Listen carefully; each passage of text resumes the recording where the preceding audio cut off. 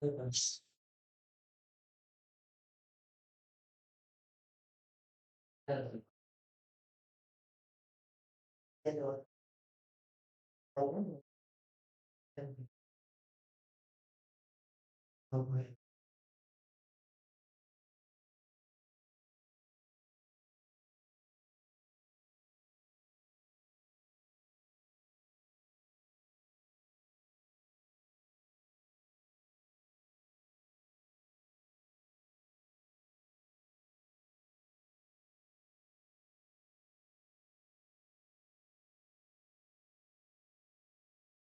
morning, Yuvraj, Adi.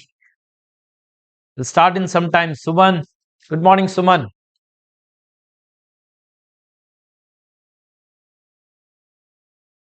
Arun, Yuvraj, CB. Good morning. GHSR, Shubham, Anil,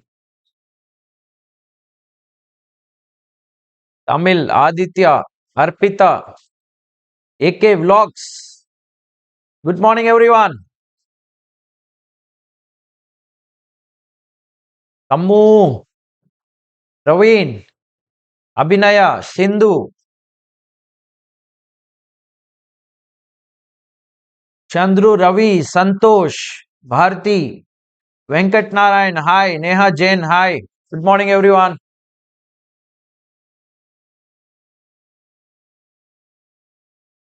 Guys, let me know in the chat box. My audio, video, everything is perfect. Thank you, Venkat Narayan. You cleared group 1 by attending my classes. Thank you so much. Prasanna, Gopika, Shweta. Guys, let me know in the chat box. My audio, video, everything is perfect. Okay, Naresh Chaudhary, thank you so much. Good morning. I got 54 in Jan 2020. Okay. Bharti, perfect. Balakanappan, good morning. GHSR, thank you. Nutri voice, clear. Tammu, Venkat Narayan. Okay, 2026. Good morning. Tirunga. Tirunal. Okay, guys, we'll wait for another 2-3 minutes, then we'll start the session.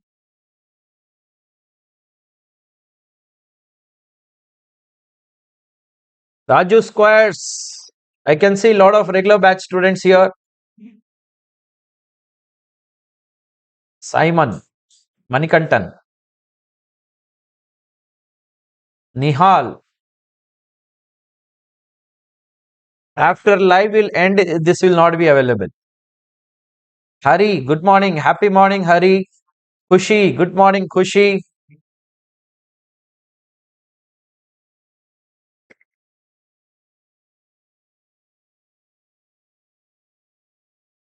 We want 16. Hmm.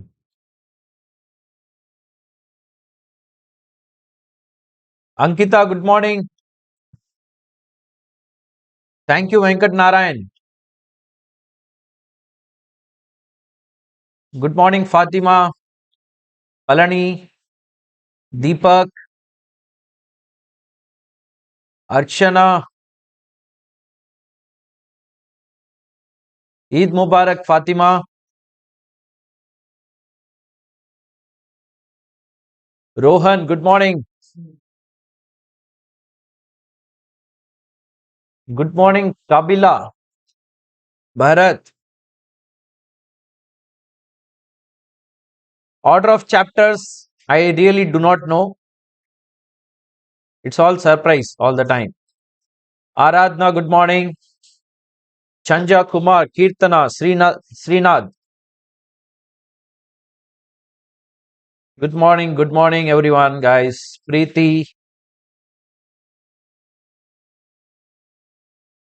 Chavi, Khushi, Garg, Sanjay. Okay, we'll wait for another 2 more minutes. Okay, I'll try that. VAV edits, I'll try that. Abhi, good morning.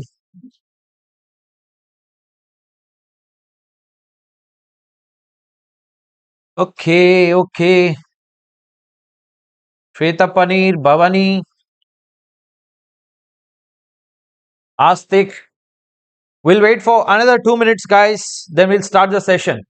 Yeah. So I have face to face also few students over here from Chennai. I'm in Chennai, guys. I'm not recording this from Hyderabad. I've come all the way to Chennai, guys. If someone from Chennai can meet me, we can meet. I'm here for another 10, 12 days.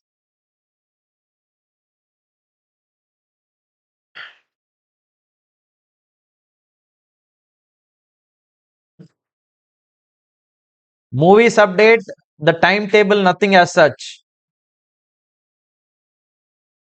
Please don't post the repeated chat, please. Balaji, good morning.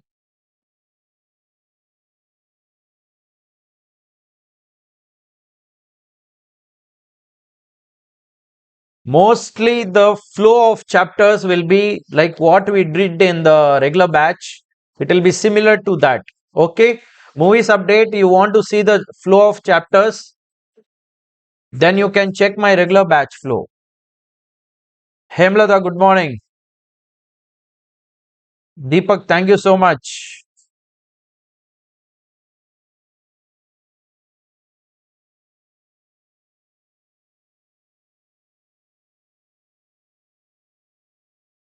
Fantastic Friday, yes.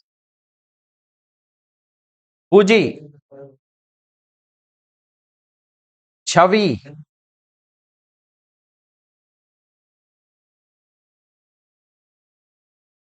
Akash, can you increase the temperature of this at least? That late it is up. It's too cold, I feel.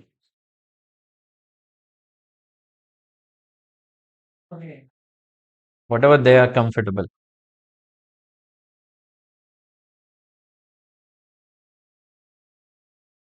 Okay, guys, we'll start the session in 1 more minute, guys. Just 1 more minute.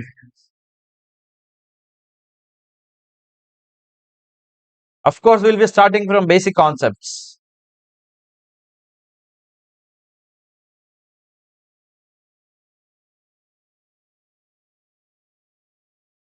Good morning, everyone.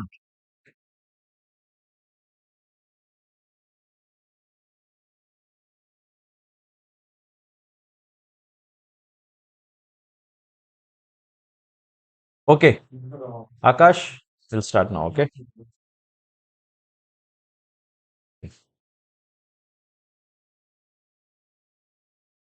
Whoever is there outside, you can tell them to come inside. Okay. Good morning, Hemam.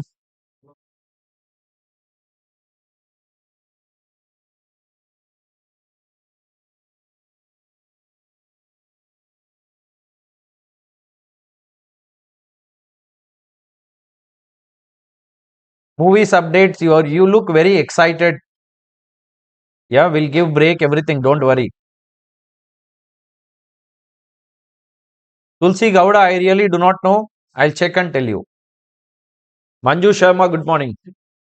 Okay, guys, we are gonna start in just 5, 4, 3, 2, 1. Namaste, namaskara, vanakkam, everyone. I welcome you all to this power-packed Thalaiva training practice batch for May 26, September 26, and Jan 27 examinations for both CA Inter and CMA Inter.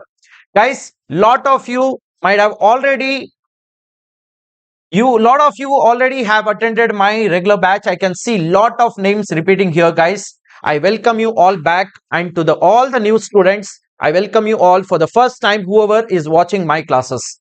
Guys, I generally take two kinds of classes, guys.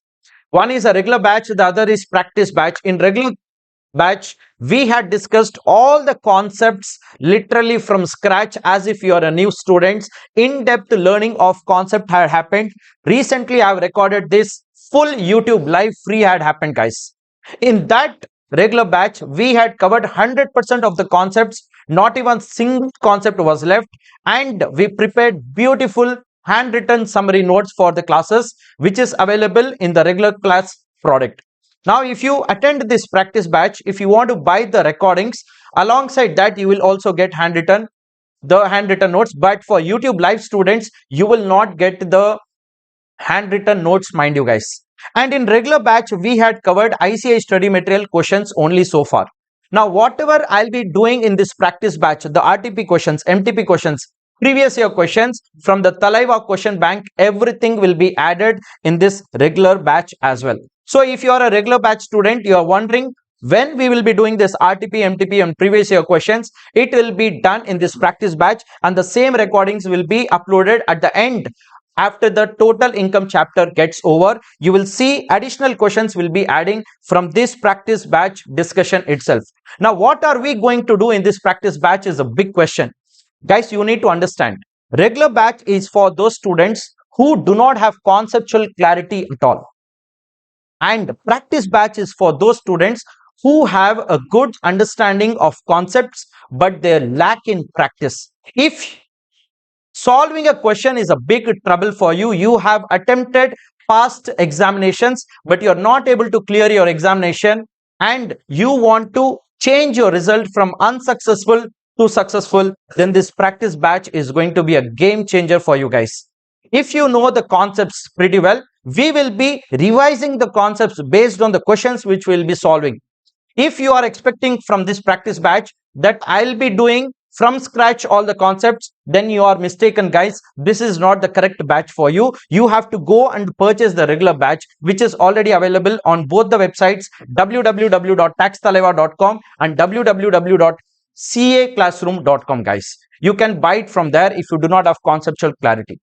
You can attend this practice batch only if you have conceptual understanding, but we will be revising the concepts based on questions only, guys. You need to understand this. In this batch, we will be doing ICI study material questions, RTP questions, MTP and previous year questions as well. So that's a brief understanding and the difference between a regular batch and practice batch, because you are going to spend another 10 to 12 days with me. So you should be crystal clear about the batch details and the description. If you do not know, then it is a waste of time. So you have to self-analyze which batch is going to be better for you. Is it regular batch or a practice batch? If you think solving question is a problem and you are a repeater, or you are a fresh student but you have not solved many questions, then you can attend this practice batch, guys. If you want conceptual clarity, please go back to regular batch, guys. This batch will not help you in any way. Now, there are lot of queries which commonly I get from students regarding the practice batch. The first question which I get is, sir, all concepts will be covered, sir? Really? Guys, let me tell you, the practice batch, whatever we do in this, question based conceptual revision will be there. So if you want all the concepts revision, that already I have uploaded on my YouTube channel a marathon where 100% of the concepts have been revised in just 14 to 15 hours. You want only concept revision, that to 100%, then you have to go and watch the marathon video.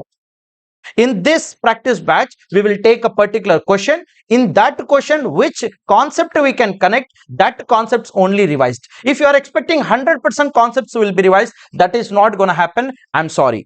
The second question which students generally ask is, sir, all questions will be solved, sir, whichever is there in the Thalaiva question bank? Again, the answer is no.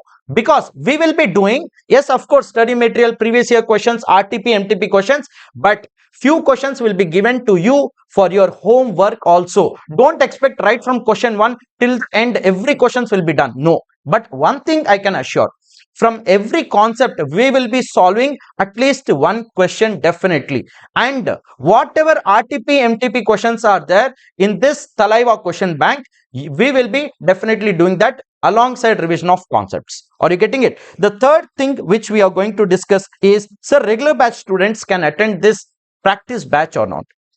See, generally I would say you're not required to attend live if you are held up, you have other commitments, or you have your other timetable of during 7 a.m. till 1 p.m. If you have plans of reading other subjects or studying other subjects, you can go ahead and do that. Regular batch students, anyway, you have already purchased my classes, and anyway in this practice batch, whatever RTP, MTP questions, previous year questions are there, that I'll be adding at the end in the videos. You can access them and you can later do it. I repeat, regular batch students, you need not attend this, but still if you wish to attend, you can definitely come and attend. Not an issue at all. but generally I would not recommend, because we have spent almost good enough 100 to 120 hours on the regular batch.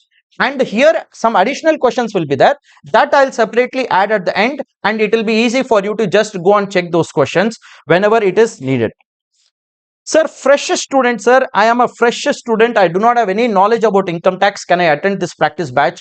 Absolutely not. You cannot attend, and I would not recommend you to purchase this practice batch also. If you are a fresh student, you do not have any conceptual clarity, better go and purchase the regular batch only. This is not correct for you guys. So with this brief introduction, yeah. Sir, what are the timings of the classes going to be? Guys, the timings are going to be 7 a.m. sharp in the morning. We'll be starting daily.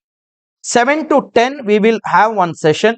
Then we will have a short break of probably like 15-20 minutes, depending on how exhausted we are. And then maximum, in the worst case, we will start the next session by 10:30, and we will definitely end the classes by 1 p.m.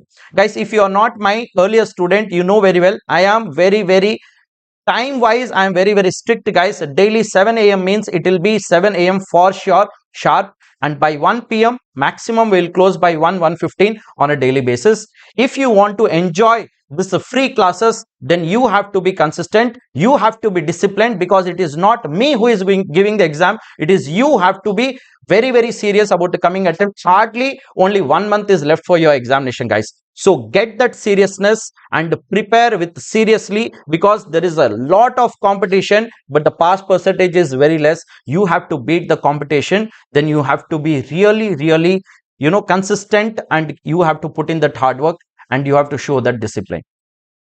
So this practice batch is applicable for which attempt, sir? Guys, this practice batch is applicable for both CA Inter and CMA Inter students as well. And for CA Inter students, it is applicable equally for May 26, September 26 and Jan 27 exams. And for CMA Inter, this is going to be applicable for June 26 and December 26, guys. Sorry, this is June 26 and December 26 examination. It is equally applicable for everyone. I request everyone to have a piece of paper and pen with you, because we will be solving questions. It is not a regular batch where it is more focused on concepts, guys. This is more focused on solving questions. Alongside me, I'll also be doing, but I'll give you a chance to do the questions. You have to definitely solve the questions. If you do not solve the questions, if you think that Aram say, I'll just watch this YouTube live and I'll clear the examination, you are definitely mistaken, guys. This is a wrong perception. Until and unless you will not do the questions, trust me, this is not going to happen. Tax requires a lot of writing practice. If you do not finish the total income computation within the required time, there is no point in you going for examination, guys. You have to definitely solve the questions alongside me, guys. I'll give you enough of time. In regular batch, the more time we had squeezed in revising the concepts and to learn the concepts, but here we'll be spending a good amount of time to solve the questions, guys. Yes, now. Sir, what is the style and coverage of practice batch going to be? See, it is going to be a question based learning. So we'll pick a question, and in that question, whatever concepts are covered, that we will do as a concept revision, guys, and then we'll jump into solving the question. Practical questions, we will do literally writing practice will be there. I will teach you all the steps and what are the tricks required. Alongside, we will be, wherever required, we will be referring to the All India rankers and toppers of tax paper mark sheets as well, so that you will get a brief understanding, okay, how a topper presents and how we can also follow the same footprints, and we can also score good marks in our tax paper. Theory model questions, please don't expect me to write the whole theory. We will just discuss the theory based questions. Of course, it is not possible in this short span of time. We have very limited time on our hand, so we have to cover a lot of syllabus. Theory based questions, guys, please don't expect that I will be writing. We will be discussing theory based question, the concept whatever is applicable in that. Getting it? Any kind of doubt in face-to-face students or online students, I will not take any kind of doubts until I take break. Only during break session I will be taking the doubts, guys. If you are my old student, I will definitely resolve all your doubts, no doubt in that, but I will not take during the session. It will be taken only during the break, and once the class will get over after 1 o'clock, I will not leave this online live until I will resolve each and everyone's doubt. And face-to-face students, anyway, they are here. I will resolve all the doubts for them also. But I do not want any kind of disturbance in the chat or in the face-to-face until I finish at least the first half session and the second half session as it is planned, guys. Now, so first we'll be starting with the basic concepts, guys. Okay, just I'll take one sip of water. Yeah, you guys please relax. This is not going to be so serious session. We'll be having a lot of fun in this session, guys. Yeah.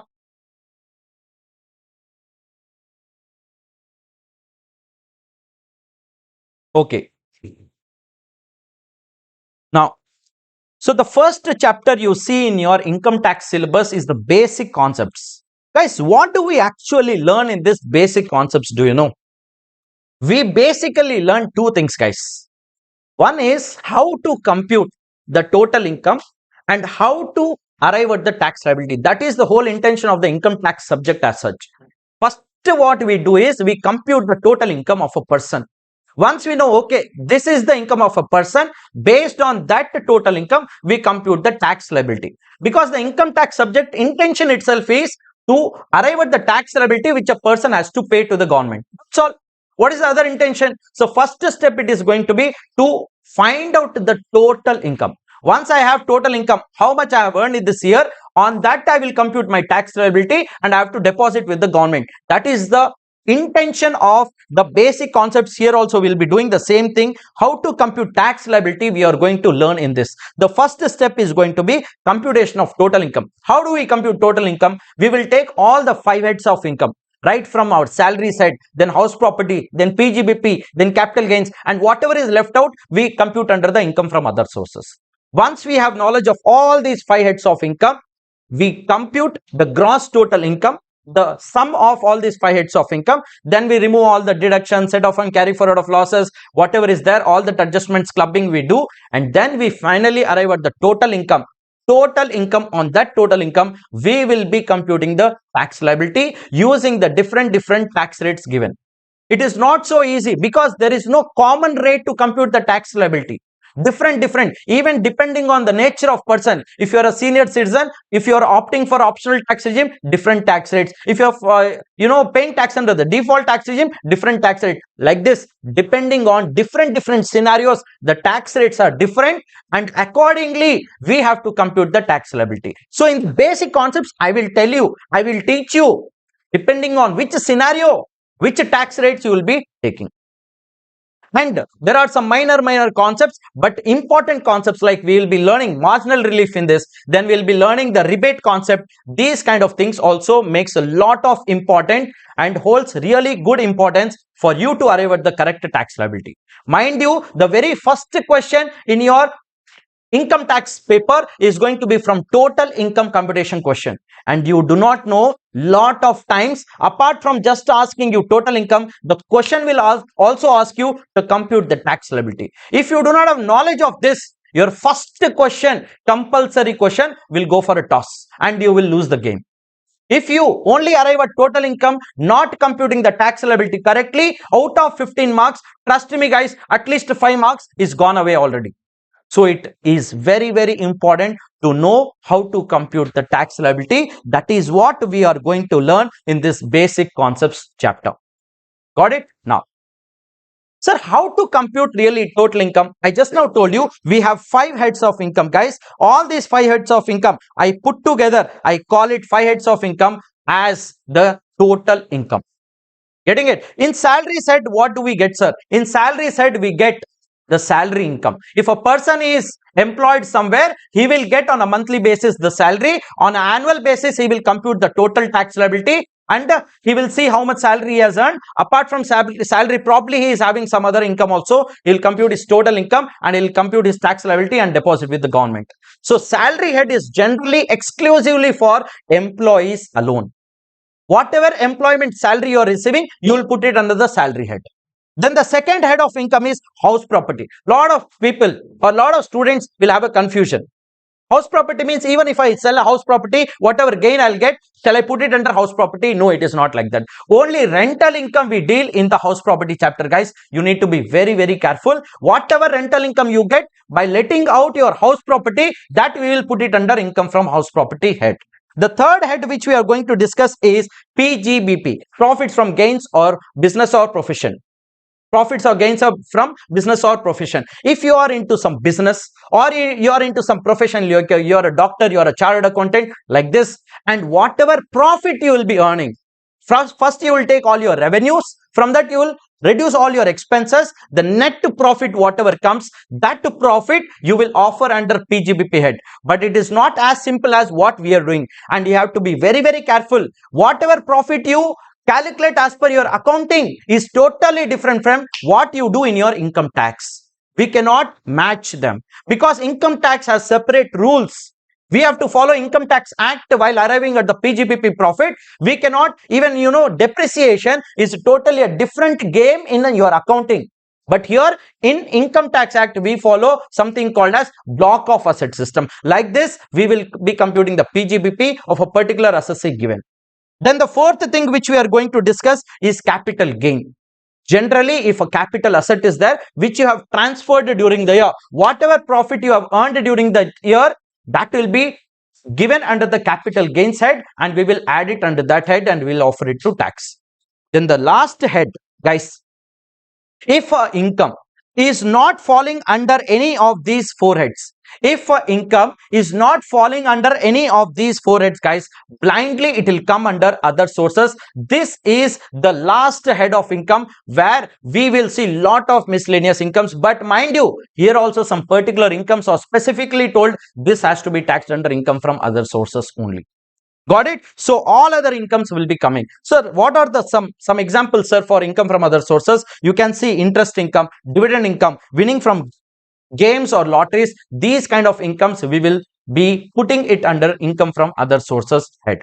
So these 5 heads of income if you have during the year, you will add all these, that will be called as your total income. Sir, is it required for a taxpayer? Is it mandatory, sir, to have all these 5 heads of income? Not necessary. If I am an employee, only salary income I am getting. I do not own a house property and I do not get any rental income. I do not have any business. I did not transfer any capital asset during the year. I did not invest in any shares. I do not get any dividend income. So it is not necessary that in all cases you will see all 5 heads of income. That is not going to be possible. So only in few cases you will see all 5 heads of income. But mind you, in your examination, definitely the question may test you on multiple heads and multiple provisions. So we will be learning all these 5 heads of income in depth. We will be revising and we will be solving a lot of questions as well. Got it? Next. So what is the format which we use in order to compute the total income? So we have to, guys, format is very, very important. And the heading is also very, very important. In examination, a lot of students complain, sir, I am not getting marks, sir. I have written everything, sir, but I have not got marks. You have not got marks because you are not meeting the expectations of ICA. You do not know what is the exact way to write the answer. What is expected from you? You just think that whatever calculations are required, I'll put it on the paper and I'll get full marks. That is not correct. There are some bare minimum requirements what are there for you to put in the answer. And that we will learn from this practice batch. That is the intention of this practice batch. Exam oriented, literally in your examination paper, what you need to write, how you will interpret the question, how you will connect the question with the required concept, everything will be learning from this thing. Got it? So this is the generally format, guys. First you have to keep in mind, you should have one heading for each and every answer what you are doing, because you should tell the examiner, no, what are you exactly doing? Are you finding total income? Are you finding tax liability? What are you even doing? First we will tell the examiner by saying computation of total income of so and so person for which year.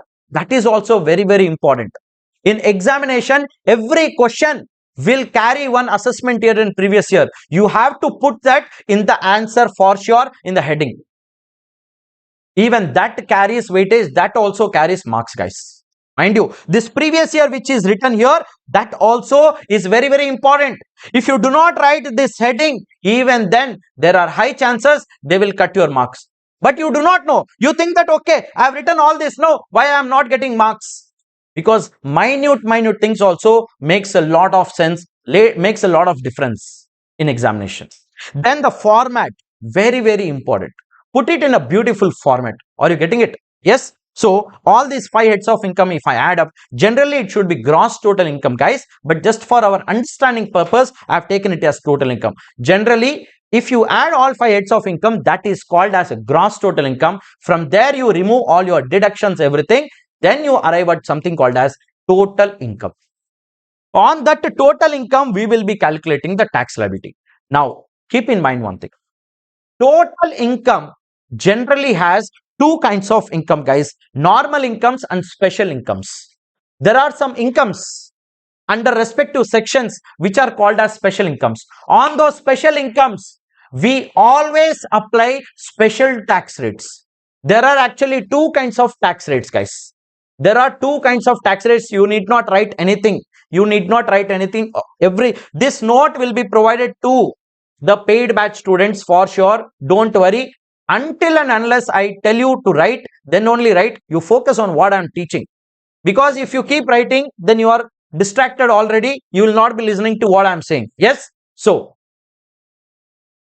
total income will have 2 kinds of incomes, guys.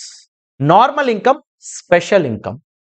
Special incomes, wherever we get, if we have to find out the tax liability on the special incomes, we will apply special tax rates. Under a respective section, it would be given. Since you are already, a practice batch student, you must be having knowledge of section 112 long-term capital gain, section 112A long-term capital gain, section 111A short-term capital gain, all this. There a special rate is given in the act itself, in the section itself. Section 111A 20%, section 112A 12.5%. A rate is given against that particular income only. That is called a special income. But generally, let's say for example, salary. Did we anywhere in the income tax read that salary has a special tax rate? No. Did we anywhere read in PGBP that PGBP has a special tax rate? No. Did we read anywhere for dividend there is a special tax rate? No. But for winnings, yes, 30%. Are you getting it? Likewise, there are multiple special incomes. For that, we will apply special tax rate. So, in this total income, there is a possibility there will be 2 kinds of income in that. Few will be normal income, few will be special income. And when we calculate the tax liability on these incomes, on normal income, we apply the slab rates. And on the special income, we will apply the tax rate given in the respective section of that special income, depending on what special income it is. Is it a short-term capital gain? Is it a long-term capital gain? What is it? So, total income will have 2 components, normal income and special income. On normal income means what? Income other than special income is what? Normal income. Apart from this, if a particular income does not have a special tax rate, then it is a normal income. As simple as that. On special incomes, we apply special tax rates. Sir, what are the special incomes, sir? Give some examples. 111A, 112, 112A, these are some capital gains for which specifically rates are prescribed in the respective sections.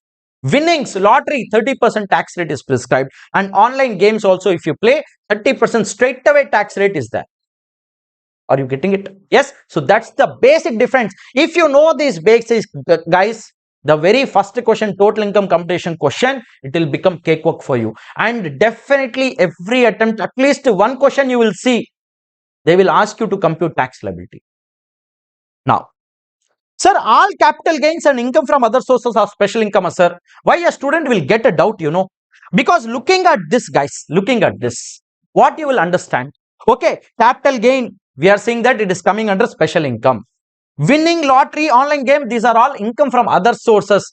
Probably a student may get a doubt. Sir, all capital gains and IFOS, everything under these 2 heads are special incomes, sir. It is not like that.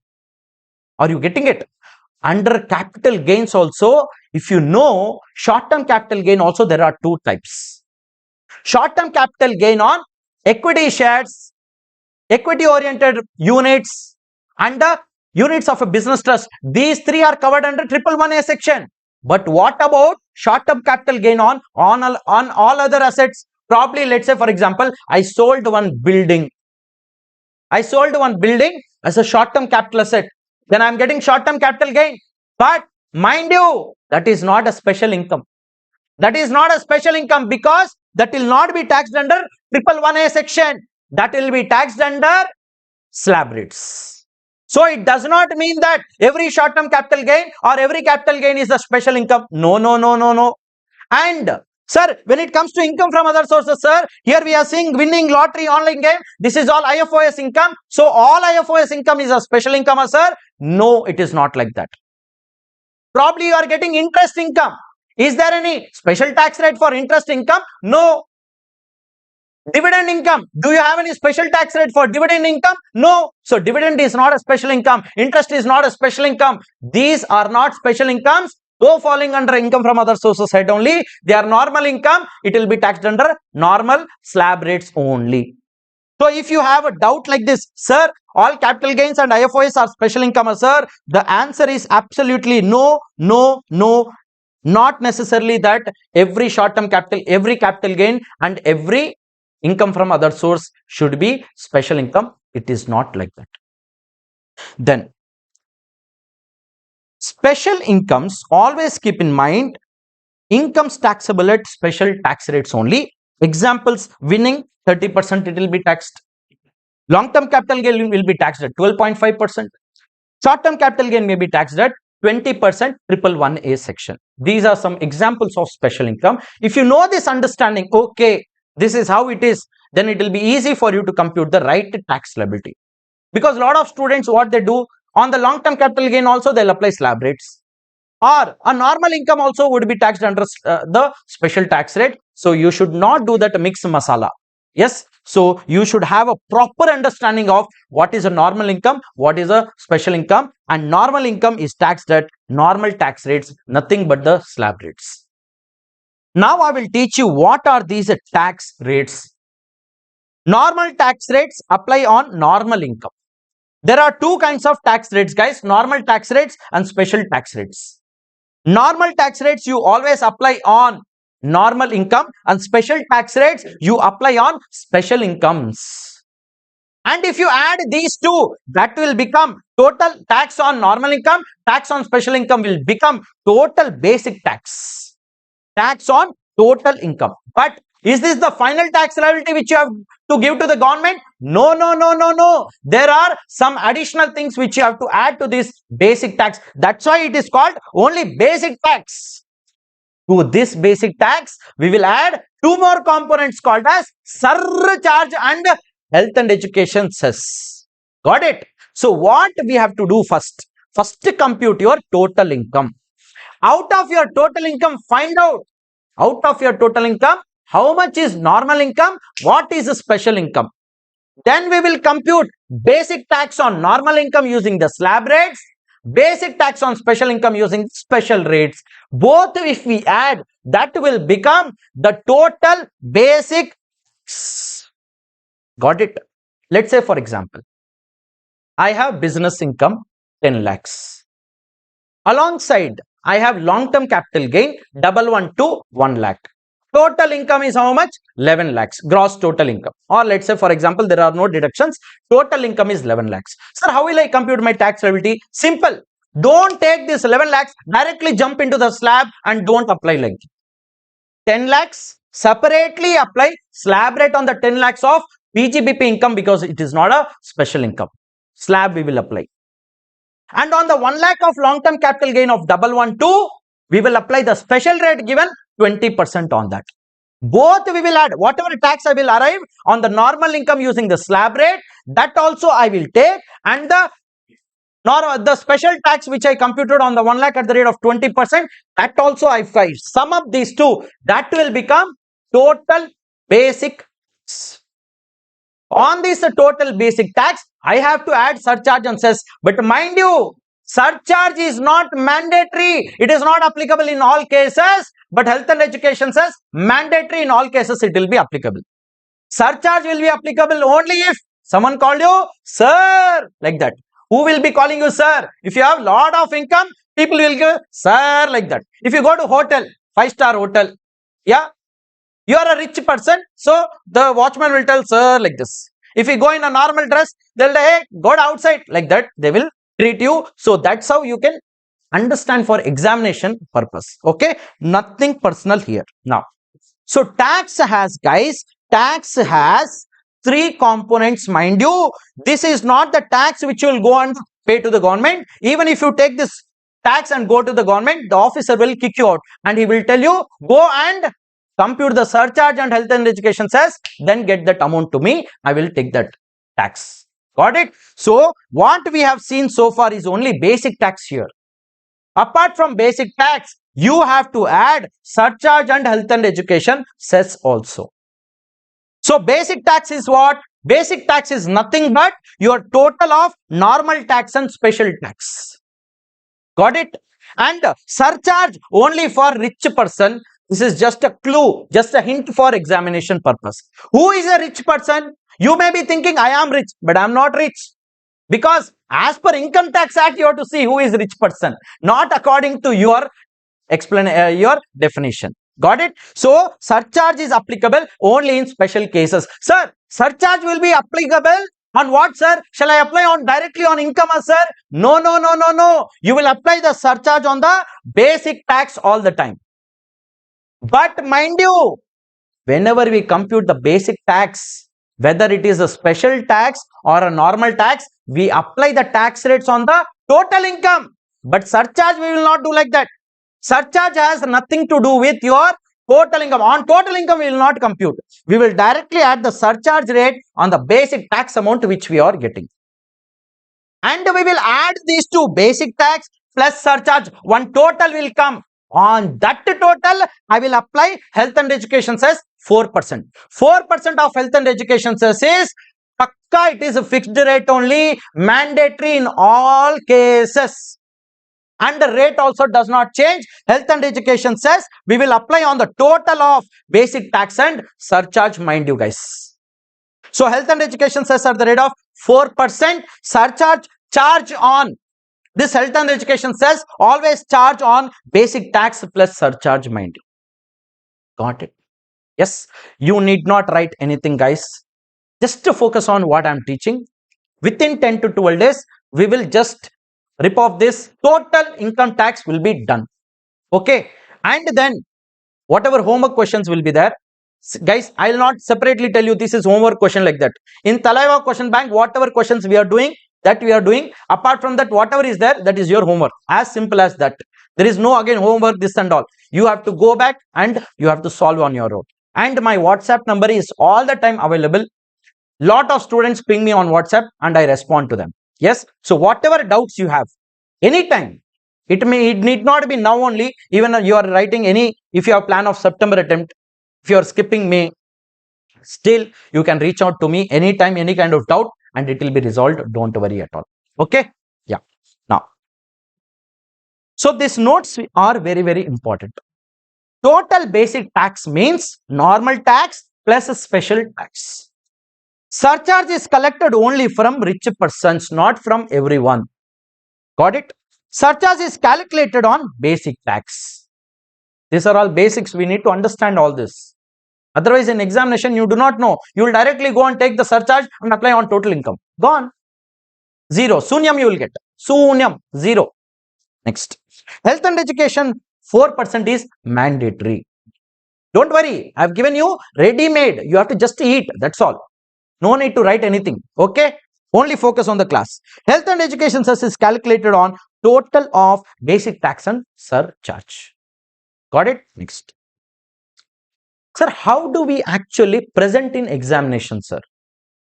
This tax liability, how should I present? First, you will write one heading. Total tax liability of so and so percent of so and so previous year or assessment year, which is given in the question.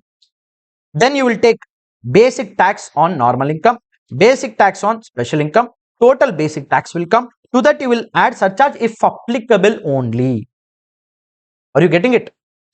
This one, total basic tax plus surcharge, total. On this total, you add health and education cess of 4%. Calculate surcharge on basic tax only. Guys, for YouTube free students, this note will not be provided. Only for paid batch students, this note will be provided, guys. Mind you, for YouTube free, this will not be uploaded, guys. Yeah. So health and education says 4%. We will add on the total of basic tax plus surcharge, and then we will get total tax liability, which has to be deposited with the government. Got it? Next. So summary, I'll be whatever we have discussed for the past half an hour, I'll be summarizing in this beautiful chart. Total tax, how much you have to pay to the government is nothing but your basic tax plus surcharge plus health and education cess. Basic tax will have normal tax and special tax. Normal tax is calculated on normal incomes at normal rates, means nothing but your slab rates. Special tax is nothing but that tax which you calculate on special income. Got it? Now, sir, what are normal tax rates? What are special tax rates, sir? Guys, the normal tax rates, there are actually two things. If you remember the person definition in income tax, there are individuals, HUF, AOP, BY, AJP, company, firm, LLP, like this. There are many different type of persons are there. So, these normal tax rates which are given here are applicable only in case of individual, HUF, AOP, BY and AJP only. Don't apply in case of partnership firm, LLP, company, cooperative societies and all. Don't apply this. This normal tax rates which I am going to discuss is applicable only in the case of individual, HUF, AOP, BY and AJP only, guys. Now, keep in mind one thing. See, generally, these taxpayers are required to pay tax or compute their tax liability by default. What is the default? Default means by default you will see something. If you want come out of default, that is called switching out or shifting out of default. Are you getting it? By default, you are required to do like this. If you are not liking it, go out of that. That is called default tax regime. Means by default, you are actually required to compute your tax liability using this regime, default tax regime. In short, wherever you will see in our discussion, DTR, it is called as default tax regime, guys. By default, you are required to compute your tax liability using these tax rates. But probably you are not comfortable with that tax regime. Then you have an option. You have an option to switch from default tax regime to optional tax regime, because the name itself says default and optional. Default means by default you are required to compute your tax liability using the rates given under 115 BSc. But you think that default tax regime is not beneficial for you. Then you will do what? Shift out of default tax regime. Nothing but optional tax regime. So in question, in your examination, be very careful. The question will not directly give you laddu in your mouth. The question will twist you, because this is CA examination. They want to control the pass percentage. They will twist the question here and there. If you are very much confident, if you have practiced the questions really well, if you have the patience to learn the concepts really, and if you patiently read the question properly, then only you will understand properly under which tax regime you are required to actually compute the tax liability. Because the language for optional tax regime in examination may be used as the person, the assessee is shifting out of default tax regime, they will tell. In examination, what will happen, you know? We will be in full hurry. In hurry, we will only look at default tax regime, that's all. And immediately we will compute the tax liability using default tax regime, gone. Sunyam will come in your paper. So you have to read the phrase very carefully. What is the regime given? So if the question is giving you shifting out of default tax regime, it actually means you are required to compute the tax liability using the optional tax regime tax slab rates. And the second point which they can use is opting out of default tax regime. Or the third they can use is general tax rates. This language, if it is used in the examination, guys, mind you, it is not a default tax regime, it is the optional tax regime under which the assessee wants to calculate his tax liability. Getting it? And for default tax regime, sometimes they will not tell you compute the tax as per default tax regime. Sometimes the question may tell you compute the tax liability using section 115 BAC. If it is a section 115 BAC, it means it is a default tax regime. Got it? Now, sir, how would the taxpayer decide, sir, which regime is beneficial for him? Because this is two options on the plate. Which one to eat, sir? How do I know? Until I taste this. So I'll taste both, sir. So guys, you have to understand default tax regime, optional tax regime all the time. If the question specifically says compute the tax liability of the assessee, or the assessee wants to opt out of default tax regime, then you apply optional tax regime. If the question specifically says the assessee wants to pay tax under the default tax regime, then you apply default tax regime tax rates.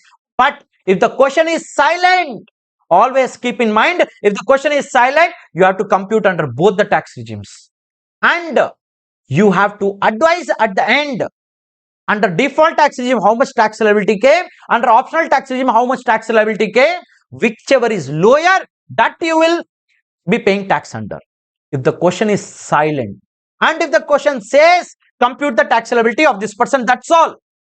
There is regime not mentioned, it means that if the regime is not mentioned, it means that you have to compute under both the tax regimes, and you have to see which is the least tax liability coming, and then you will offer. We'll see in total income computation questions at the end of the last chapter. We will see lot of these kind of questions are there in even the previous year questions also. It is available.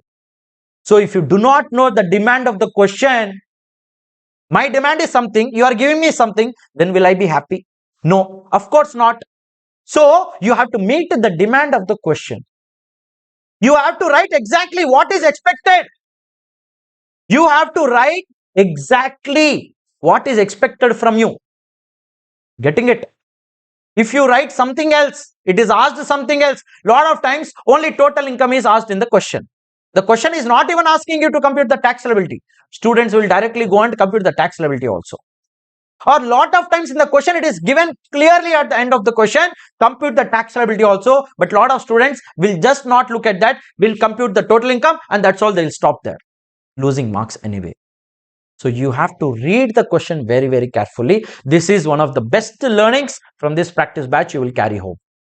If you do not read the question, how do you know, man, what is asked from you? And if you do not know what is asked from you, how will you exactly write what is required from you? And how will you, without writing what exactly is required from you, how do you expect more marks in your examination? And that is one of the major reasons many students are stuck in examination attempt after attempt. Okay? Sir, how do this person will decide, sir? Before I tell you how the person will decide which regime is better for him, I have to tell you the features of default tax regime and optional tax regime. Are you getting it? So default tax regime, guys, mind you, under default tax regime, just give me a second. Wait a second. Yeah, default tax regime, guys, just a moment. Just a moment, guys, my screen will freeze, just a moment.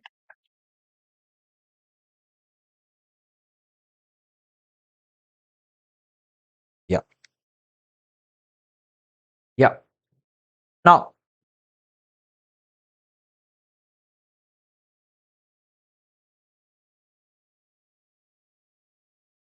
a second.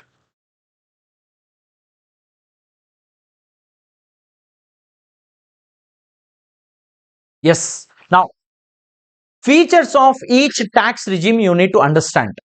Default tax regime and optional tax regime. Guys, under default tax regime, the tax rates are low. And there is less benefits of exemption and deductions. Here under optional tax regime, the tax rates are higher. But again, you will have high benefits of deductions and exemptions also. Now, what is a deduction? What is an exemption? From your total income, If some income is exempt, it is good for you, no? You are not required to pay tax on that. And what is a deduction? Let's say, for example, your total income is 10 lakhs. If you are eligible for a particular deduction, it will reduce your total income. If your total income is reduced, your tax liability is reduced. If your tax liability is reduced, you are the happiest person because you are required to pay less tax to the government. So mind you, always under default tax regime, the tax rates are less only. But benefits also less exemptions, less deductions. You must have read in your income tax, in your regular batch, lot of places I taught you at this place, this is not eligible for default tax regime like that. It is only eligible for optional tax regime because they are computing the tax liability using high tax rates. But they are also enjoying high benefits because if you are charging them high tax rate, give them the benefits also, no?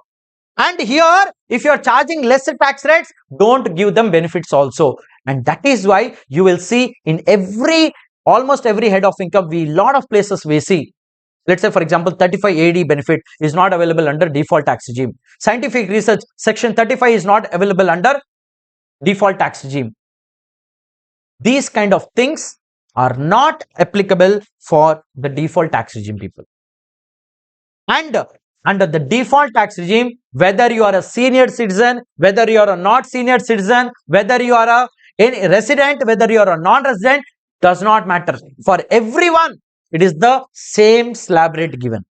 But in the optional tax regime, depending on the nature of person, the type of person, whether you are a resident, whether you are a non-resident, whether you are a senior citizen, whether you are a not senior citizen, depending on that, you will see the tax slab rate will change. This is the difference, the major difference between optional tax regime and the default tax regime. So default tax regime, you will see lesser tax rates with the lesser benefits also. And the same slab rate for everyone, individual, HF, FP, BY, AJP, and in individual also, whether you are a resident, non-resident, senior citizen, super senior, does not matter here. Under optional tax regime, depending on whether you are a resident senior, non-resident senior, non-resident super senior, resident super senior, we will change the slab rates. Now I will take you to the slab rates. First, I will teach you the normal tax rates under optional tax regime. Optional tax regime. Now guys, optional tax regime, I just now told you, depending on the nature of person, you will see the slab rate will change. Correct? First, I will tell you the general slab rate. Then I will tell you two special cases. First, general means what? Apart from those two special cases, for everyone you apply this if the assessee wants to pay tax under the default tax regime. Got it? Now, if the AC is too cold, it is tempting you to sleep off, then increase the temperature. Okay? Yeah. Okay, guys. Now, under optional tax regime, there are three kinds of slab rates given. Two are special cases. So, if you are not falling under any of these special cases, then directly go and apply the first case, which is the normal case. Which is the first one which we are going to discuss is for individual, HUF, AOP, BY, AJP, whether you are a resident or non-resident. Means whether you are a resident, non-resident, individual, HUF, AOP, BY, AJP, in all these cases, we will be applying this slab rate. In this slab rate, first 0 to 2.5 lakhs, 0, 2.5 to 5%, more than 5 lakhs up to 10 lakhs, 20%, and more than 10 lakhs, 30%. Keep in mind one thing. More than is used here. Exact 250, which I will apply, sir? 0 or 5? You will apply 0. More than, see, this is greater than symbol. Greater than 2 lakh 50, but up to 5 lakhs means exactly up to 5 lakhs, you will apply 5%. If it is 5 lakh 1 rupee, you will apply the next slab 20%. Are you getting this? This is the first slab rate. It applies in all the general cases, but apart from those two special cases, which I'll be discussing in some time. Now, this is called as the basic exemption limit. Basic exemption limit is nothing but that limit of income up to which there is no tax. So if your income is up to 2,50,000, you are not required to pay any kind of taxes. And don't worry, even if your income exceeds 2,50,000, up to 2,50,000 income is there, no, on that you will not pay tax anyway. It does not only mean that if my income is less than 250, then only I'll get this exemption. No, not like that. Even if your income is 6 lakhs, for example, first out of that 6 lakhs, 2,50,000 you remove it off. Only on the balance you will apply the tax rate. So basic exemption limit, government is exempting up to 2,50,000 of your income. No need to pay tax. That is called basic exemption limit. Now, we know very well, in India, when you go in a bus, once like this old person will come, Babu, give me a seat. And it will be written, senior citizen reserved. Yes, likewise in metro also. Are you getting it? So, generally government provides for senior citizens, super senior citizens, extra benefit apart from the normal people in this country. Exactly the same way in income tax also, guys. In income tax also, government has provided different tax slab rates under optional tax regime for senior citizen and super senior citizen. Sir, who is a senior citizen, sir? Senior citizen means a person of age 60 years or more but less than 80 years. Then a person of age 80 years or more will be treated as super senior citizen. So for a senior citizen whose age is more than 60 or equal to 60 but less than 80, for them the slab rate is this. Simple thing. Here for everyone the government is telling we will exempt your income only till 2,50,000, but for senior citizens extra 50,000 will be exempted. So basic exemption limit is changing. So up to 3 lakhs a senior citizen is not required to pay any kind of taxes. Now, very, very important. Only if you are an old person or a senior citizen of India, we will give you this. If you are a foreign non-resident senior citizen, then you have to apply this slab rate only. Your basic exemption limit will be 2,50,000 only. Only for Indian resident senior citizens, we will give the benefit of higher basic exemption limit of 3 lakh rupees. Got it? So, in this case of senior citizen individual, the slab rate is going to be 0 to 3 lakhs 0, 3 to 5 5%, 5 to 10 20, and more than 10 lakhs it is going to be 30% of tax liability. Got it?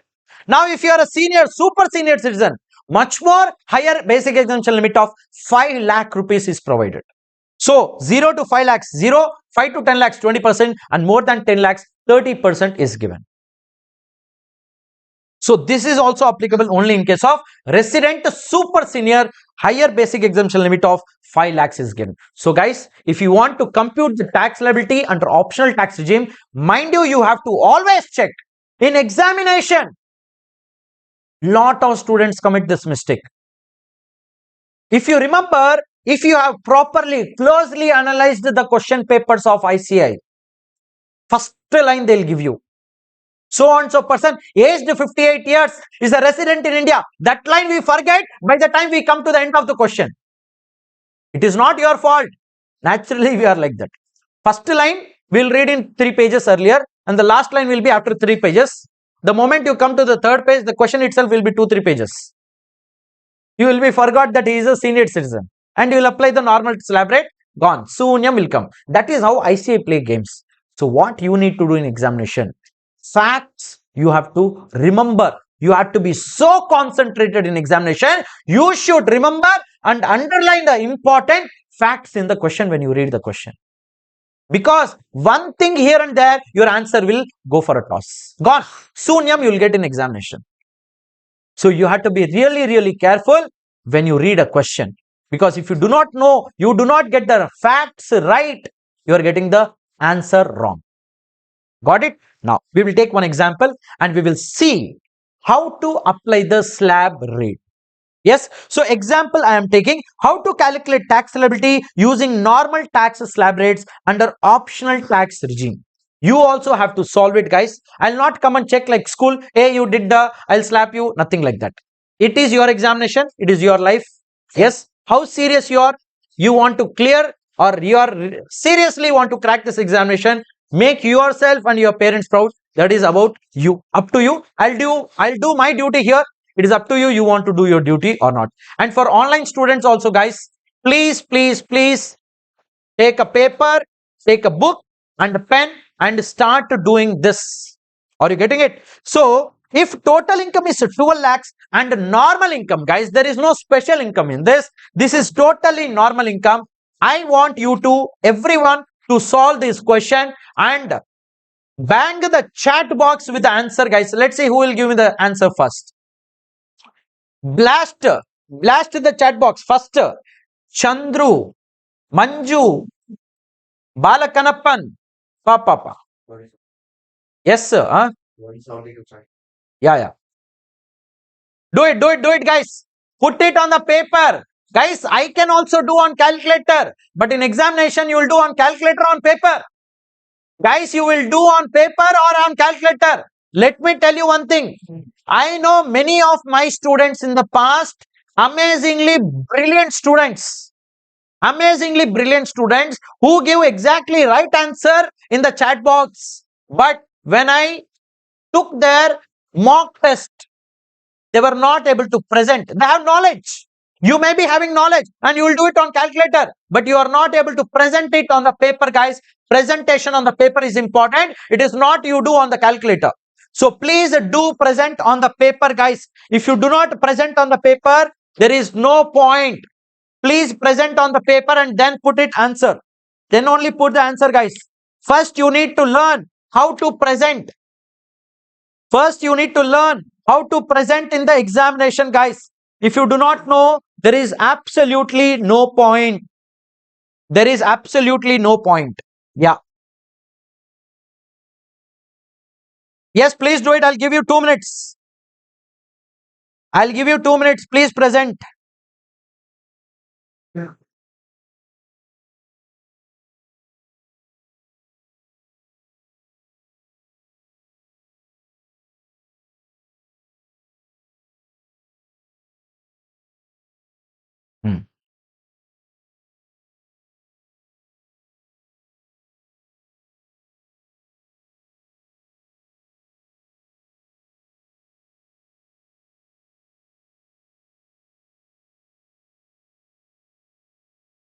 Please, guys, everyone, I request everyone, guys, everyone should present.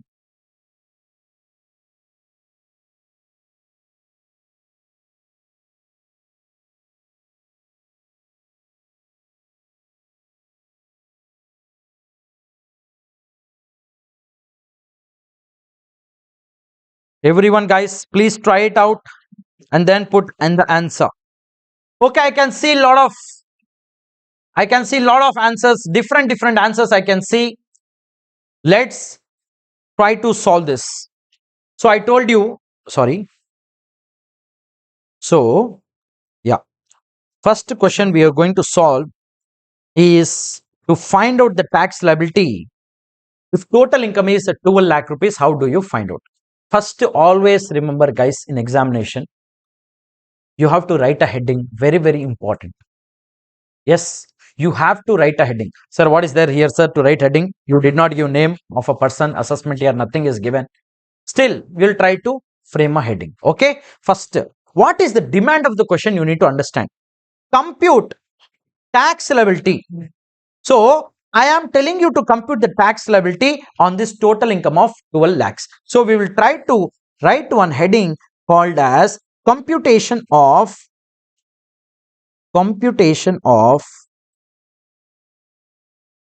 tax liability of Mr. or Mrs. so and so for assessment year so and so. This heading, every answer which you will write in examination is pakka required. You have to see in the question what is the taxpayer name given and what is the assessment year given. First thing, guys, this is what you learn in practice batch. Regular batch also you would have solved so many questions. Now the intention of the practice batch is to make you ready for the examination. And that is what the learnings, if you miss these learnings, then there is no point in you putting your time and effort here. Yes, so learn these things and go back home. So computation of tax liability of so and so you will write for assessment year. Then, so we know, given, first write, always write given total income equals 12 lakhs. And you bracket in you write always normal income. You have to show the examiner that you know the facts very well. Now, I'll write the computation. Just give me a second. Yeah. Now I'll present the computation. 0 to 2,50,000. Now you'll get a doubt. Sir, wait, sir. Under optional tax regime, 3 slab rates you gave, no, sir. If the question is silent, what should I do? If the question is silent, lot of students know 1.5 talented. What they will do? I am assuming the person is a senior citizen and they will write. Don't do like this, for God's sake. Why to complicate things? Put it in a simple way. If the question is silent, always that person is a resident. Always that person is a normal person. He is not a senior citizen or a super senior citizen. Got it? So keep it very simple, guys. 0 to 2.5 lakhs, 0. Now, 2,50,000 to 5 lakhs at the rate of 5%. So, you should understand. Lot of students, what they will do, you know, when the slab rate, let me write the slab rate first, more than 5 lakhs up to 10 lakhs at the rate of 20%, more than 10 lakhs at the rate of 30%. Now, lot of students don't even know that how to apply the slab rate. If you do not know, some students will think like this. My total income is 12 lakhs. My total income is above 10 lakhs. So let me apply 12 lakhs minus, okay, they will be knowing about basic exemption limit. 12 lakhs minus 2,50,000 they will do. On the balance, they will apply directly 30% and gone. That's all. And a lot of students don't even know to reduce the basic exemption limit. They think that if my income is less than 2,50,000, then only it is exempt. So 12 lakhs is falling in this category. 12 lakhs into 30%, gone. So how you will apply is, first out of this 12 lakhs, the first 2,50,000, 0 rate, 0 tax is coming here. Or else if you want to beautifully present in examination, see, I'll tell you one thing. In examination, format does not mean with proper box, straight line like that, not required. First, you have limited time on hand. But I'm not saying don't present anything. Present, but write in a beautiful manner in which you can, impress the examiner. He should not feel irritated looking at your paper. He should feel, what a peaceful paper has come after so many papers. Because in a day, he'll be, checking at least like 50, 100 papers. 40 papers, very irritated. You gave one pleasant paper, no strike-offs, nothing. How impressive it will be. And you will, high chances you will get a good marks in that. Yes. So if you have a confusion, generally why you get strikes in your paper, because you do not have clarity. If you have clarity, you will keep on writing. And the clarity will come through only practice and revision. If you do not revise, if you do not practice, you will not get that clarity, pakka. And that clarity is easily visible on the paper. Okay, so 0. So at the rate of 5% means how will you apply? So on the difference, always apply, guys. On the difference of 5 lakhs and 2,50,000, the difference is going to be 2,50,000. On this 2,50,000, you have to apply 5%. So that will be how much? 12,500. And this difference is how much? 5 lakhs. On that you will apply 20%. So that will come another 1 lakh. Now, beyond this 12 lakhs, beyond this 10 lakhs, you have another 2 lakhs, correct? So that will be 12 lakhs minus 10 lakhs. Guys, if by mistake I get confused, you just let me know immediately. Okay. Now, on this balance at 2 lakhs, we will apply at the rate of 30%. That will be how much? I think that should be 60,000. Basic mathematics. Correct? So if I add all this, if I add all this,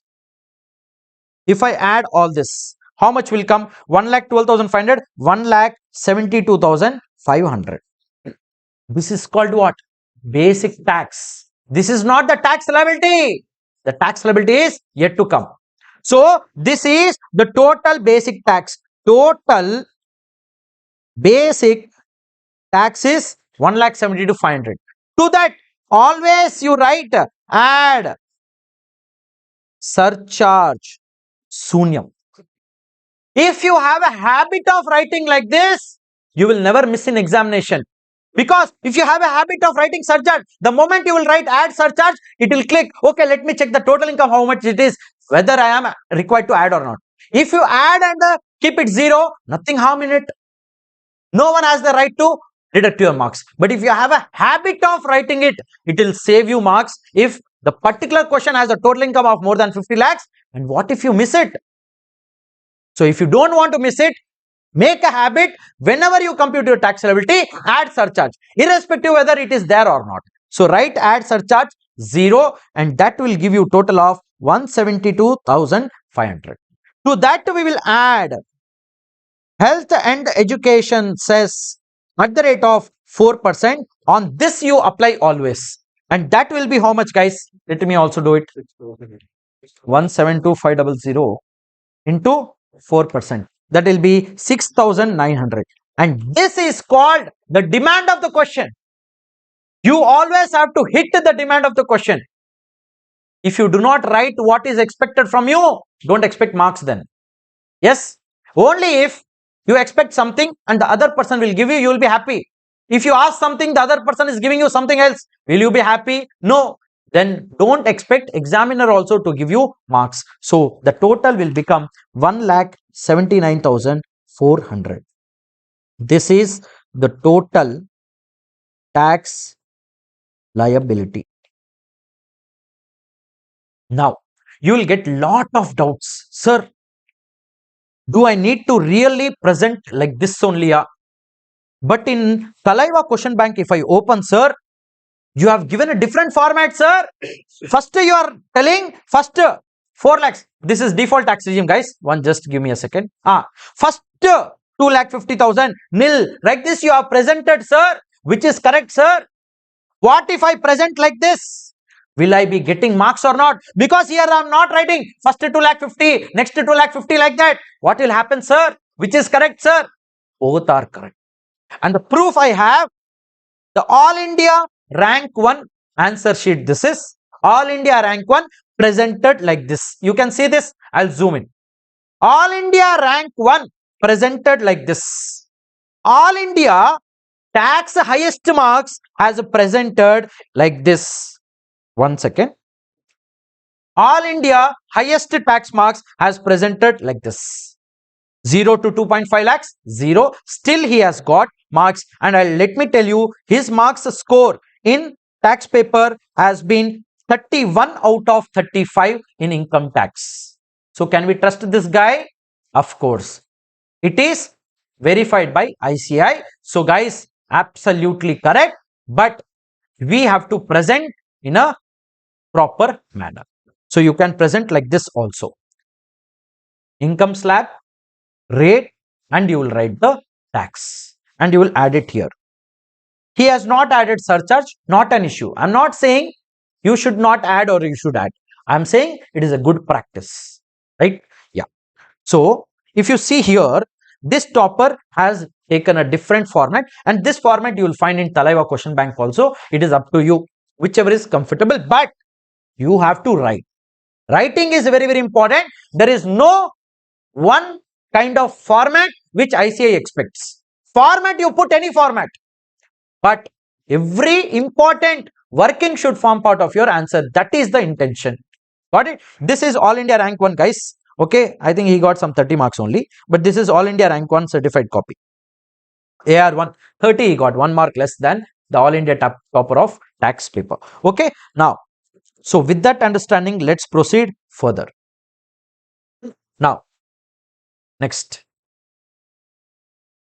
Now we will solve question bank question number 4 from our question bank, guys. Please open question bank. Guys, for online students, whoever are there, online students, whoever are there, if you want to download this question bank and the Thalaiva notes, in this video's description, you will find a link, Thalaiva free resources.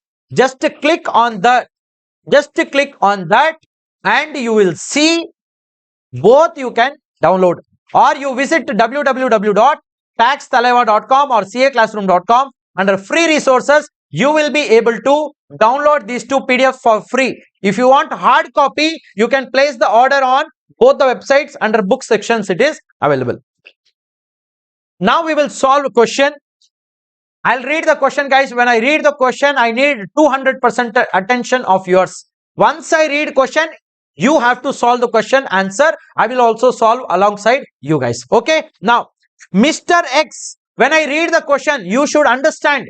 You should learn by seeing, listening, and by doing it. Okay. So you should see where I am stressing more in a particular question. Why I am stressing?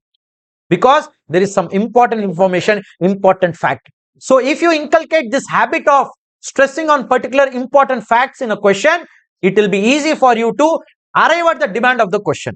Got it? So first we will read the question, guys, very, very carefully. Mr. X has a total income of 16 lakhs for previous year 25-26. So first of all, what is this information trying to say? He is an individual, because if the taxpayer is a company, firm, LLP, then we cannot apply the slab rates. The first fact which we are going to learn from the first line is he is an individual. Got it? Next, he has a total income of 16 lakhs. The moment you see 16 lakhs, you have to get a doubt in your mind whether this has special income also or not, because I cannot apply slab rate on special incomes. I can only apply on normal incomes. So this question mark has to be there till you finish your question reading.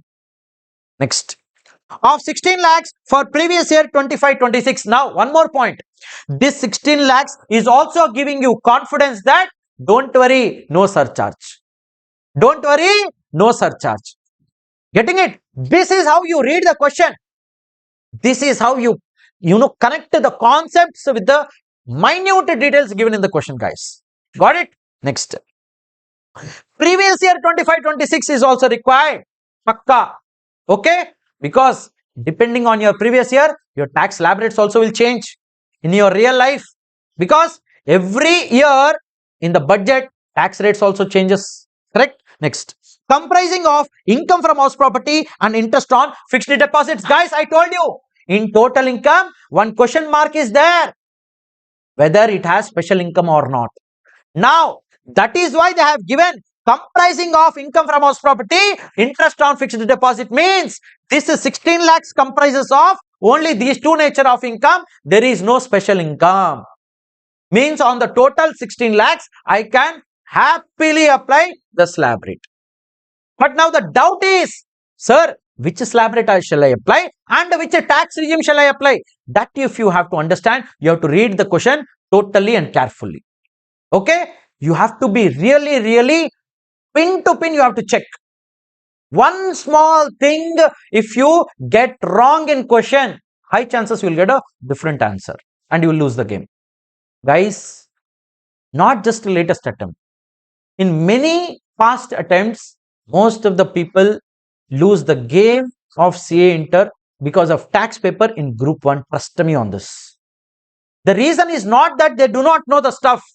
They know, everyone knows what is slab rate. Anyone can tell. 10th standard guy also, 10th standard student, if I teach this is the slab rate, he will also do it. The problem is we do not have patience. Yes, we do not have the patience to read the question carefully.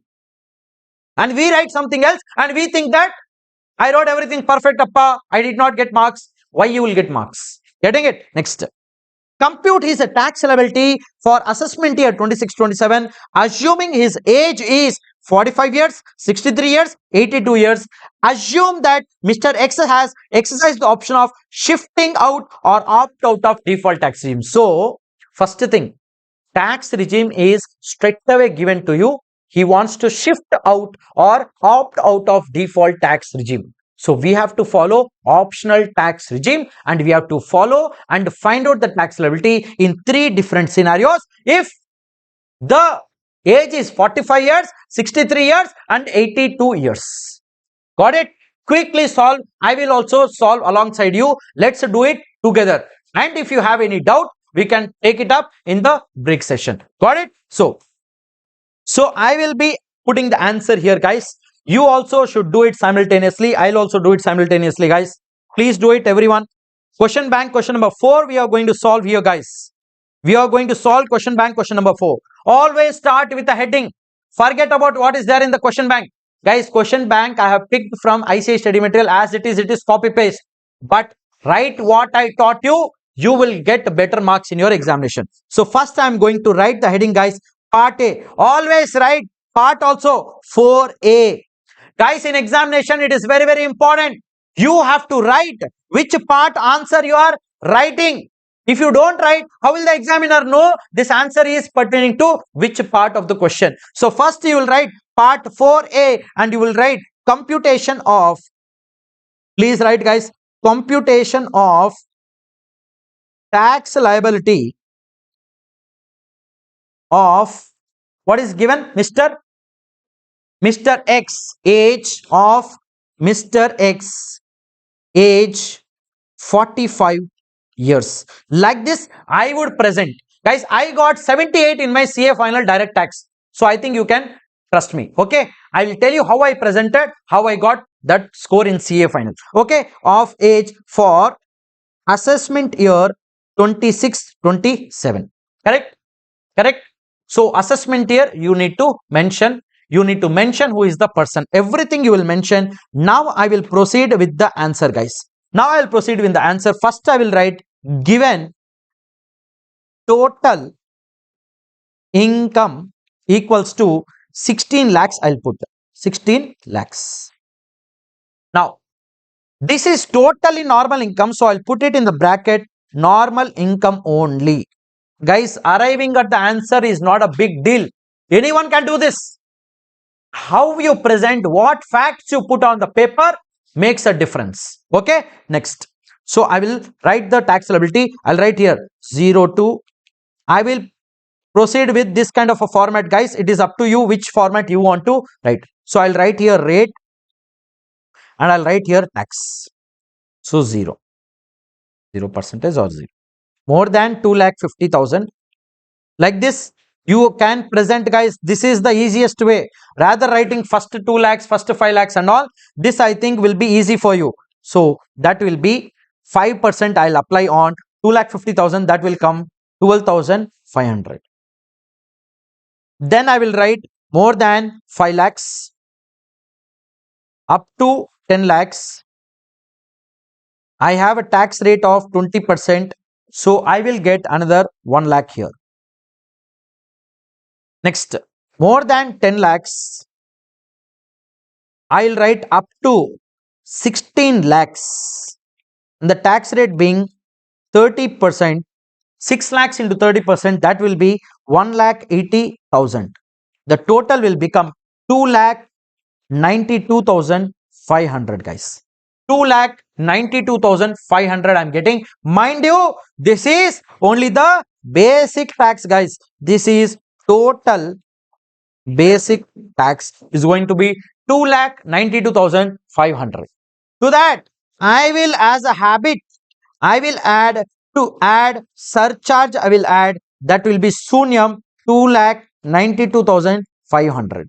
To that, I will add health and education cess. Guys, you can write short form H and E cess 4% also, good enough in examination. No need to write full form. If you want, you can just write like this. This is also good enough, guys. Health and education cess at the rate of 4%. Always apply health and education cess on the total of basic tax and surcharge. So apply on this 2,92,500. So that will come how much? 2,92,500. 11,700. Guys, if there is any wrong happening here, you just let me know, guys. If I go wrong, just let me know. Okay, so total I am getting 3,04,200. This is the tax liability, and I'll write the conclusion also. I'll write here tax liability of Mr. X,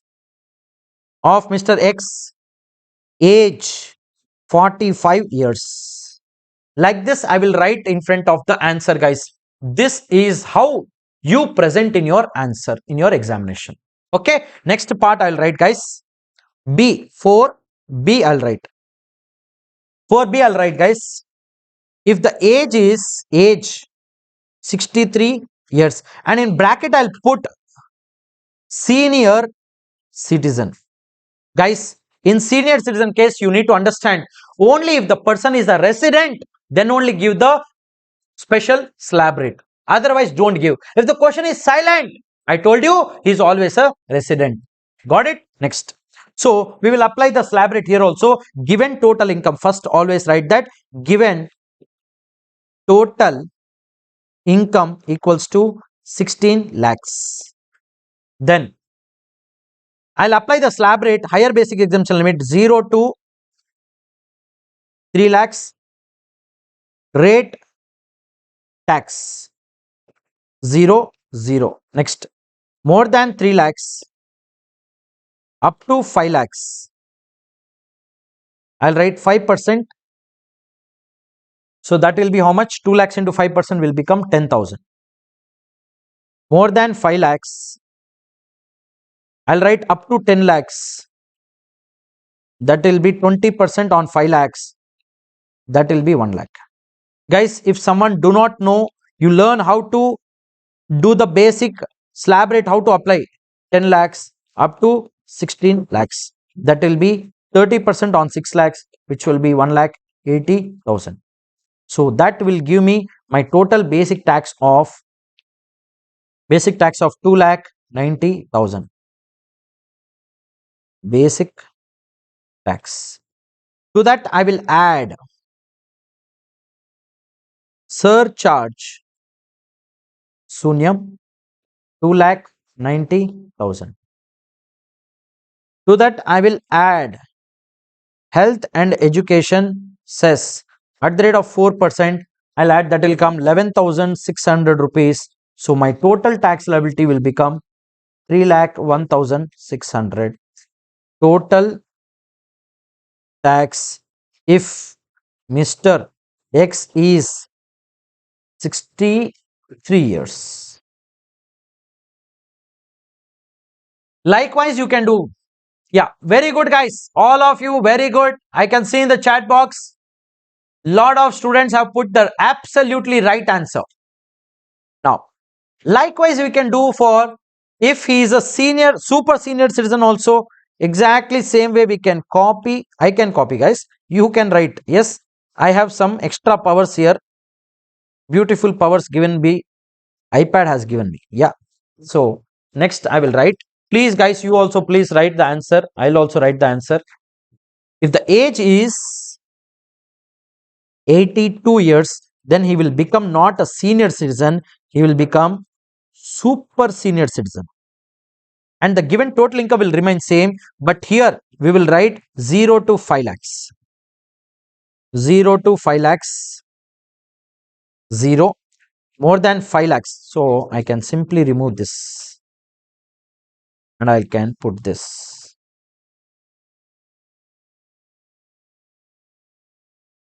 Yeah.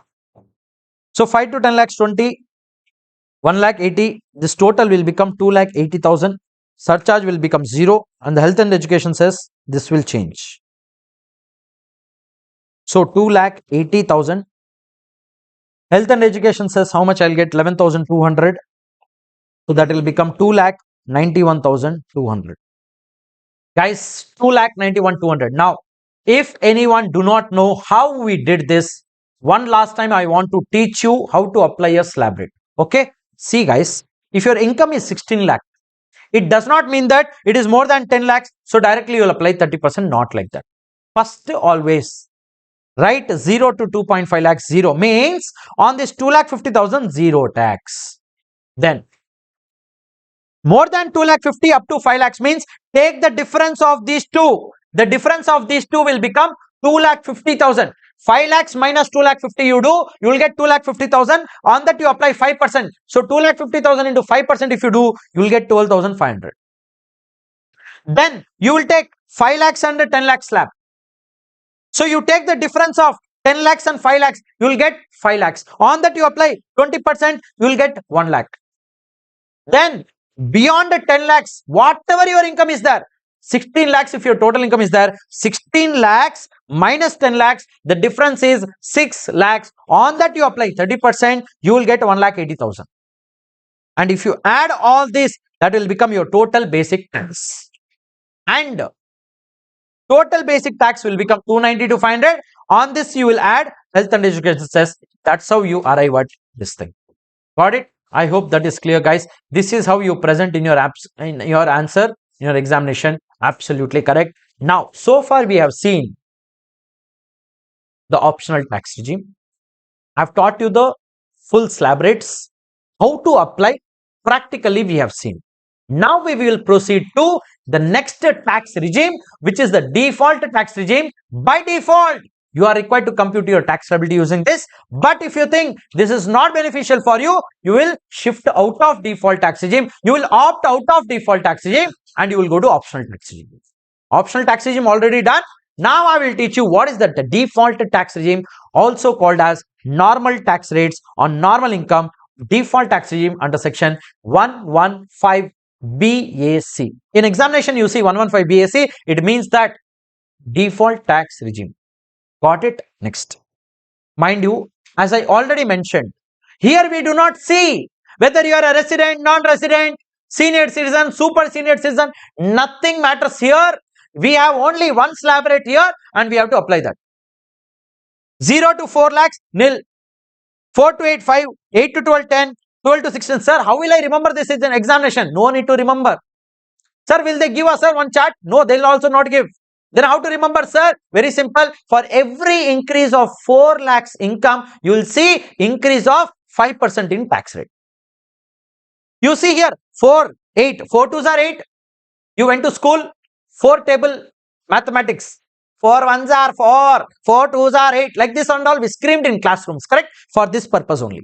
4 ones are 4, 4 twos 8, 3 12, 4 16, 5 20, 4 6 24 and more than 24, you will see a different tax rate. So you see here 5 5 5, if you keep on adding, it will go on increasing. Like this you remember in examination, for every increase of 4 lakhs in income, you will see tax rate increases by 5%. Okay, and one more trick I'll tell you guys. One more trick I'll tell you. Up to 24 lakhs, you need not even compute.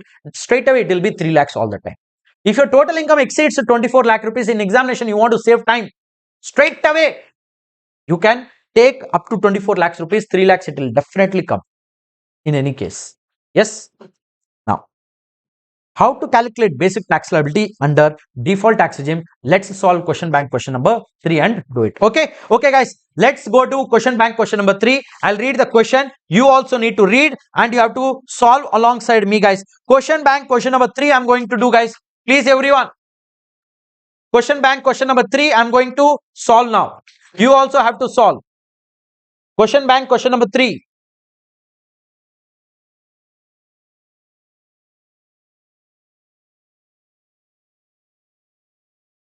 Okay.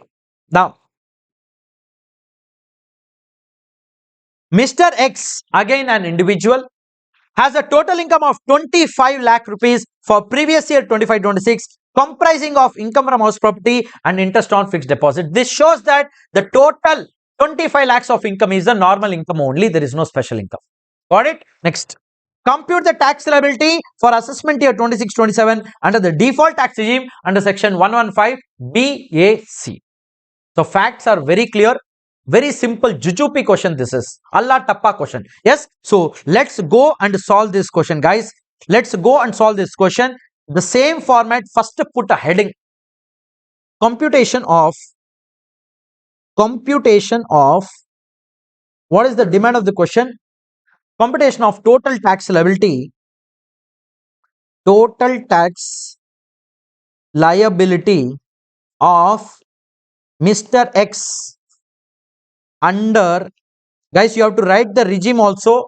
I am writing in short form, you write in examination full form. Default tax regime under section 115 BAC. You have to write like this in examination, and you write for assessment year so and so whatever is given in the question. Then first always write what is the total income. Then you write given total income equals to 25 lakh rupees. Given total income is 25 lakh rupees. Now we will apply the slab rate. Same style, 0 to 4 lakhs. 0 to 4 lakhs, and you write here rate, and you write here tax. You will write 0, 0. Next we will write more than 4 lakhs up to 8 lakhs. That will be 5%, and that is going to be 20,000 rupees. 20,000 rupees. Next. More than 8 lakhs. Everyone please do it. I can see beautiful answers in the screen. Appa. Appreciated, guys. I am impressed by you all. Pakka. You impressed me a lot. 2 lakhs. 10%. Guys, you will take the difference and then apply this tax rate. Got it? Do like that. Please, everyone do it. So, on the difference of 4 lakhs will be how much? 10%. 40,000. Then, more than 12 lakhs. Up to 16 lakhs. So, I'll take this difference. On that, I will apply 15%. So, the difference of 4 lakhs into 15%, I will get 60,000. Everyone, please do it, guys. Everyone. Next. More than 16 lakhs up to 20 lakhs. Again, difference of 4 lakhs. We will apply 20%. That will give you 80,000. Next. More than 20 lakhs up to 24 lakhs. Another 25% on the difference of 4 lakhs. That will be 1 lakh. More than 24 lakhs up to our total income of 25 lakhs. The difference of 1 lakh. Guys, here the difference is 1 lakh. 25 lakhs. 25 lakhs minus 24 lakhs. The difference is 1 lakh. On that, I will apply 30%. That will come 30,000. And the total, if I do, that will come 3 lakh 30,000. This is basic tax, mind you. So, I'll write total basic tax equals to 3 lakh 30,000. To that, we will add surcharge, which is Sunyam here in this case. Because 25 lakhs does not qualify for a surcharge, the total will become 3 lakh 30,000. On that, I will add health and education cess at the rate of 4%. On this, that will become 13,200. The total tax liability will become 3,43,200. Total tax liability. 3,43,200 is the total tax liability, guys. Guys. 3,43,200 is the total tax liability. Okay. Okay.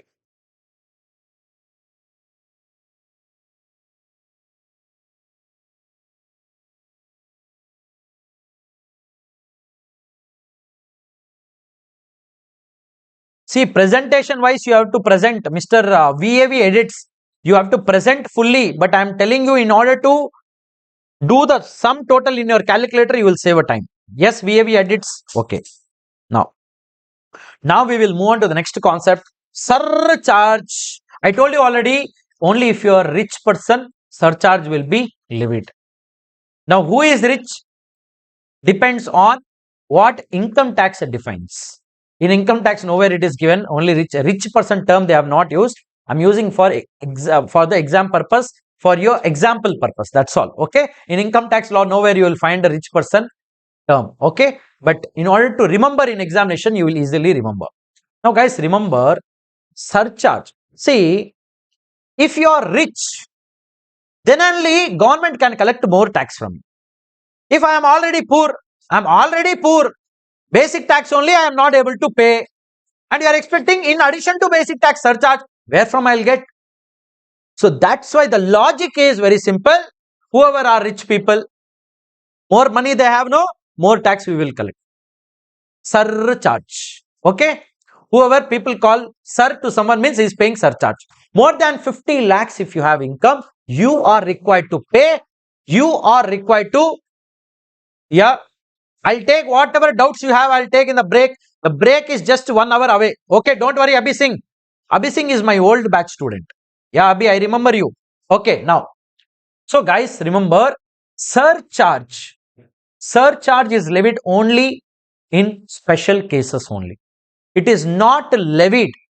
It is not levied in all cases. Only if your income is more than 50 lakh rupees, you are required to pay surcharge on your basic tax.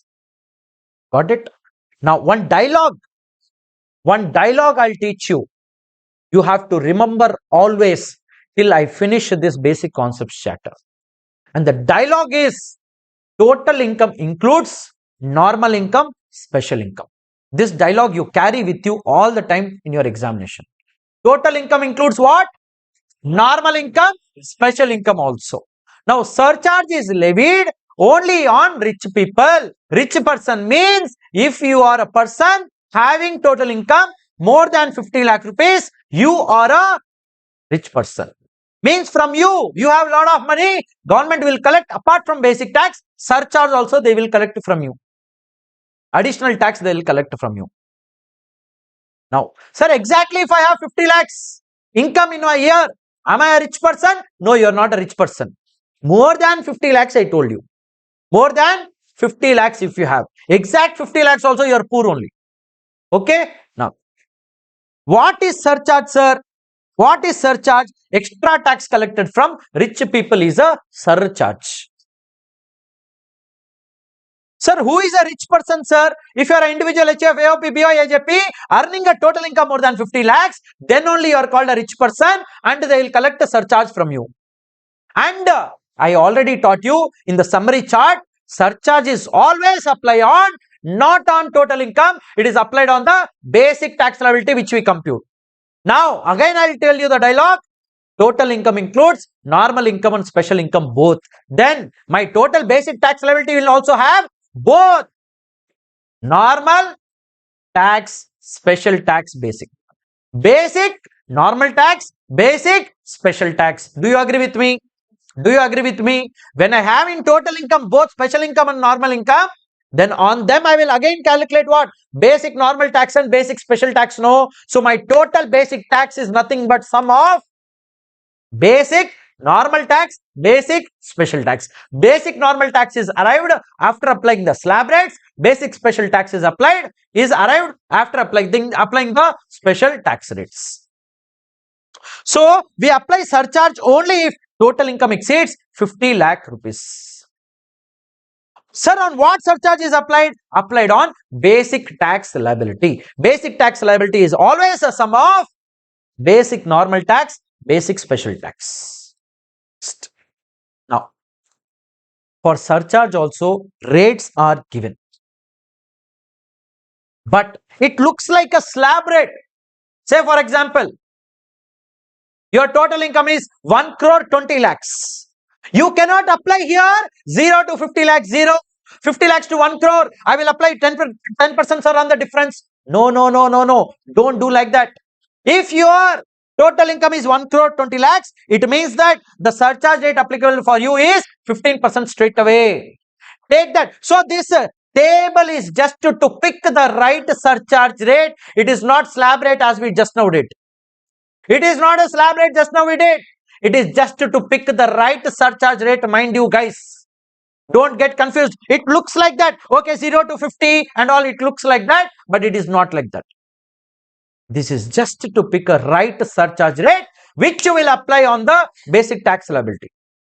Now, I told you already in this table, total income. In this column, you will see total income. In this column, you will see if you are paying tax under optional tax regime, what surcharge rate you will pick. If you pay tax under default tax regime, what surcharge rate you will pick. It is given here. First, we will see if you pay tax under optional tax regime, what we will pick. But before that, this table is only applicable in case of individual HF, AOP, BY and AJP. And one more thing, let me tell you, in your CA intermediate level or CMA intermediate level, corporate taxation is not there in your syllabus. They will 99% test you on individual case scenarios only. Maybe here and there some small question may come in HUF. In partnership, if you remember 40B section in PGBP, remuneration of partner, interest on capital contribution of partner, 12% allowed. There only partnership is coming. Otherwise, nowhere they will tell you compute the tax liability of a partnership firm. But we know the tax rates, basic tax rate 30% and all. It is given in the Thalaiva Notes. Okay. So now, these surcharge rates are equally applicable for everyone. Whether you are individual, HF, AOP, BY, AJP, AOP, anyone, you have the same surcharge rates. Sir, if I am a senior citizen, do I get any kind of benefit here? No, no, no, no, no. There is no difference here, guys. You will get the same surcharge rates. Whether in optional tax regime, whether you are a senior citizen, whether you are a super senior citizen, whether you are a normal person, if you are paying tax under optional tax regime, this is the one, that's all. Again, for super senior citizen, separate surcharge, nothing like that. But under optional tax regime, we saw different slab rates, no, for senior citizen. Likewise, we do not have differentiation in the surcharge for senior or super senior citizens under optional tax regime. Under default tax regime, we already know we do not have any kind of bifurcations there. Same thing for any kind of taxpayer. Now, remember, when I told here total income, I repeat the dialogue. Total income includes what? Normal income, special income. So, when I say total income in this column, this is total income, not only normal income. So, if your total income is up to 50 lakh rupees, your optional tax regime, under optional tax regime, the surcharge is nil because you are a poor guy. Under default tax regime, also nil. Guys, one hint I'll give you, the surcharge rates are same under optional tax regime, default tax regime. Only at the end you will see a difference of 37%, 25%. Means if I have to tell in sentence form, the highest surcharge rate under the default tax regime is 25% only. And the highest surcharge rate under optional tax regime is 37%. This much you remember. Got it? Now, so if your total income is more than 50 lakhs up to 1 crore, optional tax regime 10%, default tax regime also 10%. If your total income is more than 1 crore up to 2 crores, then optional tax regime 15%, default tax regime 15%. If your total income exceeds 2 crores up to 5 crore rupees, optional tax regime 25, default tax regime 25. Now here is the twist. If the total income exceeds 5 crores, optional tax regime you have 37%, default tax regime you have 25% only. This is the only change you will see. So under default tax regime, as soon as you cross a 2 crore limit of total income, you will see on all kind of incomes 25% surcharge you will apply maximum under default tax regime. But under optional tax regime, you have to cross 5 crore limit to apply the highest surcharge rate of 37%. Beyond 5 crores, if your total income is there, then your surcharge rate is maximum 37%. Got it? Now, Dabur rates are not slab rates, guys. This I already told you. We cannot apply like a slab rate which we applied in case of normal tax liability. Now, we will take one example and we will try to understand how to pick the right surcharge rate. I would request everyone in the chat also please put, and I would request here also whoever students are there to put across your view on what surcharge rate I should take. You have Thalaiva Notes in your hand, guys. You can take that Thalaiva Notes. The surcharge table is given there. And by this time, you should actually be remembering the surcharge table because we are already close to examination. I hope you already have read the income tax at least 2 or 3 times. Yes. Now, guys, be very, very careful. Full attention is needed.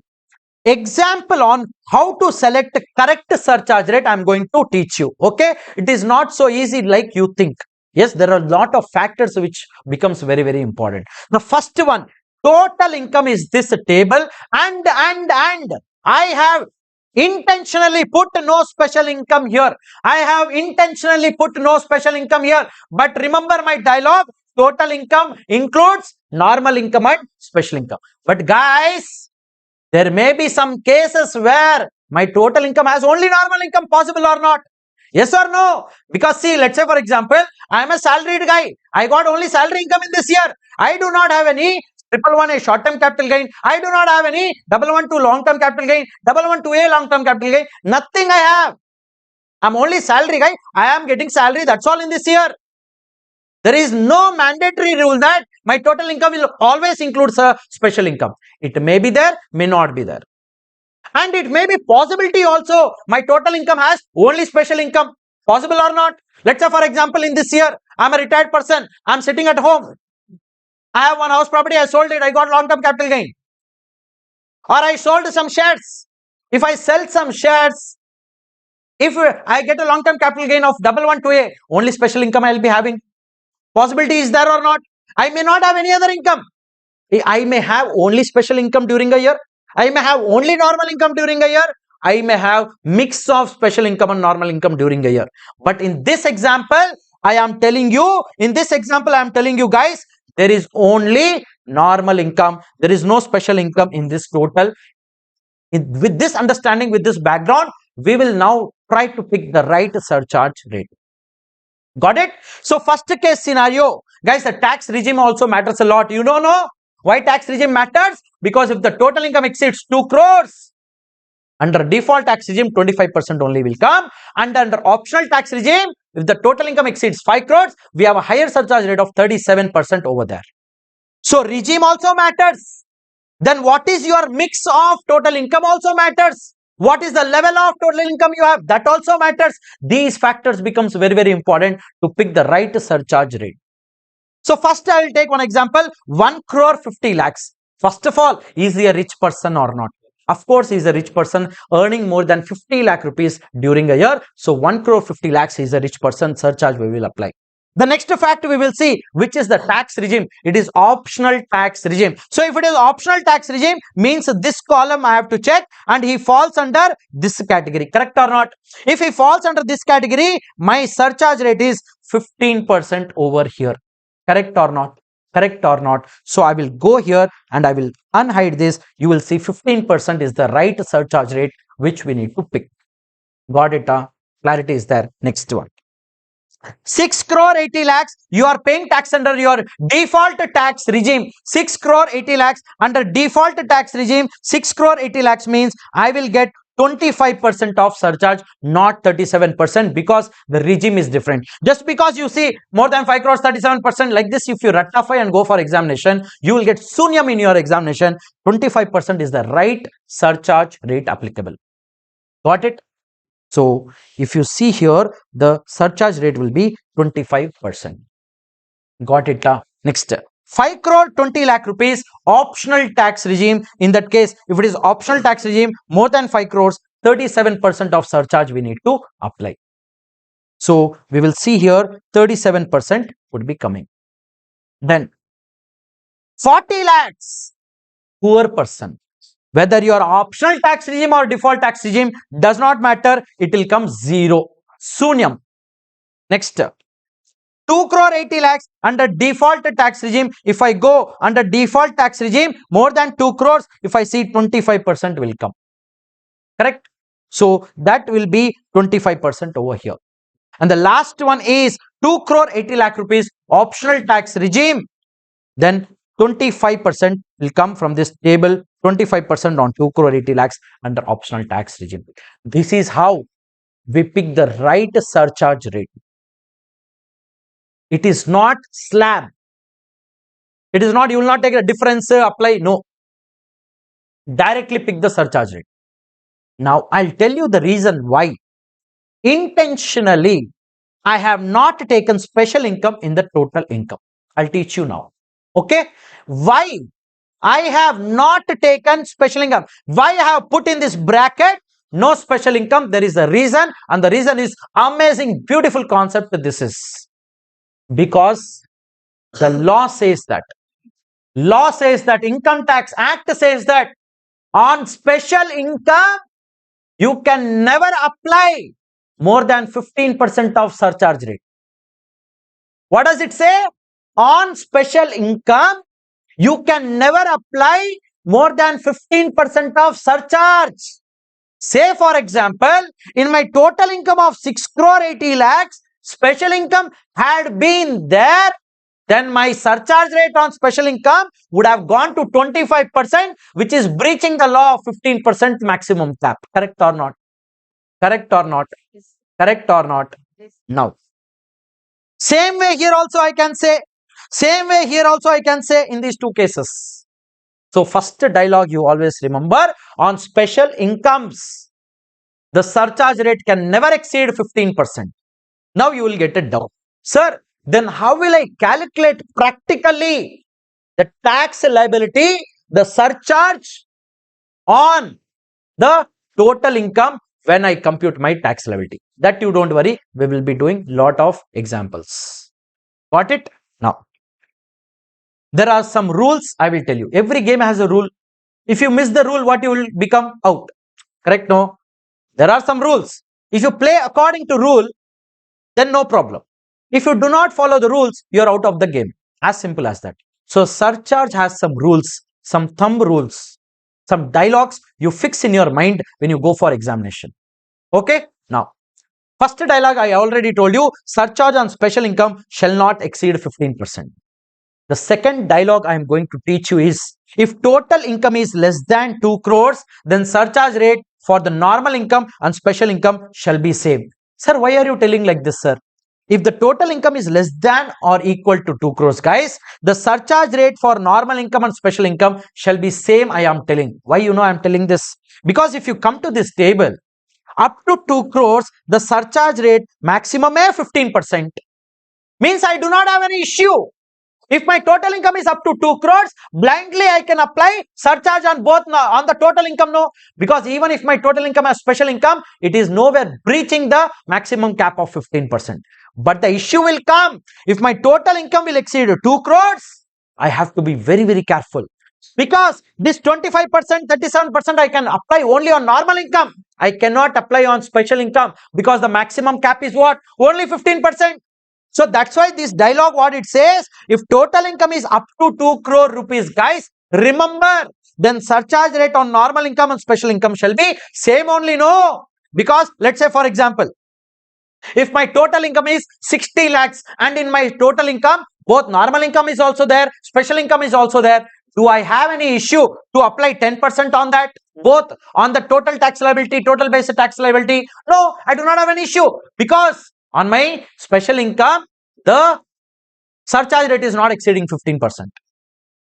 If my total income is, let's say, 1 crore 80 lakhs and in my total income, special income is also there, still, do I have any problem in applying straight away 15% on the total basic tax liability? Now, mind you, in total basic tax liability, basic tax on normal income also will be there, basic tax on special income also will be there. But I do not have any issue to apply directly 15% on the total tax liability of whatever we get. But let's say for example, my total income is 2 crore 80 lakh rupees. Let's say for example, 2 crore 80 lakhs is the total income, for example. And in my total income, I have special income of 50 lakhs and 2 crore 30 lakhs of normal tax, for example. Now, I cannot directly go and pick 25% and I cannot apply. There is a problem. Only on normal income of 2 crore 30 lakhs, I can apply 25%. But mind you, I cannot apply 25% on the 50 lakhs of special income which I have, because the cap given is only 15%. Got it? So that's why in this table, intentionally, I have put it in this here, no special income. Because if I had not put this, this will go for a toss. This is not right table then. This is the wrong table. Yes? So I have put this specially, this thing. Don't worry, practically we will see how to apply when there is a mixed masala of normal income and special incomes as well. Got it? Now, so the second dialogue was that. And the third dialogue, now remember, most important dialogue is Sir, you told, sir, up to 2 crores if the income is there, then no need to check total income, the special income, normal income, straight away I will pick the rate and I'll apply. But what will happen, sir, if the total income will exceed 2 crores, sir? If the total income exceeds 2 crore rupees and if your total income has a special income, understand the phrase which I am using. If I only tell total income is exceeding 2 crores, but it does not have special income, no headache, no. Directly I'll go and apply whatever 25%, 37%. Who is stopping you? But what I have to say here, if your total income is exceeding 2 crores and your total income has special income also in that case, you remember two dialogues which I will teach you now. Flat 15% on special incomes. Flat means what? You need not check how much special income you have. You may be having only 10 rupees special income. You may be having 1 crore special income. Does not matter. Flat means what? You need not check how much special income is there. 15% you apply. Flat 15% on the special income component. But on the normal income, you have to check the limit separately. Separately, you will check the limit and you will pick the surcharge rate. But there you have to pick minimum 15% for the normal income.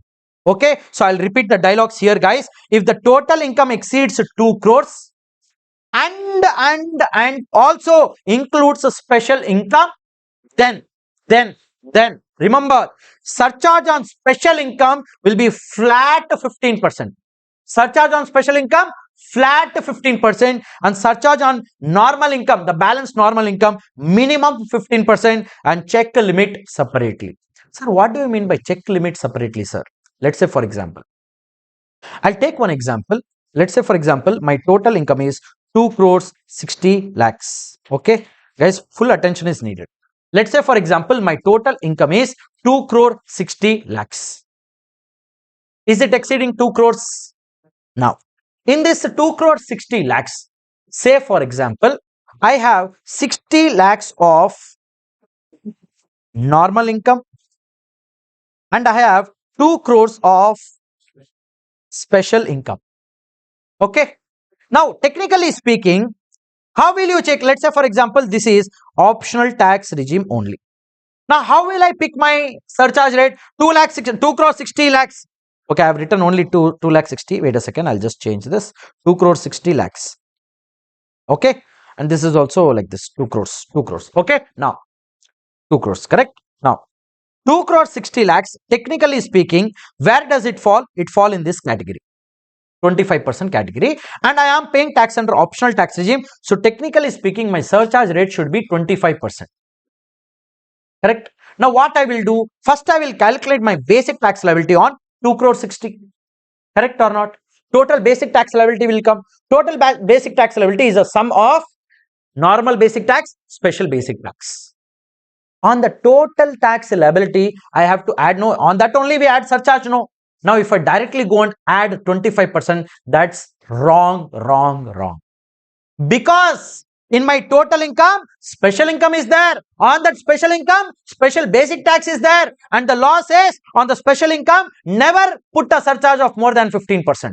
Now, how can I put 25% on that total tax liability which I will get on 2 crore 60? I cannot put. So what I will do is, first dialogue what I taught you, if the total income exceeds 2 crores, did it exceed in our example or not? Yes or no? Did the total income exceed 2 crores or not? Yes, number one. Number two, and also includes a special income or not? Yes, it includes special income. Then blindly do these two steps. Enough. You will never get confused in your examination. Step number one, surcharge on special income flat 15%. Flat means you need not check, oh, this is a 2 crores, no, this 2 crores will fall in this category. No. Flat means blindly, whatever your special income is there, flat 15% you give. Flat. If you go to shopping, flat 50% off means what? Whichever product you buy, 50% straight away off. They will not ask you, sir, minimum purchase this much, that much, nothing. Flat 50% off. Up to 70% off means what? There may be 10% discount product also. There may be 40% discount product also. Flat means flat 50, that's all. There is no 30, 40, 20 and all. Flat means flat. So, if I am telling you on the special income, flat 15% you apply. Now, what you will apply on the basic tax liability, which you will compute on the special income, you will apply 15%.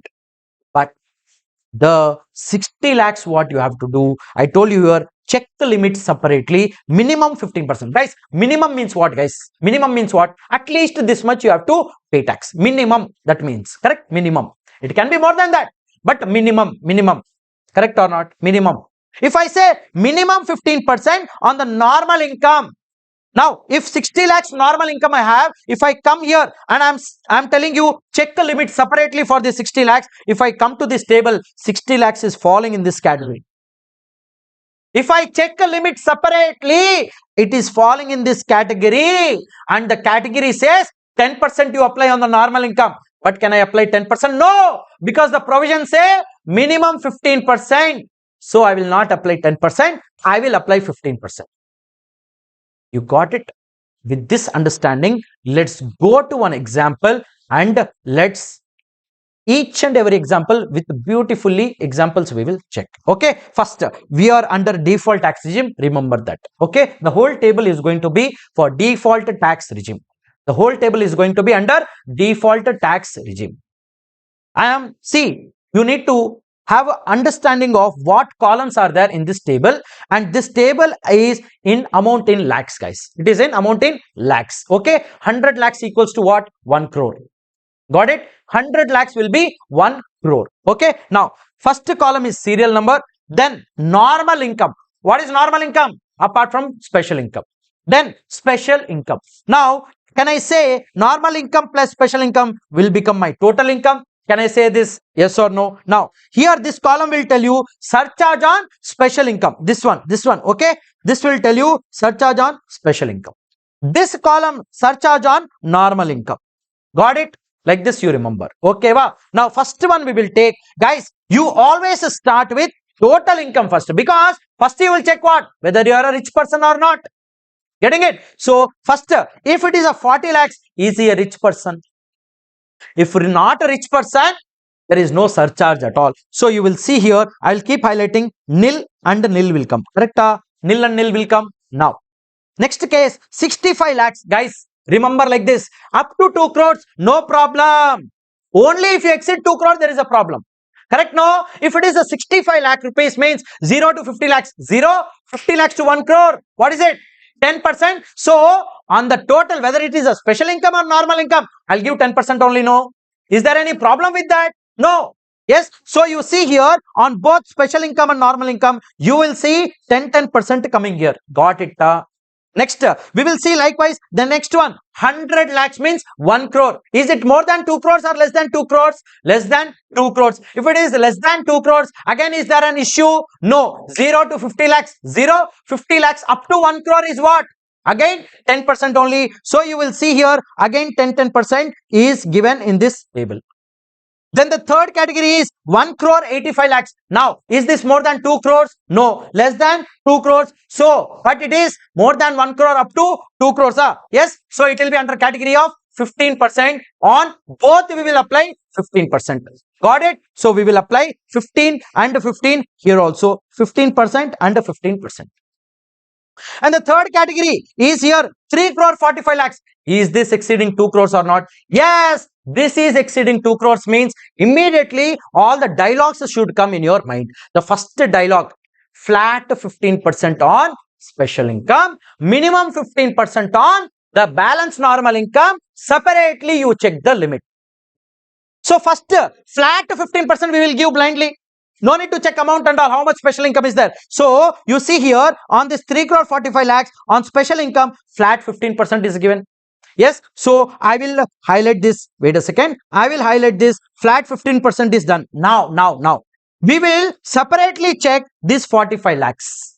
Correct? If I take 45 lakhs in this table, if I take 45 lakhs, it says nil. But what the dialogue says? Minimum 15%. Correct? No? So, minimum 15% if I have to give, the minimum 15% will be coming here. Got it? So, we will add here minimum 15%. Super. Next one we will see, guys. 3 crores 10 lakhs. Again exceeded 2 crores. If it exceeds 2 crores, flat 15% on special income and on normal income, check the limit separately, minimum 15%. Why we are doing all this? Because your total income includes the special income. If your total, guys, if your total income is 3 crore 10 lakhs, but in your total income, you do not have special income, for example, do you need to check all the separate dialogues and all? No. Straight away, we'll take whatever 25% or 37%, whatever will come. Getting it? Only if your total income exceeds 2 crores and you have special income, then only you will give this dialogues of flat 15% on special income, minimum 15% on normal income, balanced normal income. So this 3 crore 10 lakhs, what we will do? Flat 15% on 2 crore 50 lakhs, correct or not? So flat we will give 15%, and separately we will check the 60 lakhs. Where the 60 lakhs fall, 10% category. But can I give 10%? No, minimum 15% is required. So I will give minimum 15% over here. Got it? So I will add 15% here. Next one, 2 crore 77 lakhs, again exceeded 2 crores, then flat 15% on special income. Yes or no? So flat 15% on special income gone. Now I will check the normal income is 1 crore 67 lakhs. Naturally 15% it is falling in now. So this 15% is naturally coming, not because of minimum 15% category. Next one, 400 means what? 4 crores. Exceeding 2 crores? Yes. Flat 15% on special income. So special income flat 15%. Then once we are done with this, we will check 1.5 crores. Again, naturally it is coming 15%. So we will give 15% also here. Now 5 crore 50 lakhs exceeding no, we are under default tax regime. Still the highest surcharge rate will be 25% only, not 37%. So 5 crore 50 lakhs more than 2 crores or not? Yes. Flat 15% on special income. So we will add 15% here. But we have to check limit separately. Now guys, 3 crores normal income has come. 3 crore normal income has come. 3 crore normal income fall in this category. Minimum 15% already covered or not on the normal income. But will I take 15%? No. 15 was minimum. Here what we will take? 25%. 25%. So here 25% will come in this category. And the last one, guys, 7 crore 92 is more than 2 crores. Flat 15% on the special income. No need to even check how much special income you have. If you have special income, even a single rupee, flat 15% on that. And the normal income, check limit separately. 6 crores fall in this category of this one, and here under default tax regime 25%, it is already satisfying the criteria of minimum 15%. So we will take here straight away 25%. That is how you pick the right surcharge rate. I hope that is clear. Okay, now summary of surcharge, I'll tell you the dialogues. Okay, summary of surcharge dialogues. Levied only if total income is more than 50 lakhs. Levied on basic tax liability. Rate of surcharge on special income shall not exceed 15% under any tax regime. If total income is less than 2 crores, then surcharge rate for normal income, special income shall be same. If total income will exceed 2 crores, surcharge and includes the special income is the most important point. Surcharge on special income will become 15% flat, that is, and surcharge on balanced normal income, check limit separately, minimum 15% will come. Now one small twist I will tell you. Guys, we know very well, special income, I have been telling you. Only for surcharge purpose in the whole income tax law. Only for surcharge concept, dividend will become special income. Otherwise, dividend is not a special income. Guys, dividend, does it have any special tax rate? No. Dividend, we apply slab rate only. But only for surcharge purpose, we have to consider dividend as a special income, mind you. And the special incomes for surcharge purpose is only 4 kinds of income given. Number 1, dividend income. Number 2, STCG 111A income, LTCG 112 income, LTCG 112A income. Only these incomes are called as special incomes. Other incomes are all normal income as per the surcharge concept alone. Don't get confused. Dividend is not a special income generally. Only for special income purpose, only for surcharge purpose, only for surcharge purpose. The dividend will be treated as special income, mind you. So in a question, dividend is also there. It means that, and if your total income exceeds 50 lakh rupees, whenever you apply, if the total income will exceed 2 crore rupees, always remember your dividend is a special income only for surcharge purpose. Mind you, when you will calculate the basic tax on dividend, you will apply the slab rate only. So that the dividend tax will be sitting in basic tax liability on normal income only. But for surcharge purpose, we will take that dividend tax proportionate basis as a special income tax. On that special income tax will apply. Got it? So guys, remember very important point, for surcharge purpose only, not for other purposes. Generally, dividend is a normal income. Of course, 111A, 112, 112A are naturally special incomes. But dividend is only for the surcharge purpose considered as special income. Keep in mind this point. So on dividend, can I say one dialogue? On dividend, you can never apply more than 15% of surcharge rate. Why I am saying this? Because dividend is considered as special income. Okay, so we will take examples and we'll do it. Guys, I will give you break only at 10 o'clock. Yes, 6 hours session. I have split it into 2 parts, 3 hours first and then the next 3 hours. Okay, are you guys comfortable? Yes, sir. It is going good? Yes, sir. Okay. Okay, now we will solve practically questions and we will check how to apply surcharge in the practical questions. Okay, total income if it is 45 lakh rupees and no special income, and if you are required to pay tax under the default tax regime, compute the tax liability, it says. Correct? Now guys, compute tax liability under default tax regime, it says. And the total income if it is 45 lakh rupees, what we will do? First we will take the default tax regime slab rate 0 to 4 that and all, and we will compute the basic tax liability. And if there is no special income, guys, it is only totally normal income. But am I required to add a surcharge in this? No, because he is a poor person, he is not a rich person. Is not a rich person, so we will not add surcharge here. We will basically compute. So please compute and let me know in the comment section, guys. Abhi Singh, super. Yes, super. Balakanappan. CB, Abhi Singh. Yes, guys. Yes, guys.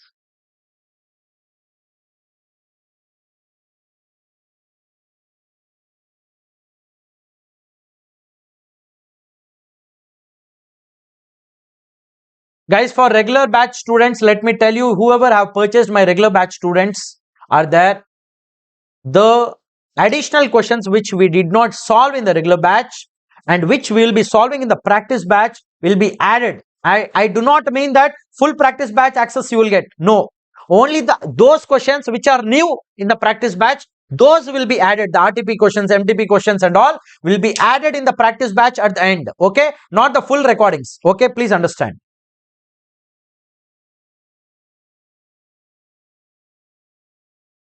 Okay, now I'm going to also solve alongside you guys. Please, everyone, please participate, guys. I request everyone to participate.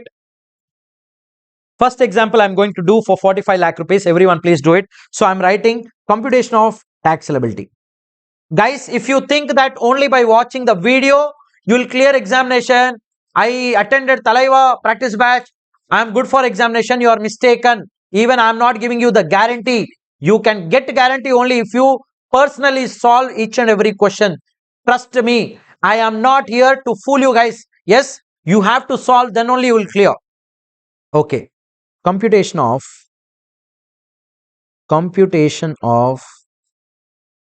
tax liability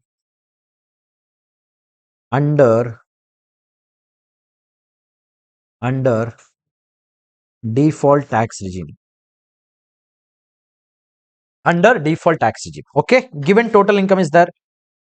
Given total income equals 45 lakhs. Given total income is 45 lakhs. On that I'll apply. How will I apply? 0 to 4 lakhs. I'll write in shortcut, guys. You please write it in examination. Don't follow shortcuts. You have to write full 4 lakhs. Okay. 4 lakhs. I'll write rate and tax amount. Rate will be 0. That will become 0. Next. 4 lakhs to 8 lakhs. More than 4 lakhs and up to 8 lakhs. Rate is 5%. That will come another 20,000. Please, everyone, please participate, guys. Everyone, I request to participate. More than 8 lakhs to 12 lakhs, that will be 10%. That will come 40,000. Next, more than 12 lakhs, but up to 16 lakhs, that will be another 15%, and that is going to be 60,000. More than 16 lakhs up to 20 lakhs, that will be 20% on the difference of 4 lakhs, that will be 80,000. Next, more than 20 lakhs up to 24 lakhs, on the difference of 4 lakhs, 25% if I apply, that will be 1 lakh. Guys, present like this in examination, you will get full marks, guys. Yes, no doubt. More than 24 lakhs, more than 24 lakhs up to 45 lakhs, I will get at the rate of 30%, I will get 6,30,000. Guys, if I go wrong somewhere, please let me know immediately. I'm telling to online students also and offline also. Yeah. So the total will become 9,30,000. This is basic tax. Basic tax. To that I will add surcharge 0, because the income did not exceed 50 lakh rupees. Add health and education cess at the rate of 4%, that will become 37,200. So that will come 9,67,200. Total tax liability, guys. Total tax liability. Forgive my handwriting, guys. Guys, handwriting, if you have any doubt, sir, handwriting really has to be very good, sir. I have to go for handwriting classes, sir. I am not going, sir, like this. Then look at this, all India topper in tax paper, handwriting. Okay. I'm not saying his handwriting is very bad, but yes, you can get a confidence. Okay, pa, if I write like this also, I can become all India topper. Okay. You just look at the handwriting like this. It is, legible. You can understand what he has written, right? If you write like a doctor, then they will tell why you came to CA program and they will throw you out. Yes, you should not write like a doctor. Properly write like a chartered accountant only. Yes. Yeah. Like this handwriting also gets full marks. And all India rank 1, though, even I am impressed with the way he or she, I don't know, presented, beautifully presented, guys. Look at the paper. How clean it is. How clean it is. Look at the paper. It shows the confidence. All India rank 1 this is. See how beautiful the paper is. Wow. Anyone would get impressed now with this kind of a confidence the paper shows. Nowhere you see. Hardly any strike-offs. See. Yeah. See this. Padma, this is not recorded. We are live. Yeah. See, look at this. And this level of clarity you will get when when you practice a lot. That is when you end up with good scores. Right? That is when you end up with good scores, guys. See, if he or she has to strike off, how beautifully cute a strike off it is. Even if the examiner will see, papa, what a cute strike off this is, he will be thinking. Correct? So, yeah. You can visit www.taxthalaiva.com, Padma. Yeah. So, see, guys, see the whole paper I am saying. What level of clarity this student will have, then only you can present like this. Otherwise, it is not possible to directly see the question, interpret the question and write with this clarity. It really takes, lot of clarity it requires. Yeah. Okay. So you practice more, then only you will get this clarity. Okay. Okay. Now, We will solve some examples. Okay. And I'm reading this question. Yeah. Total income of Mr. Thalaiva, age 62 years, is 64 lakhs. He is a resident of India. Guys, in question bank, you will not find this. Yes, you have to note down this question. If you are a paid program student, you will get this PDF. Don't worry. Yeah. Is it necessary to draw lines? As I told you here, if you look at the format,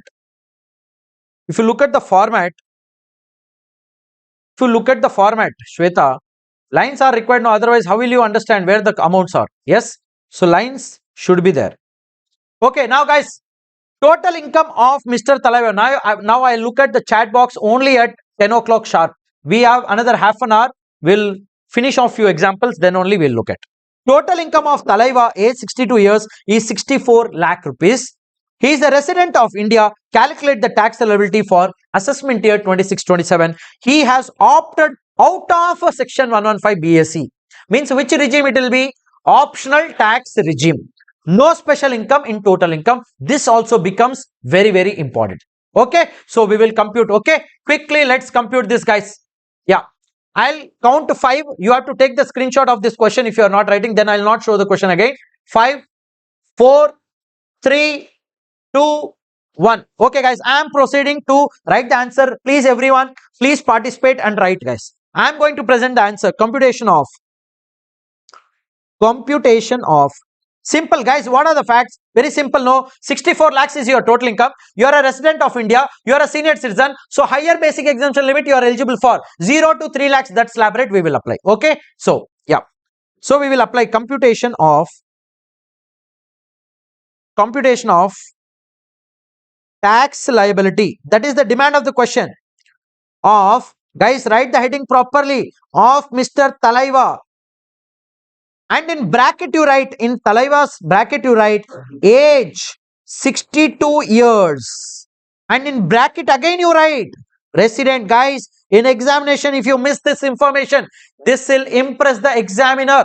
And you will also be cautioned, okay, these are the facts. Accordingly, I have to apply the tax liability of Thalaiva for assessment year 26-27. Like this you will write, guys. Like this you will write, guys. Okay, computation of tax liability of Thalaiva. Next, what we will be writing here? First, given total income, given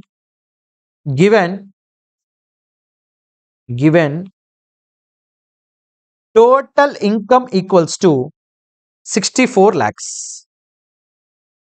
Given total income is 64 lakhs. Next, on that we have to compute the tax liability. So first we will write, and you can mention here also, guys, optional tax regime, like that you can mention. Tax regime also important. Optional tax regime. These facts you need to write. Okay. So 0 to 3 lakhs rate tax. 0 to 3 lakhs rate is 0, 0. More than 3 lakhs up to 5 lakhs. I am writing in shortcut. You please don't write in shortcut, guys. 5%, that will come 10,000 rupees on the balance of 2 lakhs difference. More than 5 lakhs up to 10 lakhs, you will get on the difference of 5 lakhs at the rate of 20%, that will be 1 lakh. That will be 1 lakh. Next, more than 10 lakhs up to 64 lakhs. Up to 64 lakhs.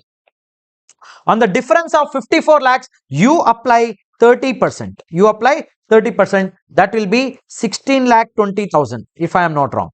Let me check. Yeah, I'll get 16 lakh 20,000. Now the total I'll get 17 lakh 30,000. Total basic tax. This is total basic. Total basic tax is 17 lakh 30,000. Now, to that I will have to add what? Add surcharge, because he is a rich person. 64 lakhs he has. So add surcharge at the rate. Guys, in this 64 lakhs, there is no special income. Even it had been there, it was not an issue. I will directly go and check. what is my rate. I will pick the rate from the table. How will I go and pick the rate? I'll just go to this table which I have given. My 64 lakhs falls in this category. I am paying tax under optional tax regime. 10% will become my right surcharge rate, which I will apply on what? I will, guys, lot of students commit this mistake. You never apply the surcharge on 64 lakhs. Never apply that. You always apply the surcharge on this tax. So at the rate of 10%, if you apply, that will become 1,73,000. So that total will become 19,03,000. On this, I will add health and education cess of 4%. Add health and education cess at the rate of 4%. So that will become how much? 19,03,000 into 4%, 76,120. So that will become total tax liability. So that will be how much? 19,79,120. This is the total tax liability. How you compute? On the surcharge basis. Now we will take one more example. Please take the screenshot of this example, guys. Everyone first. Please everyone write or take the screenshot. I appreciate everyone who got the answer on the screen and here offline class also, guys. Good. You guys are doing amazing. Follow like this another 12 days or 15 days maximum. I think 12 days we will wrap everything. Yeah. 10 to 12 days. Okay, guys. Now the next one we are doing is example 2. Thalaiva, age 82 years, is a non-resident. Very, very important fact this is.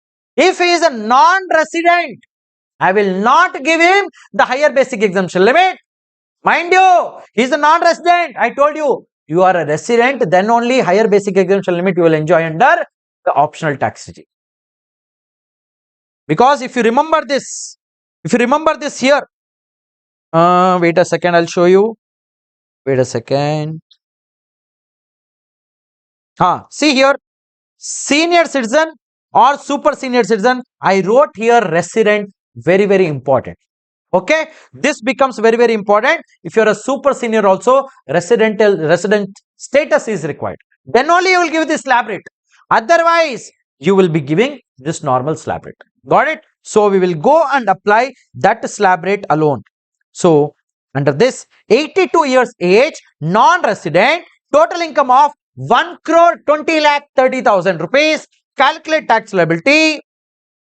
Assume he has opted out of section 115 BSC, means again optional tax regime. Guys, had this been default tax regime, no headache of age, resident or non-resident and all. One slab rate only we have there. No special income in total income. So this is also totally normal income. We will compute, guys. Now I am going to compute computation of. I'll copy from here. You please write totally, guys. I'll just take a shortcut method here. Please everyone compute, guys. Everyone I request to compute. Guys. Everyone I request to compute,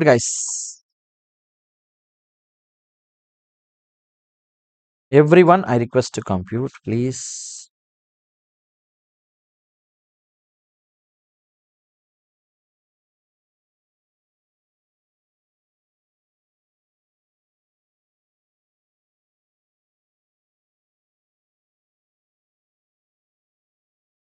Put in the chat box whatever answer you are getting, guys. Whatever answer you are getting, please put it in the chat box.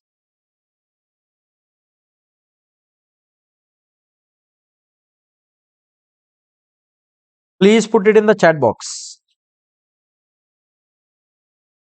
I'll also put my answer.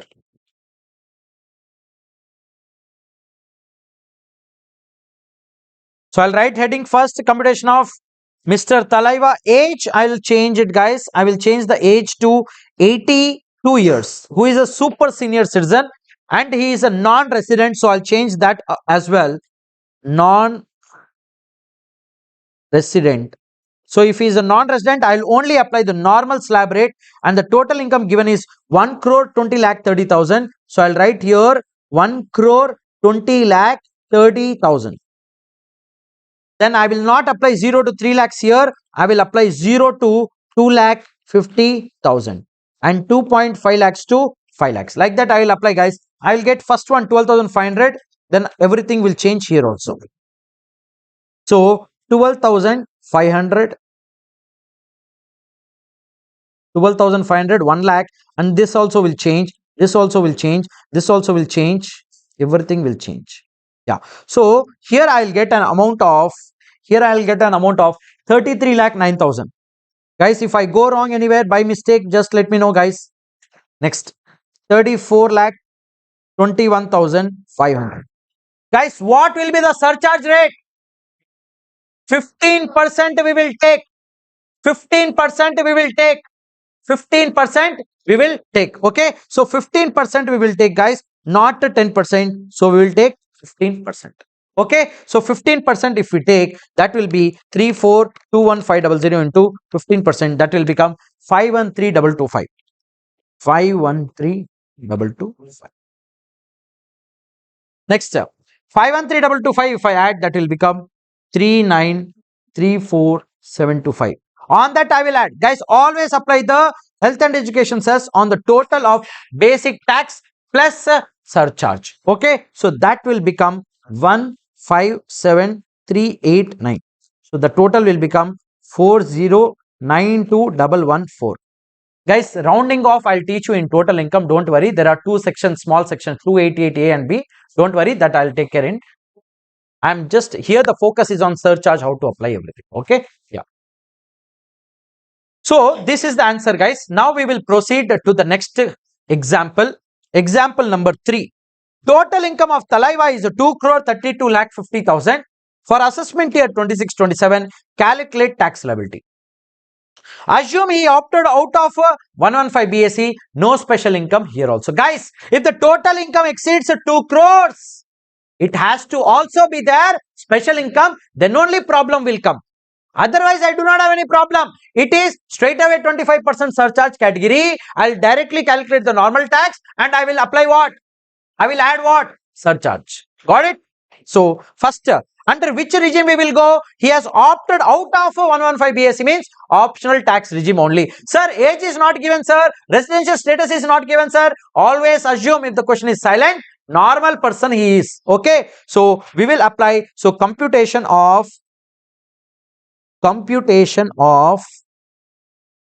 tax liability of Thalaiva for assessment year 26-27, and I'll write the regime optional tax regime. Optional tax regime I'm going to write, guys. You guys also please write optional tax regime. Okay. Next. So I'll write here, guys, 0 to 2.5 lakhs, 0, 0. More than 2.5 lakhs up to 5 lakhs, 5%. That will be 12,500. More than 5 lakhs up to 10 lakhs, that will be 20%. That will become 1 lakh. More than 10 lakhs up to 2 crore 30 lakhs, that will be 30%. So 2 crore, not 30 lakhs, 2 crore 32. Oh, sorry, wait. 2 crore 32 lakhs 50,000. 2 crore 32 lakh 50,000. So 2 crore 32 lakh 50,000 minus 10 lakhs into 30%, I'll get 66 lakh 75,000. And the total will become here 67 lakh 87,500. I'm getting 67 lakh 87,500. Okay. Next, add surcharge. Guys, the total income exceeded 2 crore, but in the total income there is no special income. So directly we will take 2 crore 32 lakh 50,000 falls under the category of more than 2 crores up to 5 crores. So the surcharge rate is going to be 25%. So surcharge at the rate of 25%, always apply on this amount. Okay. So that will be, how much that will be? 1696,875. And the total will become 8484 16,375. To that I will add health and education cess at the rate of 4% on this, that will become 4%, 3,39,375, and the total will become 88,23,750 total tax liability. Total tax liability will be 88,23,750. Superb, guys. Superb, everyone. Now we will proceed with one last example before the break. Okay. This is the twist. This is that trick which we are going to discuss. So I'll show you the facts, guys. I'll show you the facts. We will discuss and then we will jump into solving. Okay. Now, yeah.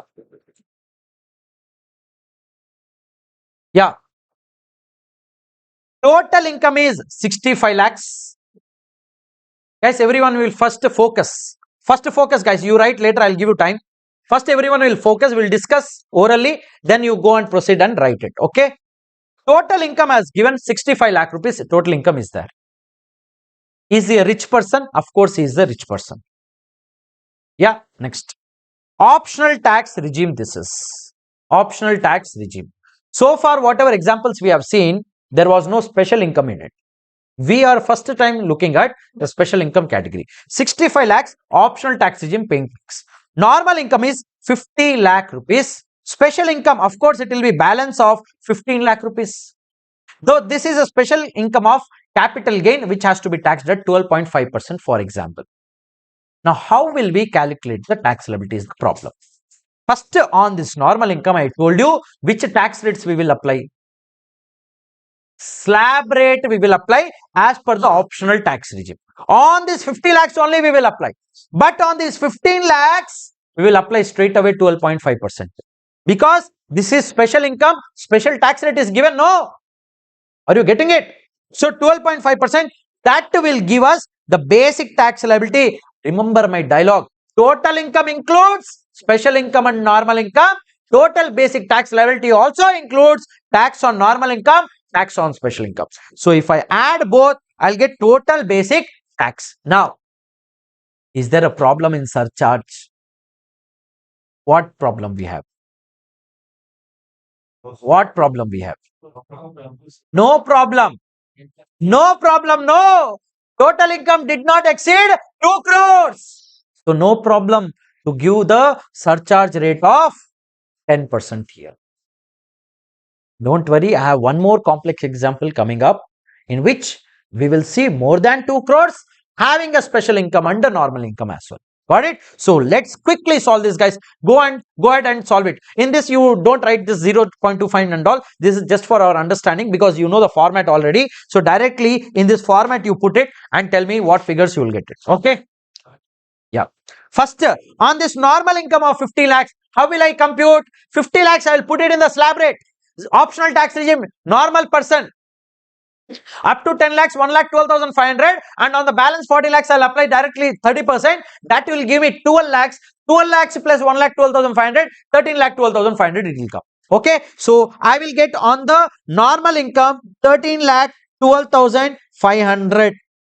On the special income, very simple, 15 lakhs into 12.5%. That will come how much? If I do that, 15 lakhs into 12.5%, I will get 1,87,500. Now, guys, if I add these two, that will become my total basic tax liability. Correct? That will become my total basic tax liability. So, if I add both two, how much it will come? 15 lakhs it will come. Correct? So, that will be totally 15 lakhs basic tax liability we will get. To that, we have to add what? Surcharge and cess. Why surcharge? He is a rich person. He is a rich person. So, on this 15 lakhs, what rate I will apply? Simple. It is more than 50 lakhs up to 1 crore under optional tax regime, 10%. So, I will write surcharge at the rate of 10%. I will write that will be 15 lakhs into 10% will be 1,50,000 rupees I will get. Got it? Then, if the total 15 lakhs plus 1,50,000 will become 16 lakh 50,000 it will become. Then health and education cess at the rate of 4% on this I'll apply. So that will become 16 lakh 50 into 4%, 66,000 it will come. The total will become how much? 17 lakh 16,000 rupees. This is the total tax liability. Got it?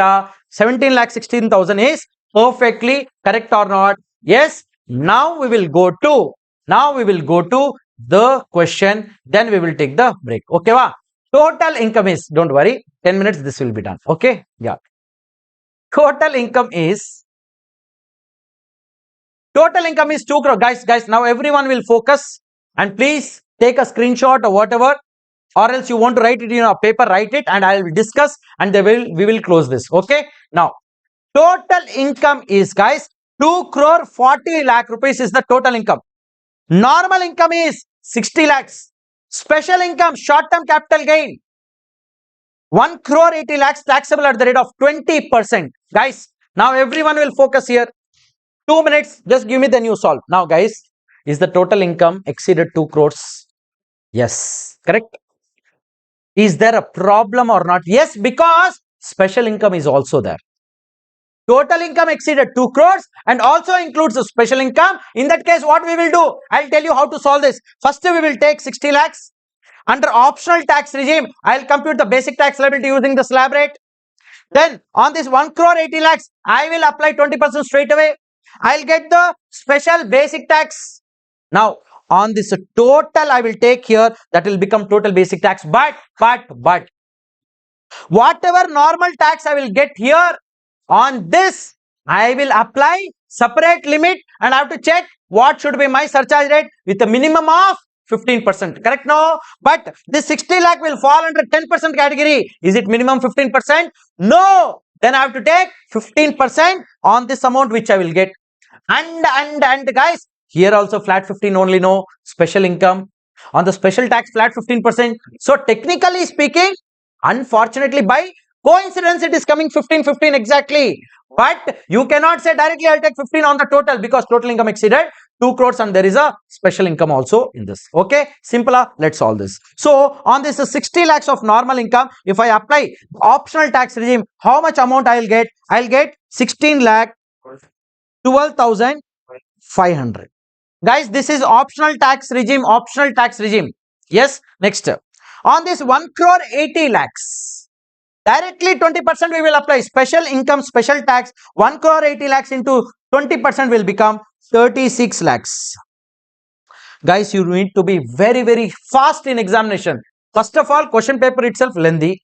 Then fully AI based question papers. Then you have limited time. You have to interpret question. You have to write everything. You have to increase your writing speed. Okay. So the total will become how much? Total basic tax will become 52 lakh 12,500. But just because you know that on both normal income and special income 15%, don't directly apply total. On this total 15%, don't apply. Show them the working separately. Okay. Just because you know, you don't show it, in one shot. Okay. So first, surcharge on normal income. Okay. Now, how much is normal income? Surcharge on normal income means surcharge on tax on a normal income, basic tax. Correct? How much we got? This is 16 lakh 12,500. On that, I will apply at the rate of minimum 15% I will apply. So that 15% will become 16 lakh 12,500 into 15%. And I will write here, guys, if you want, this is because of minimum criteria. How much that will come? 2 lakh 41,875 will come. Got it? Now on special income, guys, on special income, flat 15% will come, no? So that we will apply on what? 36 lakhs we will apply. So I will write here 36 lakhs. I'll write here 36 lakhs.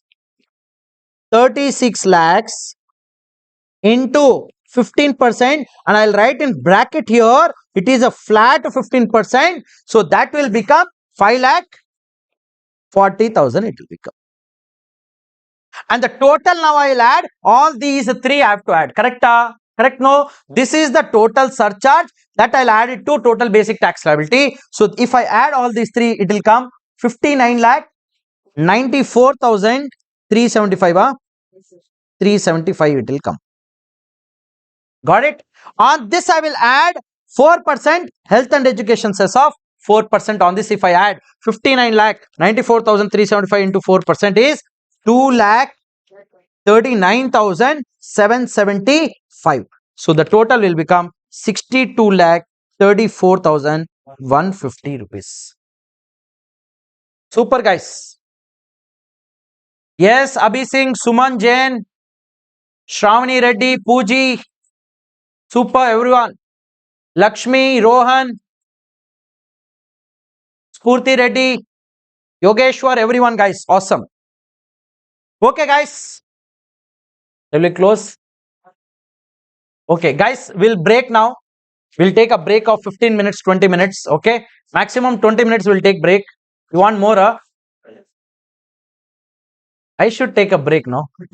Long break. Yeah. Okay, we'll break till 10:20, guys. Okay, you have here the time is actually 9:52. So 8 minutes and another 20 minutes. 28 minutes. Guys, we will come back at sharp 10:20, guys. 10:20, 28 minutes of break. 2 minutes bonus for me. Okay, we are breaking now, guys. We are breaking now. Sharp till whatever doubts online students have, please put it. Offline students, I will take it after break, after 1 o'clock. Oh, okay. Like YouTube. Yeah, no issue. Apply for exam form. Pass the late fee. Have a permanent exemption also. Okay. How can we work in you? You have to check with institute on.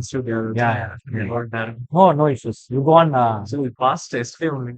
I missed it for the late fee. Oh, 19. Go and check quickly. Don't be late. Yeah, yeah. Go and check. Correction window is open today. 20 to 23. Okay. You go on straight. Go. No problem. I'll attend it. Yeah, yeah. YouTube. Absolutely. No issues. No. Guys, online students, whatever doubt you have, please put it, guys. Offline students, I'll take all your doubts at 1 o'clock. Okay, we'll discuss. Don't worry. You please, guys, take break. I'll be here only. Yeah, guys, you have any kind of doubt, please put it. 10:20 sharp. I will start the session again.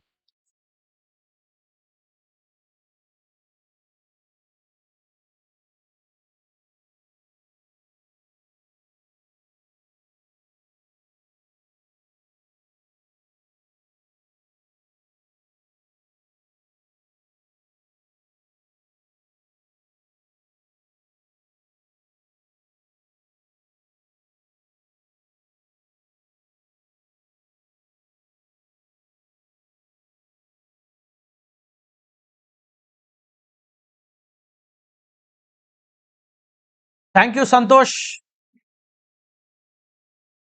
KitKat Cruise. It will not be available. It is only live free. It is only live free. Recording will not be uploaded on YouTube. Only live free.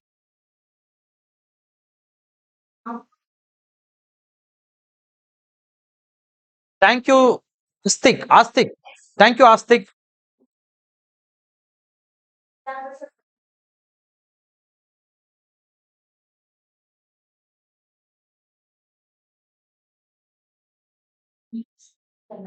Okay, Balakanappan.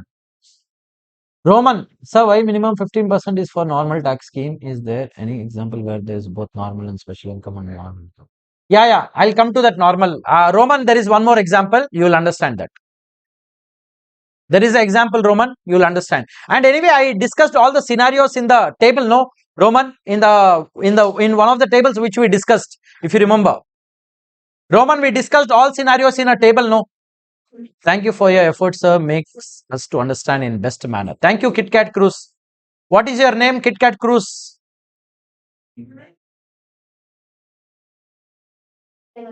You have to give me KitKat. Mr. KitKat Cruz, Mr. or Miss, I don't know. Parthi. Where are you from, Parthi?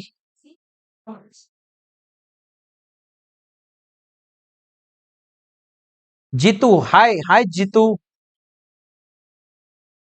Tammu. Anyone please tell, is this, sir, question bank covers RTP, MTP? Yes. Yes, Tammu, in question bank, MTP, RTP, everything is there. Roman will be discussing whatever possible. Don't worry. Okay. Hi, Bhavya. Where are you from, Bhavya? Kit Kat Cruise, you are from Chennai. Then you can come and meet me face to face, no? Chinnu. Chinnu got an answer now. Chunu is watching late. Guys, I'll come back in just 5 minutes. Whatever doubts you have, you put it. I have seen last chat of Bhavya, Chennai. Oh, Chennai. You are also from Chennai, Bhavya. Okay. Order Abhirami. Order will be same as my regular batch order. Oh, Roman, you're from Delhi. Oh, wow. Hi, sir. We are back. Kumar. Okay. But we have to wait for everyone. No, 11:20. Yeah. Thank you for the classes. Thank you, Perumal. Okay, guys, I'll come back in just 5 minutes. I'll take a break. Whatever doubts you have, you put it. My last message, which I've seen, is Indumati, best tax, sir. Thank you. Thank you, Indumati. So, last message I've seen is Indumati. After that, whatever doubts are there, I'll definitely take, guys. 5 minutes. Okay.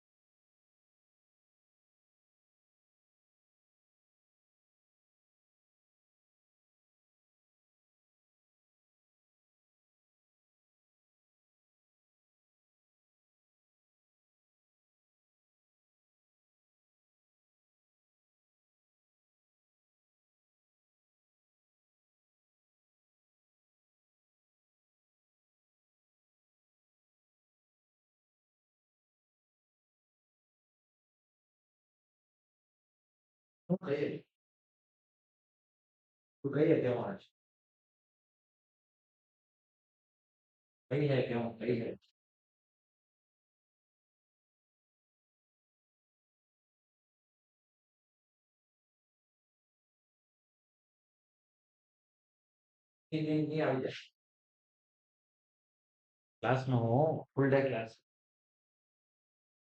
So, 1 o'clock class, 40 classes, really.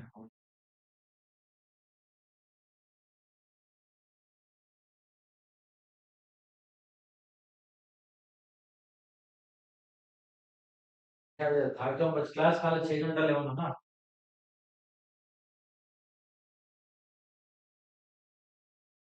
energy,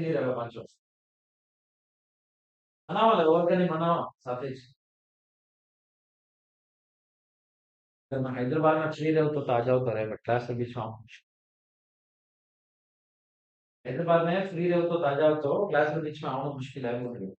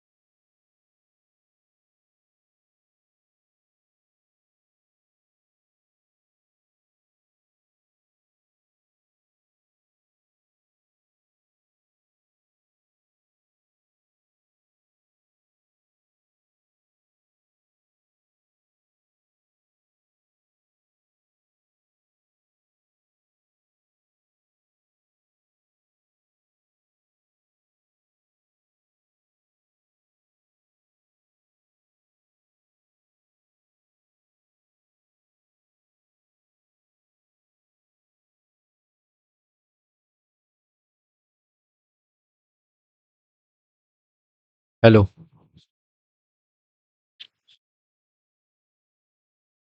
Okay.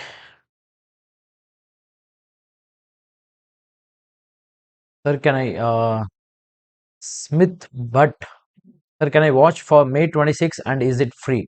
Yeah, you can watch for May 26. It is free. Only live it is free. Recordings will not be uploaded on YouTube, Mr. Smith.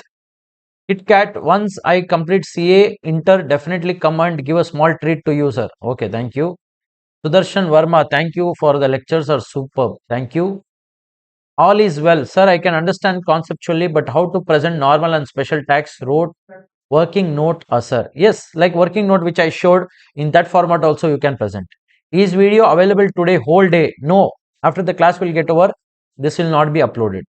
Sir, one small request, please provide chapter name before start. Before start, I told you this is basic concepts. Nandri, sir. Tammu. Kirtana, yes, sir, please make one schedule so that we can revise the chapter before this class once. Okay. So my regular batch, okay, I'll try to put the schedule also if you want. Okay. Anyone from regular batch student? Manikanta. Okay.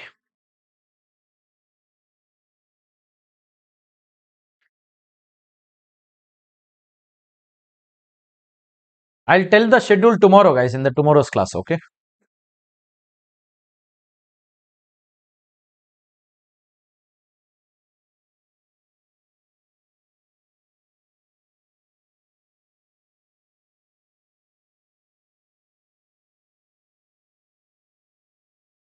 Okay. Smart. Smart. Good. You're dedicated.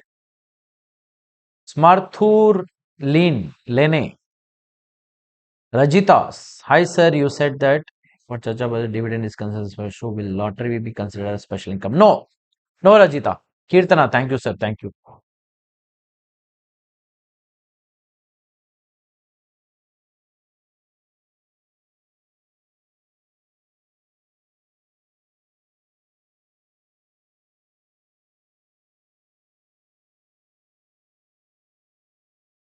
WhatsApp will be added only for paid batch students. Tomorrow's topic, I think, income from house property.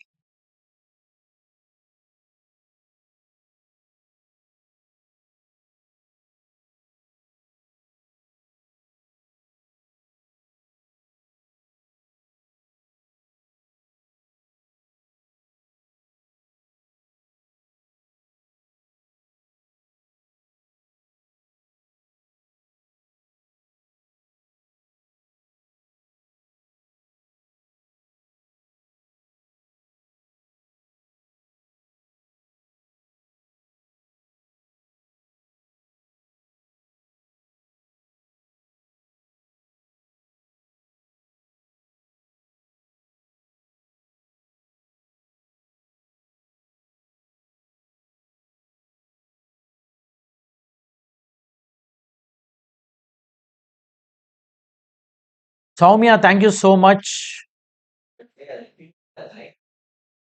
Kirtana, no. I'll give you the schedule tomorrow. Okay, don't worry. Sir, TDS only basic concept. Today, only basic concepts. We do not know how fastly we will finish it off. Lakshmi, hi, sir. I am from Kerala. Your classes are very nice. I got a great concept clarity, sir. Thank you so much, Lakshmi. Thank you so much.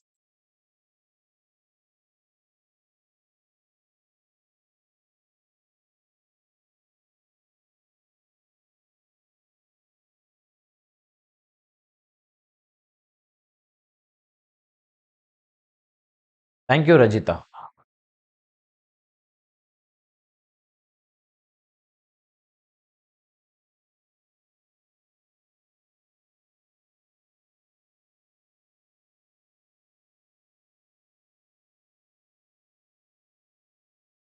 See, if surcharge rate is less, Srijit,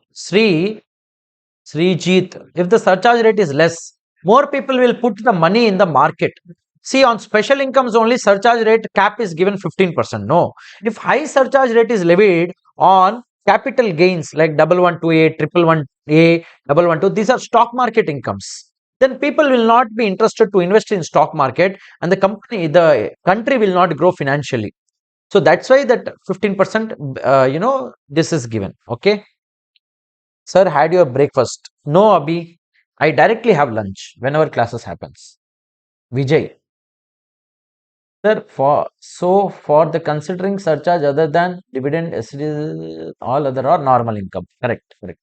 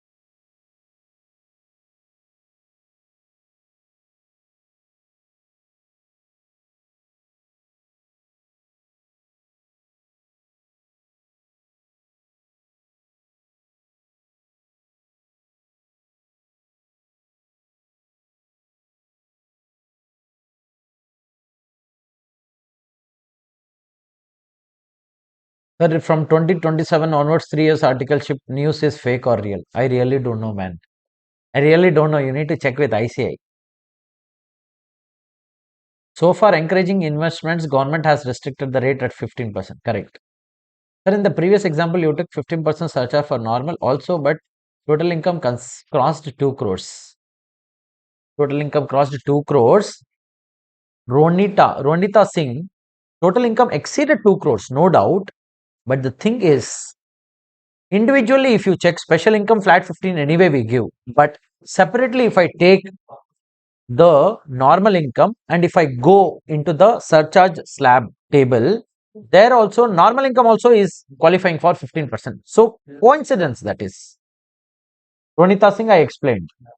Abhi Singh, purpose of this classes for question practice, then I want a small, why not every question solve both regimes, please share your thought. Abhi Singh, we have very limited time on hand. We cannot go with, such a in detailed thing. But don't worry, both regimes we will be doing in total income computation questions. That is why dividend is also included in special income for surcharge purposes. Yeah, true. Doubt clarified, sir. Thank you. Thank you. Ronita, okay, thank you.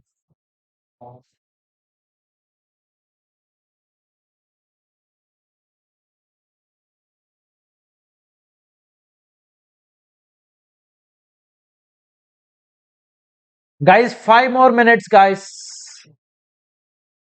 Only 5 more minutes.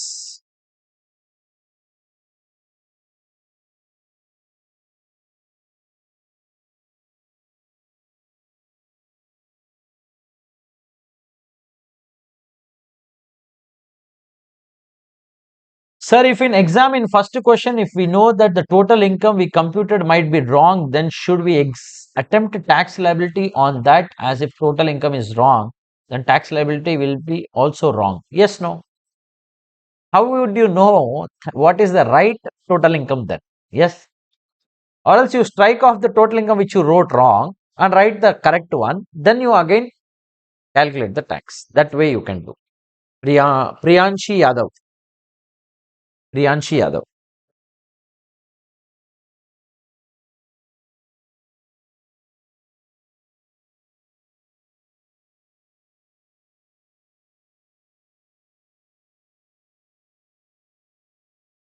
4 more minutes, guys. Step marking, yes. Yes, step marking is available.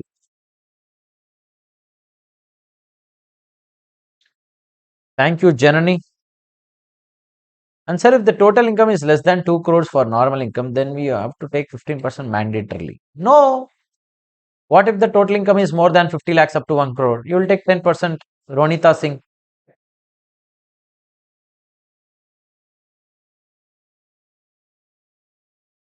Vignesh, sir, you know Tamil. Little bit. கொஞ்சம் கொஞ்சம் தெரியும். Online students will have beautiful doubts. Next break कब होगा? Suman Jain, next break directly at 1 o'clock. You can go home. आराम से have lunch. Only one break, not multiple breaks. Suman. Priyanshi, there will be no step marking for tax calculation now. See, basically, Priyanshi, you should understand, if your answer itself is wrong, we cannot expect. See, once your total income is wrong, you will obviously apply the tax liability tax calculation on the wrong total income. Then how can you expect marks? If you know the total income correct, then you will apply on the correct total income. Then you can expect some marks, Priyanshi. But Thalaiva is Tamil, sir. Yes. Yes, Sriji. Sri Anand. Sir, question tell. Compute tax liability. We should calculate both tax regime. If question tell, compute tax. Yeah. Correct. Sri Anand, you are correct. Priyanshi Yadav. Yes, sir. Guys, 2 more minutes, guys. Just 2 more minutes and I will be starting the session. I request all the face-to-face students to come back and settle down quickly. Please, someone please call everyone, guys. Someone please call everyone, no? I'll start in sharp 2 minutes. Quickly, please come back and gather again. Face-to-face students. Sir कल कौन कौन से chapter होंगे please बता दीजिए क्योंकि revise करके आएंगे. You can revise tomorrow income from house property. Probably we can start today also. I do not know really. So tomorrow I'll tell you the schedule, guys. Definitely I'll tell you which chapters I'm going to take. Don't worry. Tomorrow, the next chapter basically is income from house property. It may be started today itself, depending on how quickly we finish up things, or it may be started tomorrow.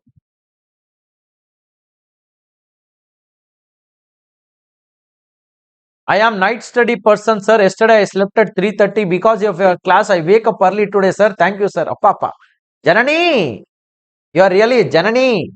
Thank you so much for attending my class, Janani. It shows your commitment and dedication for the examination. You will clear the examination, Pakka. Pakka, Janani.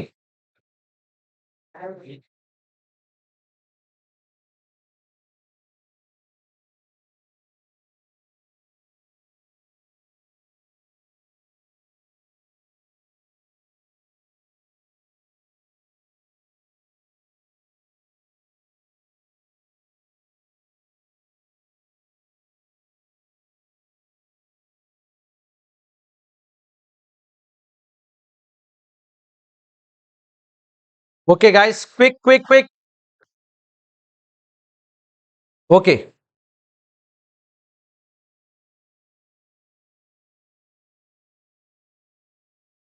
Thank you, Satish Kumar Reddy. Abhi Singh, I also changed my sleep cycle. Thank you so much. Okay, guys. Let's start now.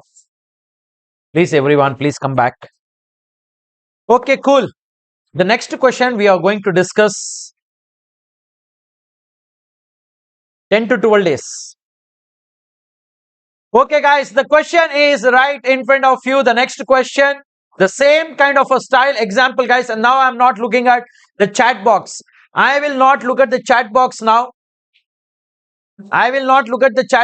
Guys. We will start. The total income is 3 crore 45 lakh rupees. And it is optional tax regime. Normal income is 3 crores. Special income is 45 lakh rupees. Okay. So 3 crore 45 lakhs is the total income which you have. Is it exceeding 2 crores or not? Of course, it is exceeding 2 crore rupees. If it exceeds 2 crore rupees, guys, you know very well. If it exceeds 2 crore rupees and if it also has special income, this is a special criteria, special category where flat 15% we will be giving surcharge on the special income and minimum 15% we will be giving on the normal income. First, the regime is optional tax regime. We will calculate as per the slab rate on 3 crore rupees what is the basic tax we are getting, and on this 45 lakh rupees we will apply 10%. That will give us 4,50,000 of special basic tax. If we add these two things, we will get total basic tax. Now comes the surcharge. How much surcharge shall be levied on the basic normal tax, on the basic special tax which we are getting? Guys, flat 15% we will apply on this basic special tax which we will get. And guys, whatever basic tax we will get on this normal income, on that separately you have to check the limit. Separately we have to check the limit, means 3 crores falls under the category of more than 2 crores up to 5 crores, means 25% we will give, because minimum 15 it says, so 25 is good enough. Okay, so let's solve this question, guys. This question, this example is the last example which we are going to discuss. So normal income, if it is 3 crores under optional tax regime up to 10 lakh rupees, 1,12,500, and on the balance 2 crore 90 lakh rupees, I will apply at the rate of 30%. So that will be 2 crore 90 lakhs into 30%, that will be 87 lakhs plus 1,12,500, that will be 88 lakh 12,500. Guys, everyone please write 88 lakh 12,500. Then special income tax is very simple. 45 lakhs into 10%, that will become 4,50,000. 4,50,000. If I add 4,50,000, I will get 92 lakh 62,500. Guys, on this 92 lakh 62,500, I have to add surcharge. But mind you, the total income exceeded 2 crore. So I cannot directly apply 25% here. First, flat 15% on this 4,50,000, and on this I will apply separately. I will apply 25%. Just now I told you why 25% will come. So on normal income, how much I will apply? 88 lakh 12,500 into 25%. Minimum 15% criteria already met. That will give me amount of 22 lakh 3,125 I will get, guys. 22 lakh 3,125 I will get, guys. And on special income, 4,50,000 into 15%, flat 15%. This is going to be flat 15%. That will be how much? That will be 67,500 rupees. 67,500 rupees. Now, if I add all these three things, that will become my total tax liability before adding health and education cess. That will become 1 crore 15 lakh 33,125 I'll get. To that I'll add health and education cess at the rate of 4%. That will be 4 lakh 61,325. And the total will come 1 crore 19 lakh 94,450 rupees, guys. You should get 1 crore 19 lakh 94,450. Amazing, guys, everyone. Perfect answers. Whoever have got this, perfect answers. Okay. Okay. Next. This you please take it as homework, guys. Please take the screenshot, or you want to write the answer. You want to write the question. You please write. I'll wait for 10 seconds. Exactly 10 seconds I will wait, guys. Only for 10 seconds I will wait. Only 10 seconds I am going to wait, guys. Only 10 seconds I will wait. Okay. Only 10 seconds I am going to wait. Yeah. Next. 10, 9, 8, 7, 6, 5, 4, 3, 2, 1. Gone. Now it is gone. Now we will move on to the next topic, which is the summary of surcharge. So guys, whatever I have taught you so far, I put it in this beautiful chart, guys. You can also revise from this. Summary of surcharge is very simple, guys. If the total income is up to 50 lakhs, there is no surcharge. If the total income exceeds 50 lakhs but up to 1 crore, you need not check normal income, special income, nothing. Straight away 10% on the total income. What is total income? Mix of normal income and special income. Total income, if it exceeds 1 crore but up to 2 crores, 15% on total income, basic tax. Then if the total income exceeds 2 crore, there is a problem. If it exceeds 2 crores and you have special income, then surcharge on special income will be flat 15%. Mind you, here special income means includes these 4 things: 111A short term capital gain, 112A long term capital gain, 112 long term capital gain, and dividend income as well. Then on the normal income, if you have both normal income and special income, then you have to up to 2 crores. You will see minimum 15% we are giving no here. And if the normal income separately, if it is more than 2 crores, but up to 5 crores, 25%. More than 5 crores, you have to check whether you are paying tax under optional tax regime or default tax regime. Because under optional tax regime, you have a higher surcharge rate of 37%. Under default tax regime, you have only 25% maximum surcharge rate. Guys, whatever doubts you have, whether online students, offline students, I'll be taking sharp at 1 o'clock now. I'll not be looking at the chat box anymore. Now, no. During break, I took doubts, whichever you guys had till break. Now, post break, whatever doubts you have, I'll resolve at 1 o'clock sharp. Total income means normal income plus special income. Special income means 111A, 112A dividend income. Normal income means all other incomes other than special incomes. Now we will get on to marginal relief. Okay, we will get on to marginal relief. Okay, va? Now guys, see, first, in order to understand marginal relief, I'll give you some task, you have to do it. Then only you will understand marginal relief beautifully, why marginal relief is there in the concept. First step, find out. You have to find out and tell me the answer. Find out tax before cess. Before adding health and education cess. Don't add health and education cess. Find out the tax before cess on below. In that below also, you only find on this. You don't find on this currently. You find it on this 50 lakhs first and give me the answer. Quickly guys, everyone in the chat box as well. 50 lakhs on this 50 lakhs. You have to tell me before adding health and education cess. Don't add health and education cess and tell me what will be the basic tax which you will get it. This is optional tax regime. See here, regime is given. Regime is optional tax regime, guys. Basic tax will come how much? Basic tax will come 13 lakh 12,500 you will get. Shall I add any surcharge here? No, because the income did not exceed 50 lakh rupees. No surcharge here. My total basic tax will become 13 lakh 12,500 before cess it will become. So I'll write here before cess this will become 13 lakh 12,500. Correct? Now I will ask you, if I ask you, compute tax before cess on 51 lakhs. You please tell me what answer you are getting. 13 lakh 42,500. What is it? Is it the total tax? I want this answer. This answer here. I want this answer, guys.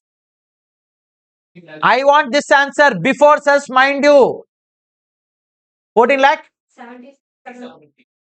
76,750. First basic tax will become 13 lakh 42,500. Now what surcharge I will apply? First of all, will I apply surcharge or not? Of course, because this person is a rich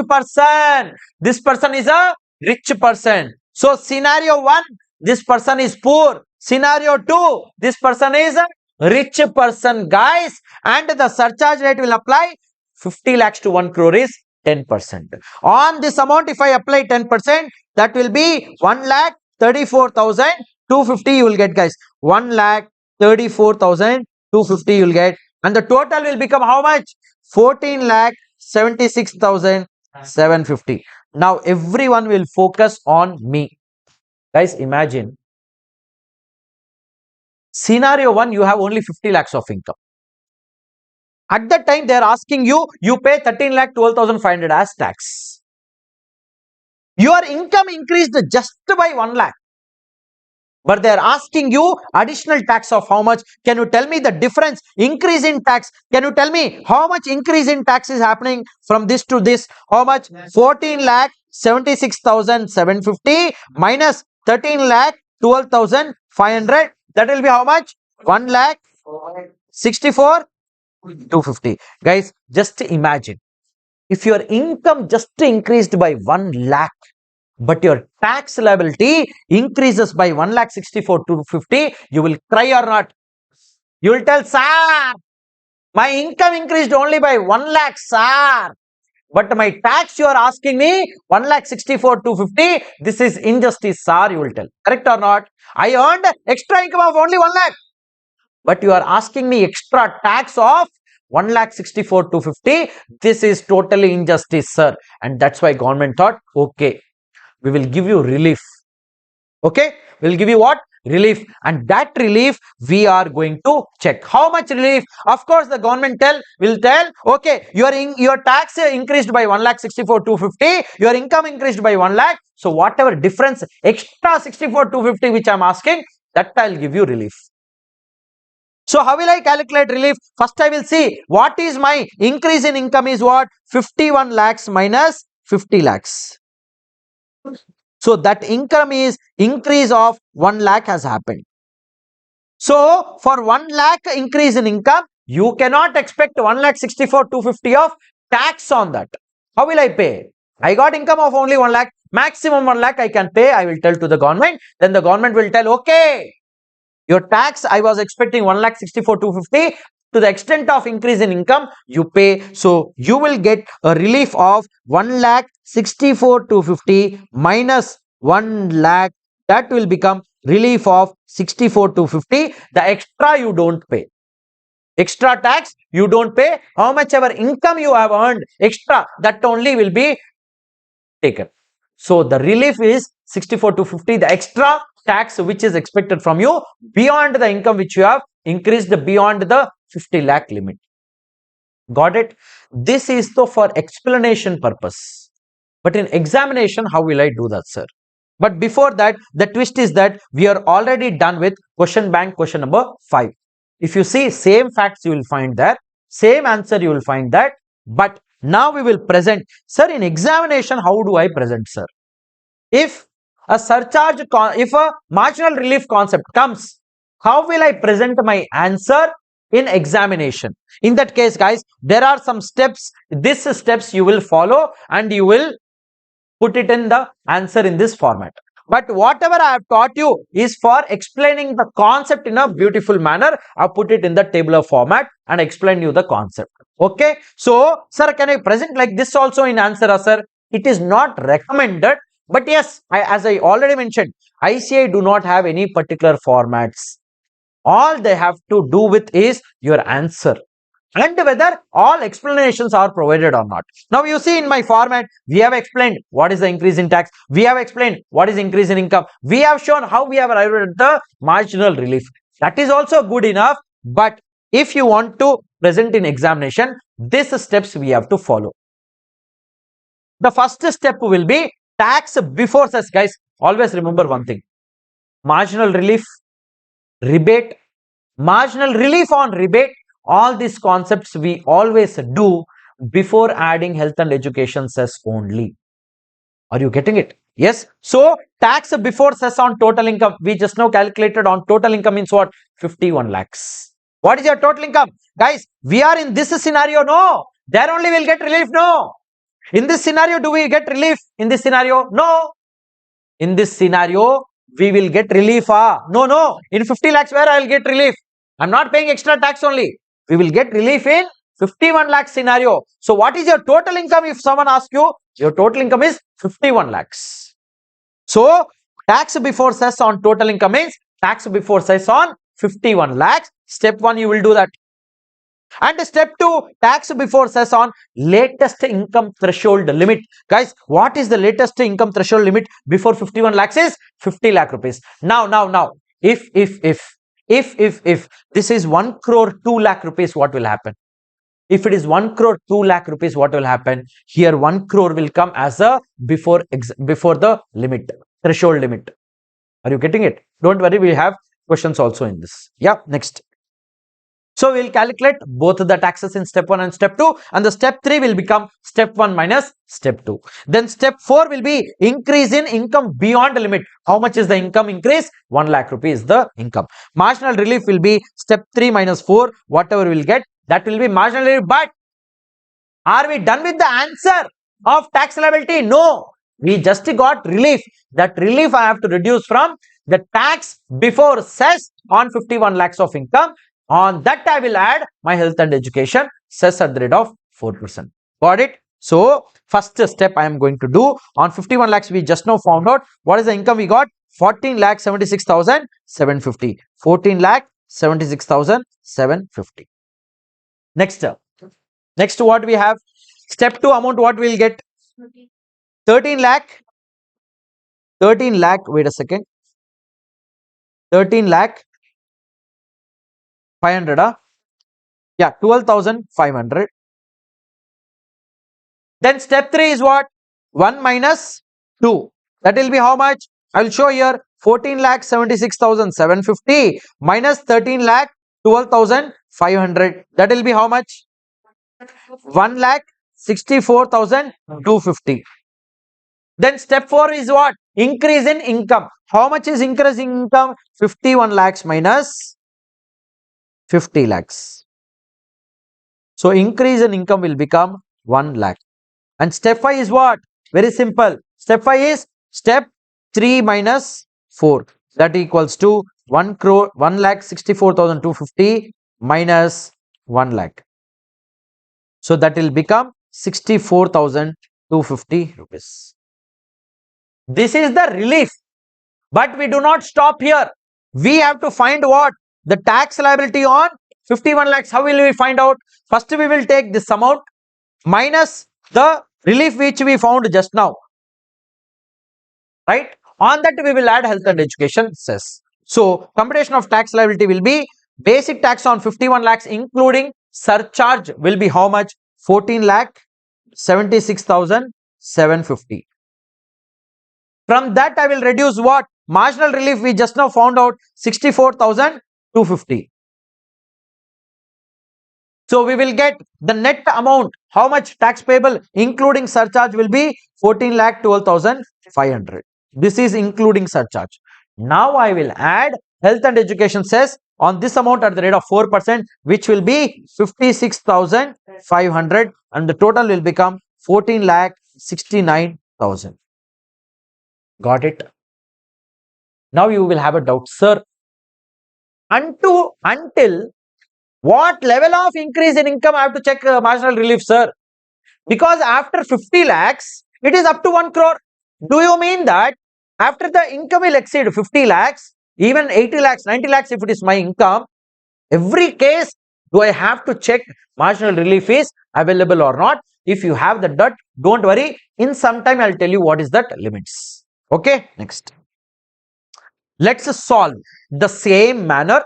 Now we will solve question bank question number 6. Guys, question bank question number 5 is already done because the example which I took is exactly the facts of question bank question number 5. Now we will solve question bank question number 6. Okay, now I am going to read question bank question number 6, guys. I am going to read question bank question number 6. Everyone, full attention is needed.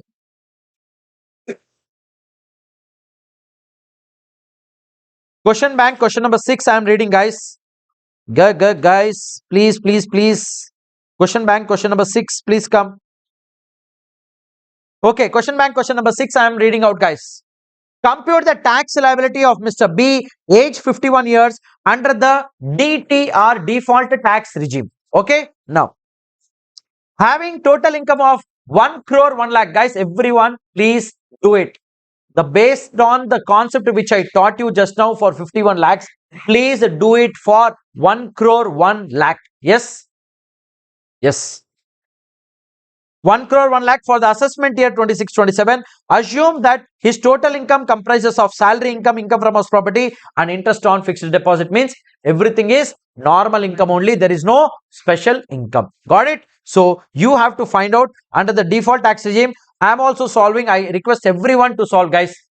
Guys, on online live chat, if new students are there, my Thalaiva question banks and Thalaiva notes, you can download PDF from this video's link description. In this video's description, there is a link. In that link, you will find out, and you can definitely, you can download and you can refer that. Okay, guys. Now, default tax regime, 1 crore 1 lakh. So tax first step, guys, follow the steps which I just now told you. The steps you will find out in Thalaiva Notes also, you will find the steps. Okay. So first, tax before cess on 1 crore 1 lakh. How much you will get? Can you tell me, guys? On 1 crore 1 lakh, tax before cess will come how much? Before cess means you have to add surcharge also. What rate of surcharge you will take? What rate of surcharge we will take?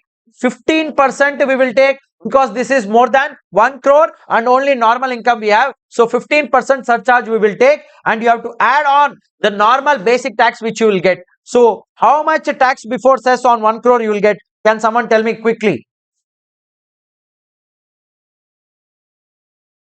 1 crore 1 lakh minus 24 lakhs into 30% plus 3 lakhs plus 15%. I'll get 300,1500. I am getting, why you guys are so slow? 30 lakhs 1,500. Guys, default tax regime, I told you up to 24 lakhs, you directly take 3 lakhs. Beyond 24 lakhs, whatever is there, on that apply 30%. And on that you have to add just 15% surcharge. So I'll write here, including surcharge at the rate of 15%.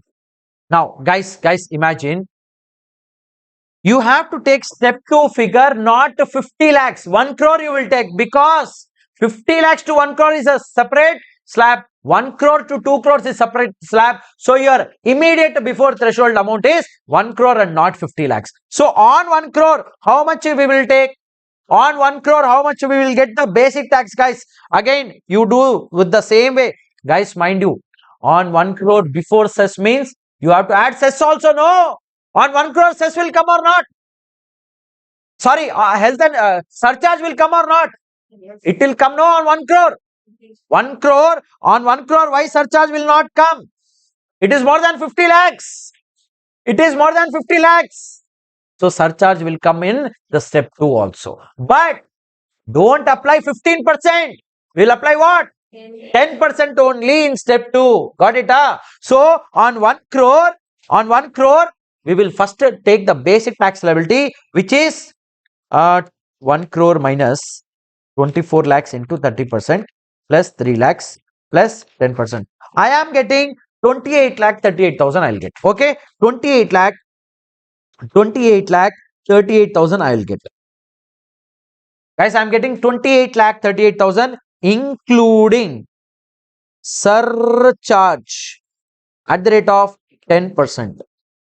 Guys, if you are thinking why this 1 crore has come, then guys, you know, in surcharge table, 0 to 50 lakhs 0, 50 lakhs to 1 crore 10%, beyond 1 crore 15%. So 1 crore is the immediate before threshold. So step 1 minus step 2, if I do, how much I'll get? 30 lakh 1,500 minus 28 lakh 38,000. That will be how much? 1,63,500. But we cannot stop there. We have to take increase in income. Increase in income is just 1 lakh. No, just 1 lakh. So I'll write it here. 1 crore 1 lakh minus 1 crore. That will be 1 lakh. And step 3 minus 4 will become what? 1,63,500 minus 1 lakh. So that will become 63,500. Guys, you guys also need to do it online. I can see many students who are answering me, and these are the students who are actually going to clear the examination. If you think only by watching classes you will clear, I am sorry, guys, that is not how it happens. Okay, now we will compute the actual tax liability. The demand of the question was what? The demand of the question was, you see here, demand of the question, you are required to assume is a total income. Okay, compute the tax liability if the total income is 1 crore. Correct? What we have found out is only marginal relief. That's all. Now what we will find out? The actual tax liability on 1 crore 1 lakh.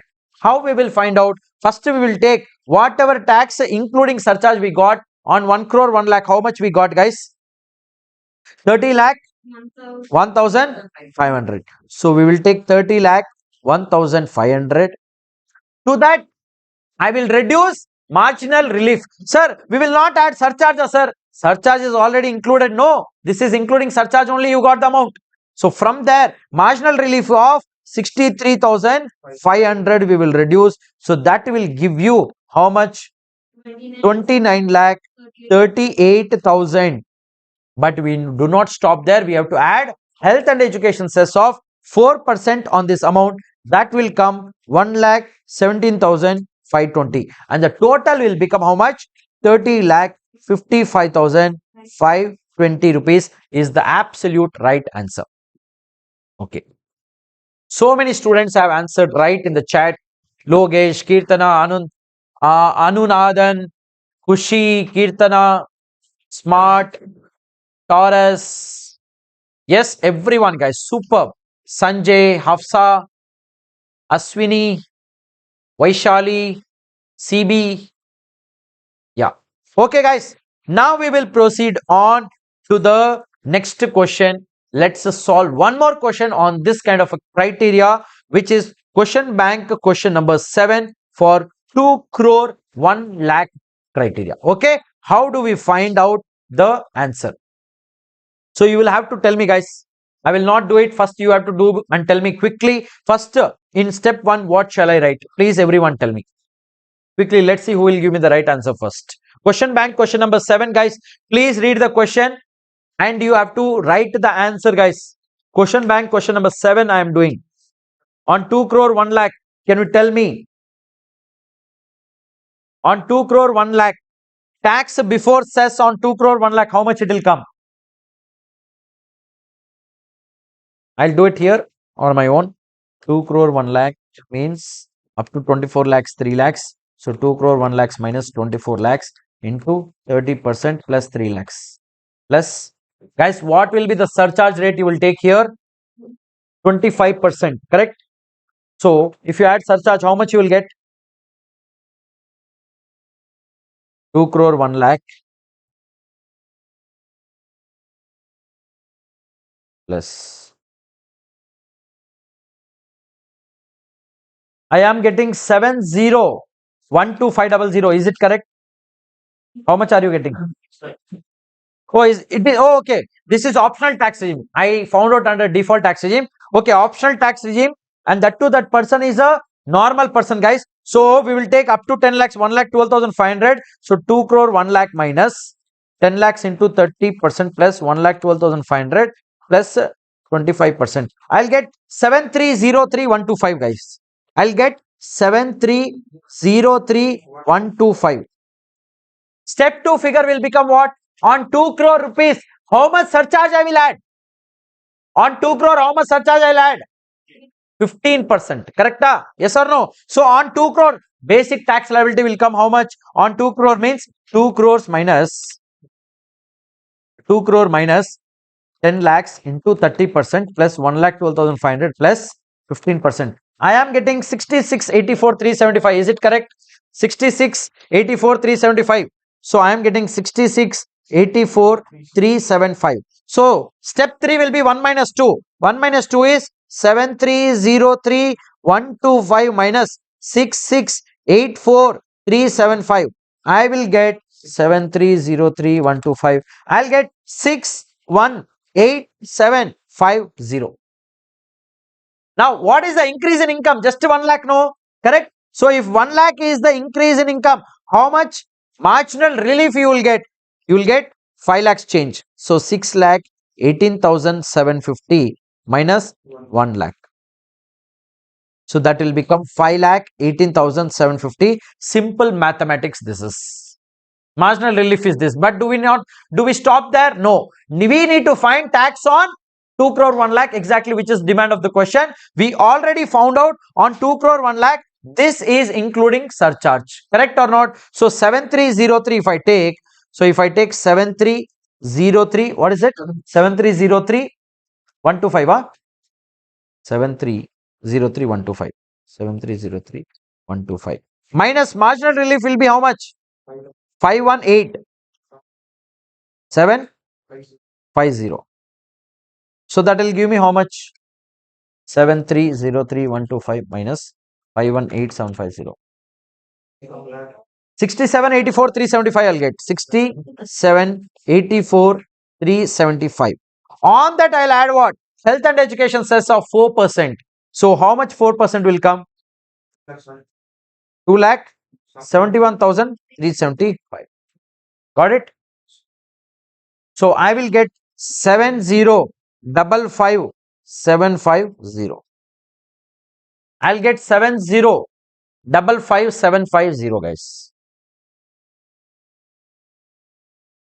Super online students, rappa fast you are. Super fast. Amazing, guys. Amazing. You guys are just amazing.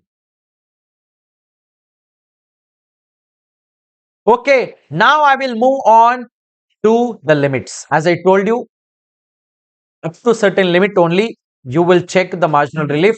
This limit for examination it is not required, but just remember, okay, just for practical purpose I just told you, but you can just remember also and go for examination. Up to this threshold limit you will see that you will get a marginal relief. Once you cross this limit you will not see any kind of marginal relief. At that time your income will be more than tax.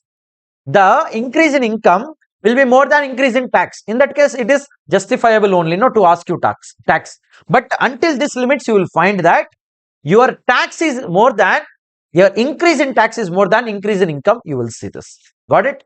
Next. Now we will enter the next concept, which is rebate. See, for small taxpayers, government is giving something called as rebate only if you do not have special incomes. Guys, in this attempt from May 26 and onwards, there has been amendment in this rebate concept. High chances would be asked in examination. So becomes very important to concentrate. Now, what is rebate actually? The government says, see, basic exemption limit is already given. Up to 2,50,000, there is no income like that. There is no tax like that. But government is saying that if you are a resident individual, guys, mind you, this concept is applicable only if you are a resident individual only. Rebate concept does not apply even if you are a non-resident or if you are a taxpayer other than an individual. If you are a HUF firm, company, LLP, anything, your rebate concept will not be applicable in your case. Rebate is kind of a benefit which is given to the taxpayers. If you want to enjoy this benefit, you have to be a resident individual only. If you are not a resident individual, then you cannot enjoy the benefit of rebate. Under this also, for both the tax regime, separate scenarios are there. If you are paying tax under the default tax regime, in that case, you are eligible for this rebate benefit only if your total income is up to 12 lakh rupees. And if you are paying tax under optional tax regime, you are eligible for rebate up to 5 lakhs only total income. If you have, you are eligible for rebate. Let's say, for example, your total income is 12 lakhs 1 rupee and you are a resident individual and you are paying tax under default tax regime, you cannot enjoy the benefit of rebate. If your total income is 5 lakh 1 rupee, if you are paying tax under optional tax regime, you cannot enjoy the benefit of the rebate concept even though you are resident individual, guys. So only if your total income is up to 12 lakhs or 15 lakhs and depending on which regime you are paying tax, you will see whether you can enjoy the rebate benefit or not. Is it clear? Now, sir, how much rebate I'll get, sir? Rebate you will get if you are paying tax under default tax regime, then maximum 60,000 rupees you will get. So 60,000 or 100% of tax payable, whichever is lower. And under the optional tax regime, 12,500 or 100% of tax payable, whichever is lower. You have to compare. First, you will take your total income. You will compute your tax liability. That you will compare with 60,000 or 12,500 depending on which regime you are paying tax. Whichever is lower is there, that only eligible for rebate. And the balance you will pay tax on.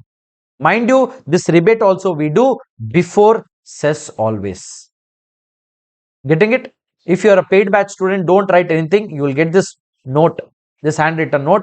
Don't write this concepts and all. Don't worry. You just focus on what tips I am giving you regarding the concept. Now, this part is very, very important part. Guys, remember, if you pay tax under optional tax regime, I repeat, if you pay tax under optional tax regime, you can take the rebate benefit against any kind of income, but only one income is not eligible, which is the 112A long-term capital gain. Against all other incomes, you are eligible for rebate. But under default tax regime, you can claim the rebate against that tax which you computed using the slab rates only. Means any kind of special income, it can be winning income, long-term capital gain, short-term capital gain, any kind of a special income, it is not eligible for rebate under default tax regime. See, under optional tax regime, if you have a special income of 111A short-term capital gain, it is eligible for rebate, though it is special income. And under the same optional tax regime, let's say for example, you have winnings income. It is also a special income, no? Even on that income, against that you can take rebate. But under default tax regime, you are eligible for rebate only against that income which you calculate using the slab rate given under 115 BSc. Against other incomes, you are not eligible. Are you getting it? And the third point says include special incomes for calculating the limit of 5 lakhs or 12 lakhs. What does it mean is, whenever you will see the threshold limit of 5 lakhs or 12 lakhs, in that you will add, because that says total income. In that you can consider special incomes, normal income, everything. But rebate is eligible only against special incomes in optional tax regime except one special income, 112A. Rest all incomes are eligible for rebate. But under default tax regime, mind you, only the normal incomes are eligible for the rebate concept. We will now see practically some questions. Okay, first, let's say you are paying tax under optional tax regime and your total income is 4,15,000 rupees and you have only normal income. There is no special income. You are paying tax under optional tax regime. Can you please quickly calculate and tell me what will be the tax liability before including health and education cess? Before cess, can you quickly tell me what is going to be the tax liability, guys? I will also do, you also please do it and tell me quickly what will be the tax liability before adding the health and education cess. Think carefully and then give me answer, guys. Be very, very careful before you give me answer. Let's see who will give me the right answer. How much will be the tax liability? I'm asking you. Optional tax regime.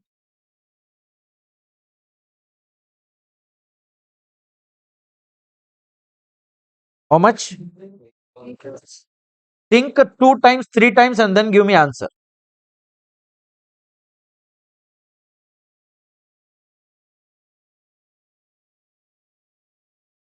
Just now I told you guys, under optional tax regime, you are eligible for rebate, no? Then your 0 will come, no? Answer will be 0. Correct, no? Correct? So, you will reduce. This is 8250 is what? Tax before cess. Less rebate.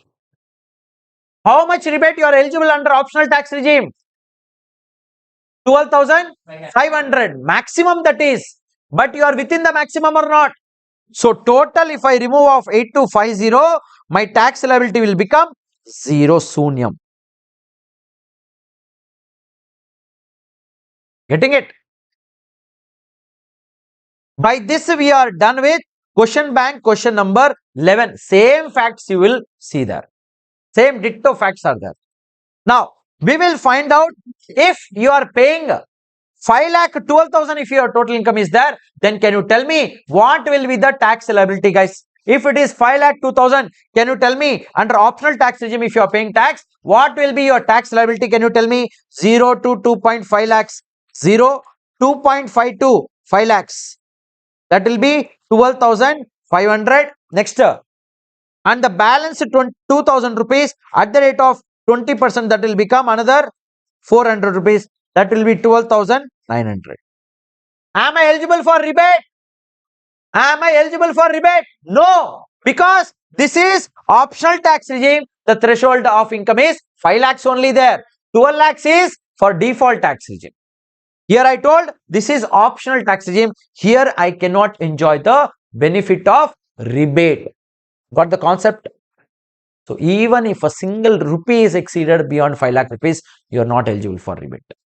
So how much I will pay tax? This is not the ending. How much? Plus surcharge 0, 12,900 plus 4%. That will be how much? 516. So total will become 13,416. So rebate is eligible only in case of resident individual, guys. Mind you this point. Resident individual is only eligible for rebate. That too, if you are paying tax under optional tax regime, your total income, if it is up to 5 lakh rupees, you are eligible. How much you are eligible? 12,500 or the actual tax liability, whatever you are getting, whichever is lower. Mind you, rebate is eligible only against normal income and all special income under optional tax regime except 112A. But under default tax regime, rebate is not eligible against any kind of special income. Only normal income on which you calculate tax using the slab rate under default tax regime slab rate. Only that income is eligible for the rebate. Now we will take one example and we will understand this in a much better way. Okay. Thalaiva played Dream 11. You have to write the question. The meanwhile, I read the question. Okay. Thalaiva played Dream 11 game. You know online Dream 11 game? Sir, we know very much, sir. Better than you. Yeah. Okay.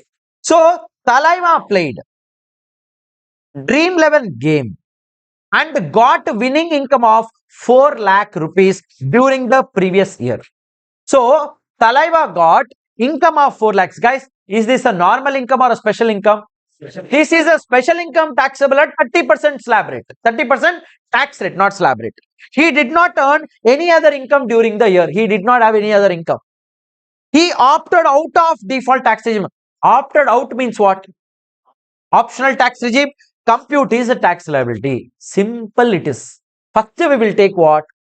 30% of 4 lakhs will become 1,20,000. Am I eligible for rebate? Am I eligible for rebate? Think and tell me, am I eligible for rebate or not? Think all the facts and tell me. I am getting mixed answers. Yes, no, like that I am getting. Is eligible for rebate or not? Yes. How many of you saying yes, sir? How many of you saying no? No, no rebate. Why no rebate? But is this 112A? Rebate is not there. I told you except 112A, any kind of income, rebate is eligible. 112A is the only special income against which you will not take the rebate. Are you getting it? Against winnings income, you are not eligible for basic exemption limit, loss set off, expenditures and all, not eligible. Are you getting it? Yes. So here we will find out what is the optional tax regime we will get, guys. Under optional tax regime, can you tell me quickly? So first we will take winning income, basic tax, winnings, 4 lakhs. Yes. Next. Basic tax, 30%. That will be 1,20,000. Next. Less. There is no surcharge, so less rebate. Guys, rebate we will compare two things, 1,20,000 or 12,500, whichever is lower. That will be how much? 12,500 will reduce. So that will come how much? To that we will add what? At the rate of 4%. How much that will come? 4,300. So that will be 1,11,800.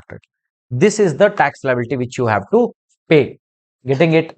Guys, had this example been in default tax regime, he would not be eligible for the rebate benefit. Got it? Yes, 1,11,800 will come. Now let's solve one question bank question number 9. Okay, va? Let's solve question bank question number 9, guys. Everyone, let's solve question bank question number 9.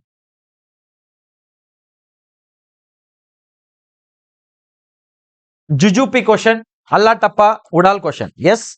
Yeah. Mr. Raghav, aged 26 years, is a resident in India, has a total income of 10,50,000 rupees and comprising salary, income, interest on fixed deposit, has compute his tax liability under default tax regime. How much tax liability will come? Sir, answer is there on the screen only, sir. Yes. Yes, next. Yeah. Okay. Guys, very simple. Under default tax regime, 12 lakhs you are eligible for rebate. So on this 10,50,000, whatever you will compute, that will go for rebate or not. So on like 10,50,000, what is the basic tax you will get? 45,000, and the 45,000 will go for rebate and the tax liability will become sunyam, nil. Is it clear? Yes. So I will not present this because this is a small question. You can just have a look after you go home. Now we will go to the next one. Sir, against, when you say special incomes, which special incomes will come, sir? Rebate against special incomes. Sir, special incomes as per income tax are which income, sir? 112 long-term capital gain which are taxed at 12.5%. 112A long-term capital gain on shares or mutual funds at 12.5% in excess of 1,25,000 if you remember. 111A short-term capital gain which are taxed at 20%. Winnings income, 115BB, BBJ, everything. Got it? All these are called special incomes.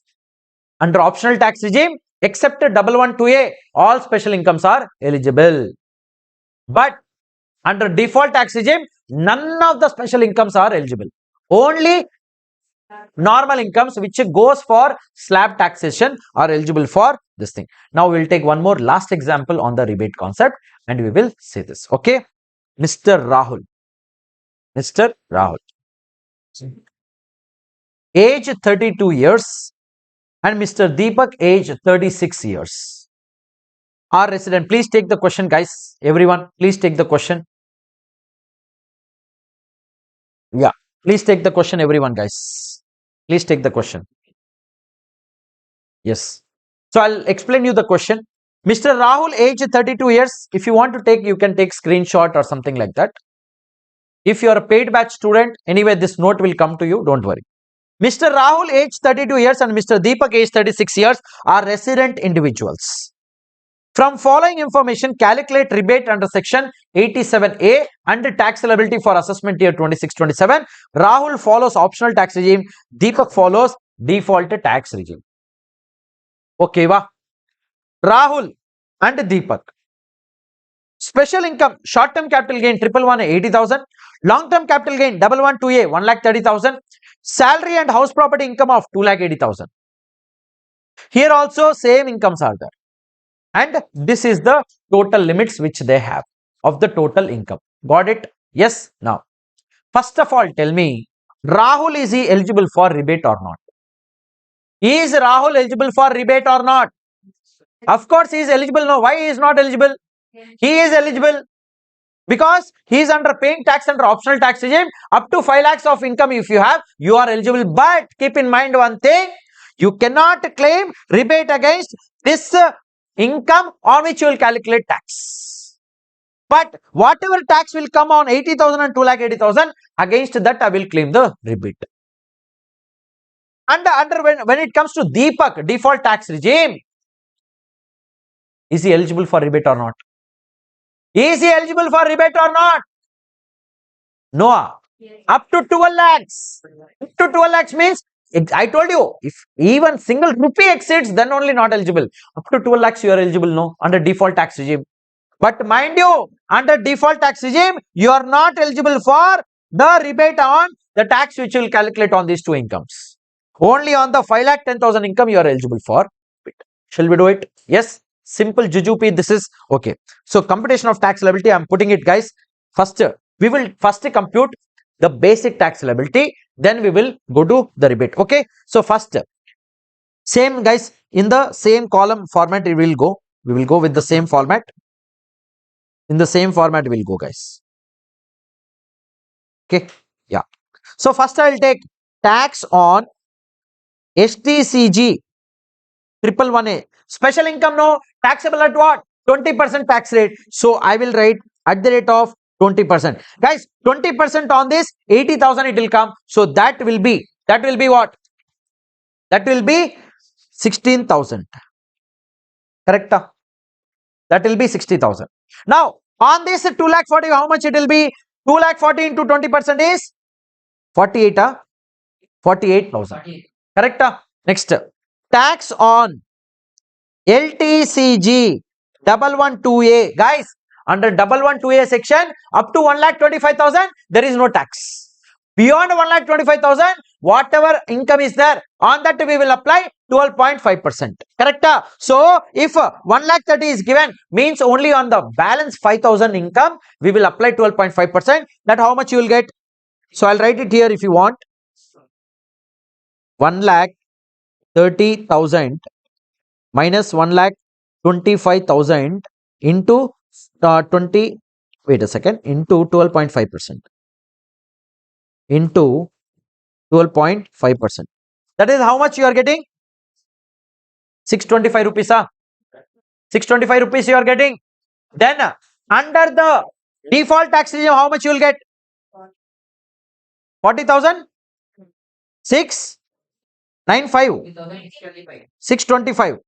Sir, how you got 40,625? If someone is asking, for them the answer is very simple. 4,50,000 minus 1,25,000 into 12.5%. You will get it. Next, on the salary and house property income, that will go under slab. Sir, I will take basic exemption limit. Of course, go and take, no. Who is stopping you? So, guys, on this 2,80,000 rupees, can you tell me if you apply slab rate on balance normal income, how much you will get? 1,500. Sir, how they got 1,500, sir? Very simple.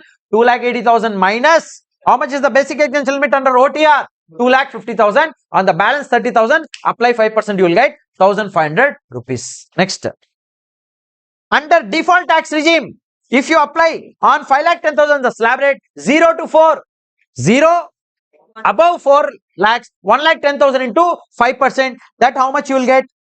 5,500. Correct? Now, is there any other tax, basic tax? No. So, I will sum up all this. How much I am getting? So, basic total tax. How much you are getting? 18,125, and I will get 94,125. Guys, from this I will reduce rebate or not?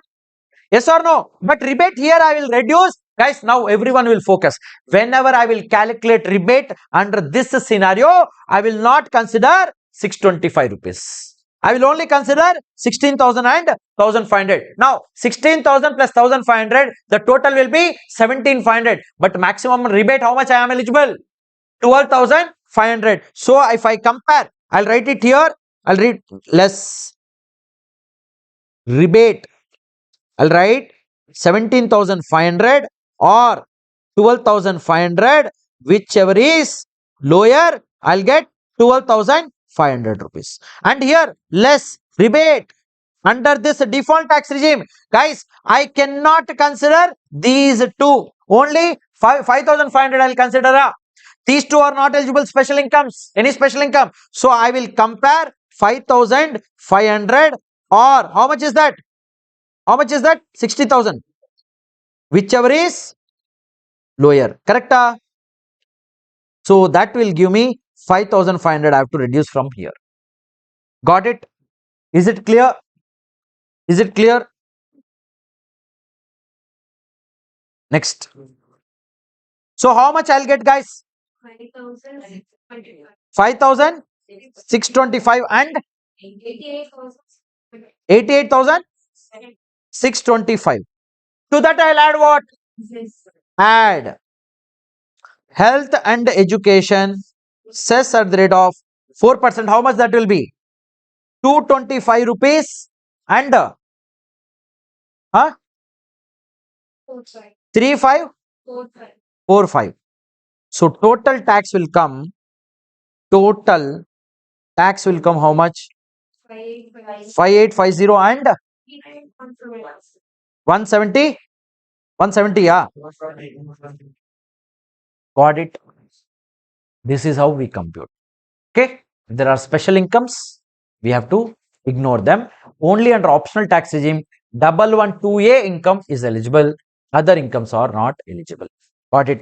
Now, there is one more concept called as marginal relief on rebate. Okay. In order to do this also, I'll give you task. You have to do it. First, compute. Can you compute under default tax regime? Guys, mind you, this marginal relief on rebate is eligible only under default tax regime. This is not available under optional tax regime, mind you. Only under default tax regime, marginal relief on rebate is there. Got it? So if you want to understand this, first compute the tax before cess on total income of 12 lakhs and 12 lakh 50,000. And can you tell me quickly how much you will get? First 12 lakhs, can you tell me, guys? If there is no special income, nothing, only normal income is there. First, can you tell me how much basic tax before cess shall I take here? 60,000. Guys, if you tell me under default tax regime, your total income is 12 lakhs exactly. Are you eligible for rebate or not? Yes or no? So I will get rebate here. Yes or no? How much rebate I'll get? 60,000 total rebate I'll get. So my tax liability will become what? Sunyam it will become. Now if my income increases just by 15,000 rupees, am I eligible for rebate? But what will be my basic tax here? What will be my basic tax here?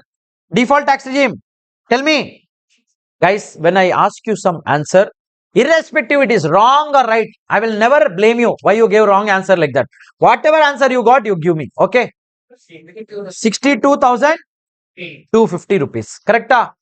Now, am I eligible for rebate? No. Am I eligible for rebate? No. If I am not eligible, I am ending up paying tax of 62,250 no before adding health and education cess. Guys, think logically, guys.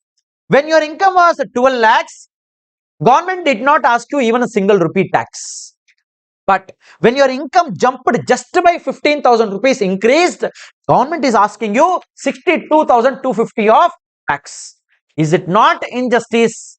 15,000 my income increased and you are asking me tax of 62,250 rupees, and government told, okay guys, if you are paying tax under default tax regime, I'll give you this relief called as marginal relief on rebate. Mind you, under optional tax regime, you will not get it. So this injustice is happening now. Your income increased just by 15,000 rupees and you are ending up paying more taxes. So you will get marginal relief on rebate. First, you have to see how much is increase in tax. Increase in tax is 62,250 rupees. Correct? But how much is increase in income? 15,000 rupees. Now, how much rebate you will get? How much relief on rebate you will get? Of course, the difference of these two. That will be how much, guys? Can you tell me quickly? 47,250. Sir, how you got 62,250 minus 15,000? If you do, you will get marginal relief on rebate. This relief is given by the government to not do injustice with the public in the country. Got it? Because otherwise sentiments of taxpayers will be hurt. Got the concept? This concept is called marginal relief on rebate. Now, do we stop there? No. That is the marginal relief on rebate. But we have to compute what? Our tax liability on our total income of 12,15,000. How much is the basic tax? We got already 62,250. Less marginal relief on rebate is how much? 47 250. So if I reduce that, how much will come? On that, I'll add health and education cess of 600. That will give me 15,600. Got it? Is it clear? Now, by doing this, we are already done with question bank, question number 10. Same facts are there. Okay? Same question, same facts, and the same answer you will find there also. And sir, I have a doubt, sir. This marginal relief on rebate, after my income will exceed 12 lakhs, up to which extent can I see this marginal relief on rebate will come, sir? That limit is 12 lakh 70,585. Until that limit, you will see that you will get a relief. But beyond that, once you cross, you will see that your income only will be exceeding the increase in, then you will not get any kind of marginal relief on rebate. Got the concept? Yes, I hope that is clear. Now we will move on to the next concept, the next topic, which is agriculture income, guys. Agriculture income. Okay. Agriculture income. Now, agriculture income, guys, agriculture income is generally exempt from tax. Okay. Just give me a minute.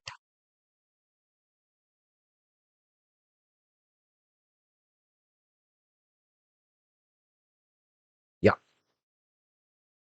See, agriculture income is generally exempt from tax. We know this. Yes. Jai Jawan, Jai Kisan, like that, the government told, okay, we will not collect any kind of taxes from the farmers in this country. But what is agriculture income? You may call any income as agriculture income. Yes, but it is not like that. Agriculture income, you have to check as per income tax law. What is agriculture income? Only those incomes will be exempt. Apart from that, whatever income you earn will be totally fixed as per the income tax law. Yes. Now, there are 4 kinds of incomes which are given as agriculture income. They will be treated. The first income is, guys, rent from let out of agriculture land. Rent from let out of agriculture land. Let's say, for example, you have a land, agriculture land. You let that out to someone to do farming activity. You are letting out a agriculture land to someone on rental basis to do farming activity. Let's say, for example, Shah Rukh Khan is running behind Kajol. Tujhe dekha to ye jana, something like that. Yeah. In that case, you have given the land for shooting purpose in your land. Then whatever rental income you will get from that producer of movie, that is not called as agriculture income. Just because you cannot say that this is agriculture land, I gave it on rent, so I am getting rental income, it is exempt. No, it is not like that. You should give your agriculture land for agriculture purpose. The tenant who took the land on rent should do agriculture activity on that. Then only whatever rental income you will receive, that will be totally exempt in your hands, treated as agriculture income. Okay, next. Income from sale of agriculture produce, grown and sold. You should grow it and then sell. You cannot say, sir, I have a provision store, sir. Daily I sell vegetables. That is my agriculture income. I will not pay any tax. You may be dealing in agriculture product, but have you grown that? No. So it is a business income for you. It will be taxable in your hands. But if you have a land, you have grown it. It may be your own land or someone else's land. You took land on rent. You did agriculture activity, you produced tomatoes, you directly sold the tomatoes into the market, then it is totally purely agriculture income, whatever profit you learn. Are you getting it? The third one is rent from let out of farmhouse in rural area. Guys, a lot of times in rural area, there will be farmhouse. Let's say, for example, you have a small building in a rural area in agriculture land, in a rural area. Mind you, this has to be a rural area only. Rural area definition we will learn anyway in capital gains chapter also. There is one small definition, we will learn that. Okay. Now, if it is a rural area and if you have a farmhouse which you have given on rent to someone, either for storage of agriculture produce or for residential dwelling of laborers who work in farmlands. Let's say, for example, there is one building, small building in agriculture area. Yes, in that case, some nearby farmer asked you to give that building on rent so that he can store his agriculture produce, or his laborers who are working can stay there. They have come from out of town. For that purpose, if you give and you get any kind of rental income, that is also agriculture income only. And the last one is income from nursery, not nursery classes school, no, not that. Nursery means the small, what you grow, that sampling, seedling, like that, whatever you do, irrespective whether you do on ground or above the ground, does not matter. It is totally agriculture income, whatever profit you will earn. These are the incomes which are treated as agriculture incomes, guys. Any of these income you earn, that will be totally exempt. Got it? Now, there is a rule called Rule 7, which is most important rule. Sale of agriculture produce, it is called. Guys, when I told you here income from sale of agriculture produce, it is totally exempt. You have to remember one thing. Say for example, you have grown tomatoes. Directly tomatoes, if you sell in the market to someone, whatever profit you may be earning. Say for example, your production cost or growing for the cost of growing the tomatoes was 1 lakh rupee. You sold the tomatoes for 5 lakhs. 4 lakhs profit you are getting. The total 4 lakh profit is agriculture income. No need to pay any tax. Exempt totally. But these tomatoes, whatever you have grown, you converted the tomatoes into ketchup, for example. And ketchup, if you sell into the market, that is not agriculture activity. That is a business activity. But mind you, whenever you only grow tomatoes, you only convert the tomatoes into ketchup, you are only selling the ketchup into the market, then you will have two kinds of scenarios. Number one, from the moment you put that tomato seed into the land and till the tomatoes have come out of the land, that is called agriculture activity. But the moment you start converting this tomato, the process whenever you will start from the tomatoes to convert into ketchup, that whole process will be called as business process. So whenever you convert agriculture produce into some other form and sell into the market, you will get two kinds of income. One is agriculture income, the other is business income. But without any conversion, you sold as it is into the market, that is purely agriculture income and totally it is exempt. But mind you, there may be few agriculture produce for which some process is required. Say for example, rice. Does rice directly come into the land? No. It will be some first into the leaf, they'll do something and all, the rice will come. Similarly, wheat also. Yes, the people will not directly can have leaf, no. Yes, so for that mandatory process is there. That is exempted. That is okay. But otherwise, for a product to be sold into the market, there is no requirement to do any further process. In that case only you will see two kinds of income generating. One is agriculture income, the other is business income. Now we will take some example and try to understand this rule. Say for example, guys, you have produced 1000 kgs of tomatoes, for example. 1000 kgs of tomatoes we produced. If all 1000 kgs of tomatoes, whatever I produce, the cost of production COP is 5 lakh rupees, for example, and my sale value is, for example, 20 lakh rupees. 20 lakh rupees. Say for example, I did not convert these tomatoes into any other form. As it is, I sold it to the market, guys. Then what is my agriculture income? You know, not this 20 lakhs. 20 lakhs is the sale value. That is not your agriculture income. Income means what? The revenue minus expenses. That is your income. So your agriculture income will become 15 lakh rupees, which will be totally exempt because you are selling the agriculture produce in the raw form into the market.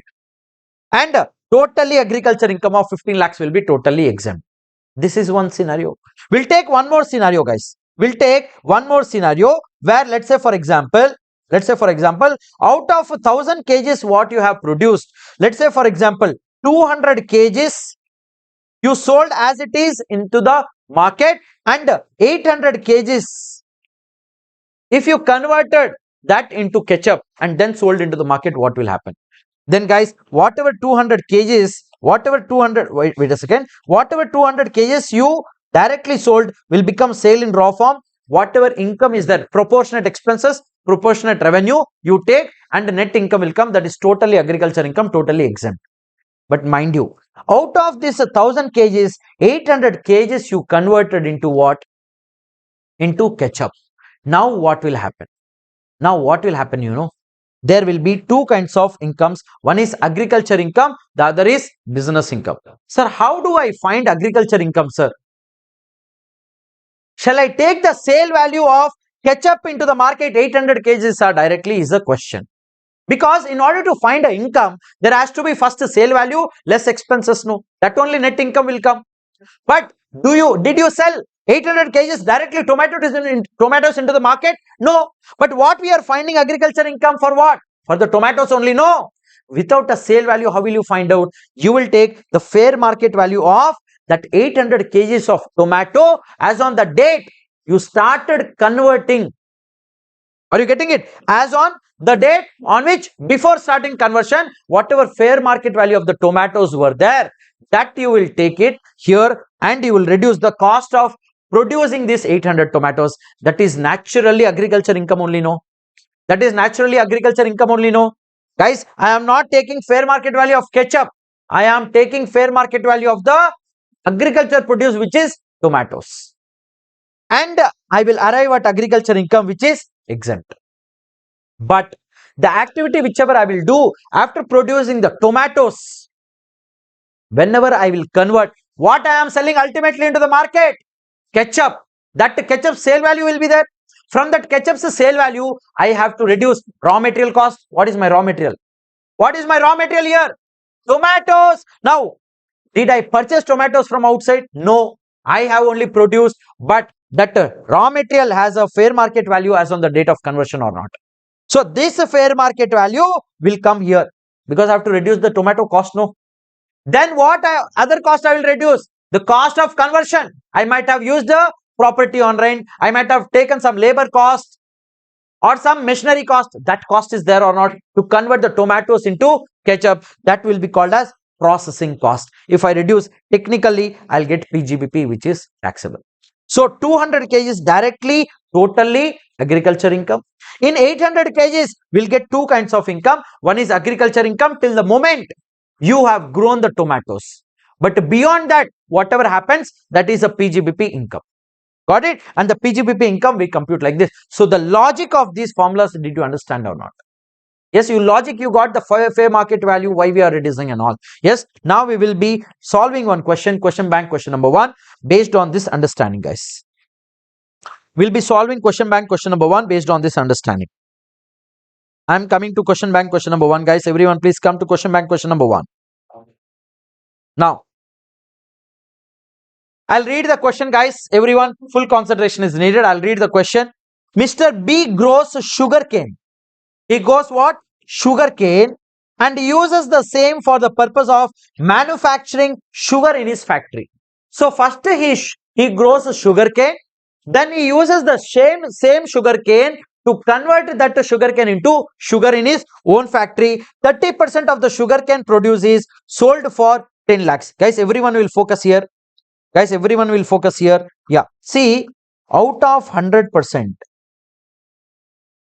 30% sugarcane is directly sale into the market is happening in the raw form. Then total agriculture income will come or not?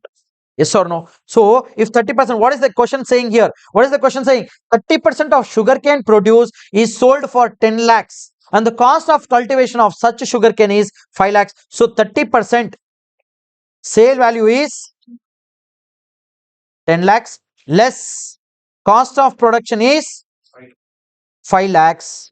So the net will be totally exempt agriculture income, no? Agriculture income. Got it? This is exempt totally. 100 kgs, for example, sugarcane produced. Out of that 30 kgs directly you sold into the market. Then that's a purely agriculture income only, no? There is no PGBP income here. But now coming to the balance 70%, what happened? Let's see. Cost of cultivation of the balance sugarcane 70% is 14 lakhs of the cultivation cost is there.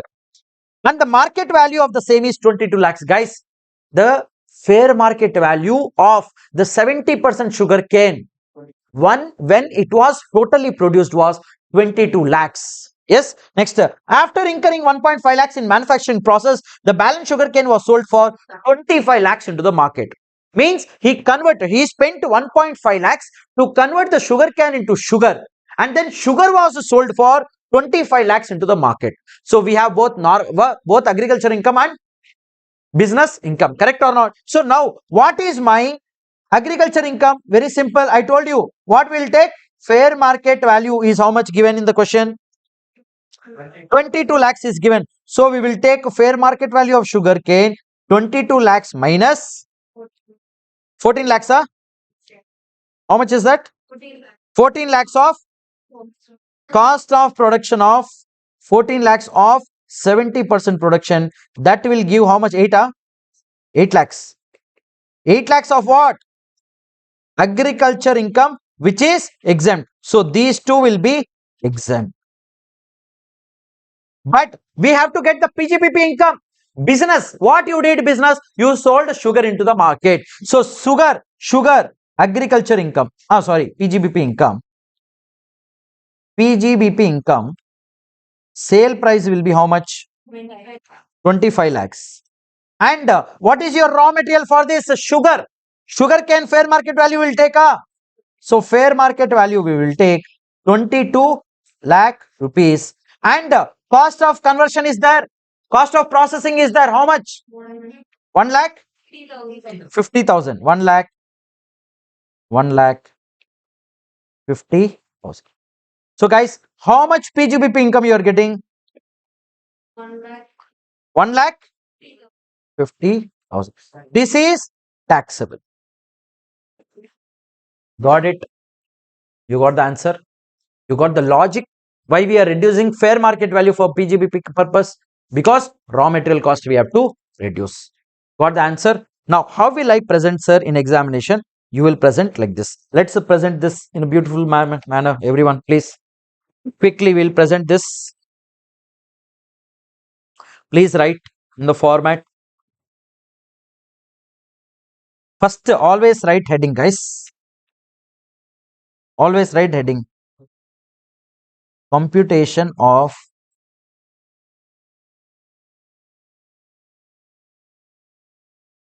business income and agriculture income of Mr. B. Is the year given? Nothing like that. So, particulars, business and agriculture income. Same format you need to put. Guys, actually, the flow chart which I did, like that also you can solve in examination, not an issue at all. Yes. Now, first one. Sale of sugar. How much that will come? First, we will get a business income out of that.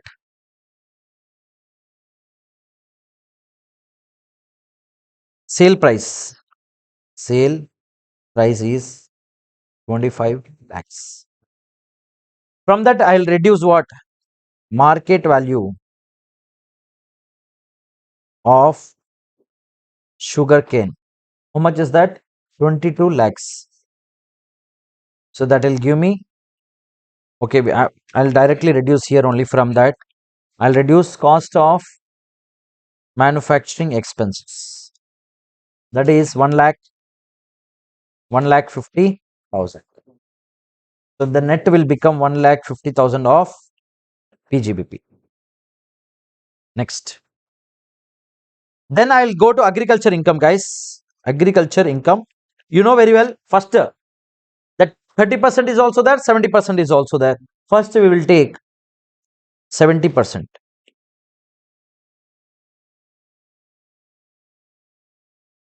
Market value equals to, how much is that? 22 lakhs. I'll write it here only. You can write it anywhere in examination, not an issue. Less cost of production is 14 lakhs. So that will give you agriculture income of 8 lakhs. Next, 30%. Direct sale value will take sale value equals to 10 lakhs and less cost of cultivation is 5 lakhs. So that will become 5 lakhs of agriculture income, total exempt. So here you will get 1,50,000 and here you will get 13 lakhs. 13 lakhs. Okay. Okay. Now I will proceed to the next one, guys. Guys, there are some agriculture produce in which government has specifically told, if you deal in this agriculture, I will treat so and so percentage as business income by default and so and so percentage as agriculture income. The problem is, in this agriculture produce, you cannot directly sell into the market without mandatorily doing a process. Tea powder, for example. Do you get tea leaf in the market or tea powder? We get tea powder. But tea powder, in order to sell into the market, definitely that tea leaf, if you go to Ooty and all, you will see that a big factory, first tea leaf will come dry and they will grind something they will do. So it is a mandatory process. And that's why in tea, in coffee also, coffee, first coffee bean will come, very powerful it will be. You cannot directly take that coffee bean. It's very strong it will be.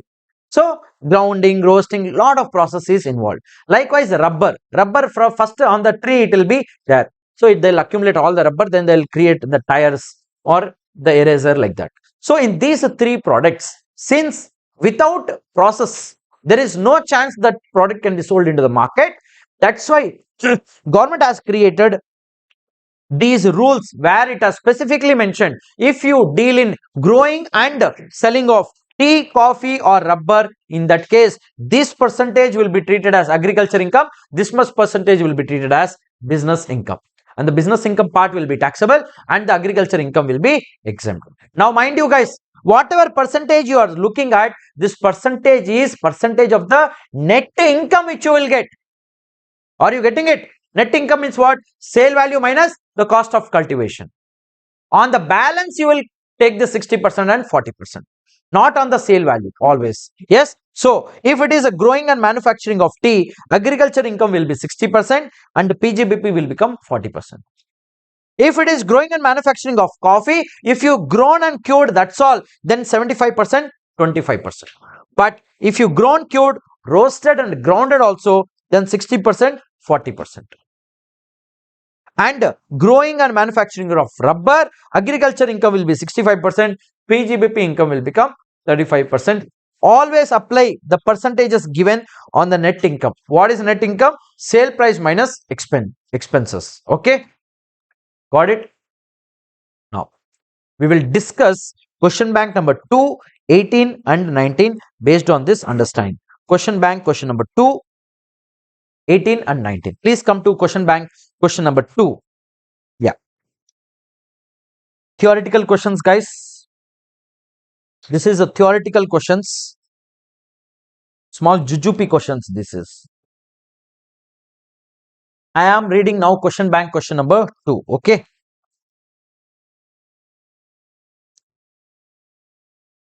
Yeah. Mr. C manufactures latex from the rubber plants grown by him in India. These are then sold into the market for 30 lakh rupees. Now, the percentage you will never apply on this 30 lakhs, mind you. You will apply on what? The net income.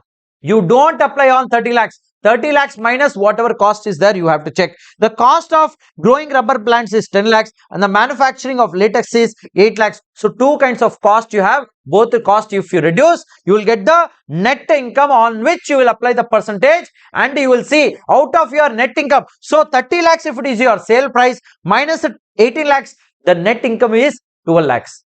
Now, you will get a doubt, sir. This 12 lakhs, will it go for taxation totally? No. Out of this 12 lakhs, you have to bifurcate now the rubber based on the percentage which is given. So, 65% and 35% you will do it. Okay. So, 12 lakhs into 65% and 35% you will do. 65% is agriculture income, 35% is business income. Okay. Got it? Next. Question number 18 we will go, guys. 18 and 19 also we will discuss in the similar manner.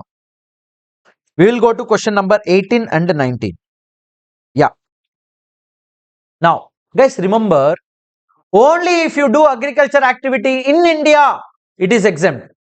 If you do agriculture outside India and whatever agriculture income you will earn, it will be taxable in your hands. Now you will get a doubt. Sir, I am doing agriculture activity outside India, sir. I am earning income outside India. Why will the Indian government will pay, will ask me tax? Because if you are a resident, ordinary resident, global income is taxable in your hands.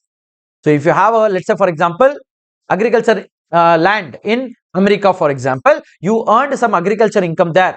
That will be taxed if you are a resident, ordinary resident in India, because for you, global income is in assessment year 26, 27. So guys, very simple. This Malaysia thing is there, no 20 lakhs. That is totally taxable, no exemption there. But when it comes to the balance, how much is it?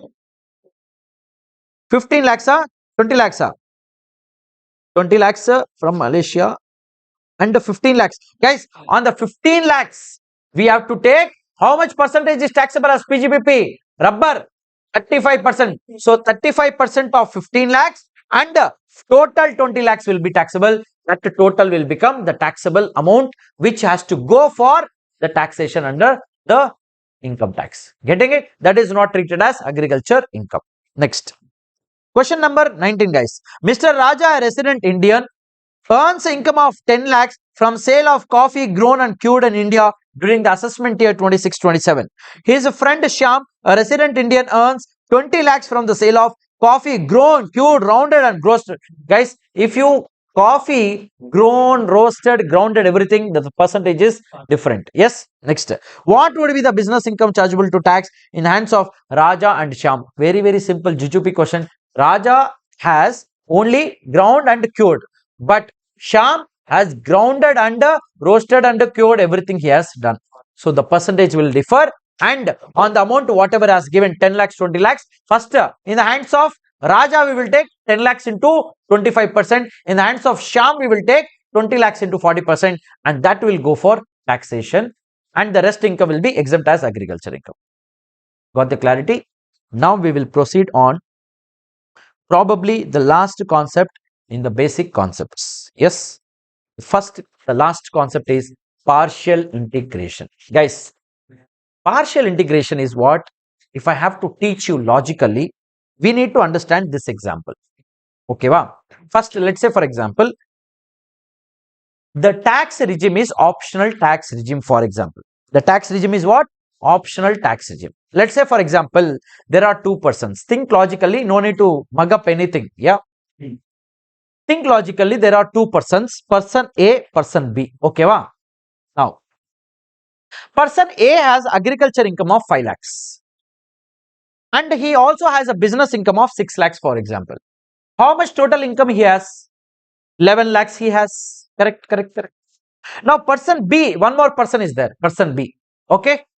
And the rent is 5 lakhs he has. He has a rent of 5 lakhs. Is it exempt? Taxable? No. Rent is taxable or not? And business income 6 lakhs he has. That is also taxable or not? Now, total income, person B also has 11 lakhs only. Now, guys, think logically. If you compute the tax of person A and person B, can you tell me under optional tax regime what amount of tax liability you will get? Quickly, you have to tell me, guys. You have to tell me person A tax liability is how much, person B tax liability is how much. Can you quickly solve and tell me, guys? I'm waiting for you all. Mind you, person A has 5 lakhs agriculture income and 6 lakhs of business income. You have to tell me what will be the tax liability of person A and person B. Who will tell? Let's see. Optional tax regime, guys, normal person, resident individual. Don't add health and education cess. Just tell me basic tax liability under optional tax regime. This person and this person, person A, person B. Who will tell me the answer? Roman is saying 33,800, sir. Don't add health and education cess, Roman. 32,500. Yes, lot of students are giving me answer 32,500. Sir, how it will come, sir? Very simple. You have to take 0 to 2.5 lakhs. 0, 2.5 to 5 lakhs. That will be 12,500. More than 5 lakhs up to 10 lakhs. That will be 20,000. So that will become 32,500. Likewise, can we do for Mr. B also? 0 to 2.5, 0, 2.5 to 5, 12,500, 5 to 10, 1 lakh, beyond 10 lakhs, that will be 30,000. 30,000, that will become. Now, guys, everyone will focus here. Everyone will focus here. Think logically. Person A also has 11 lakhs of income only in this year. Person B also has same level of income, 11 lakhs. Now, if the government comes and asks person A only 32,500 of tax, whereas person B is asked a tax of 1,42,500, don't you think person B will cry like anything? Like that he will cry or not? Yes or no? He will cry. Why he will cry? Sir, person A has same amount of income, total income. He also earned 11 lakhs only in this year, sir. I also earned 11 lakhs only, but you are asking me more tax, sir. Just because he is earning agriculture income, so much of injustice with me, sir.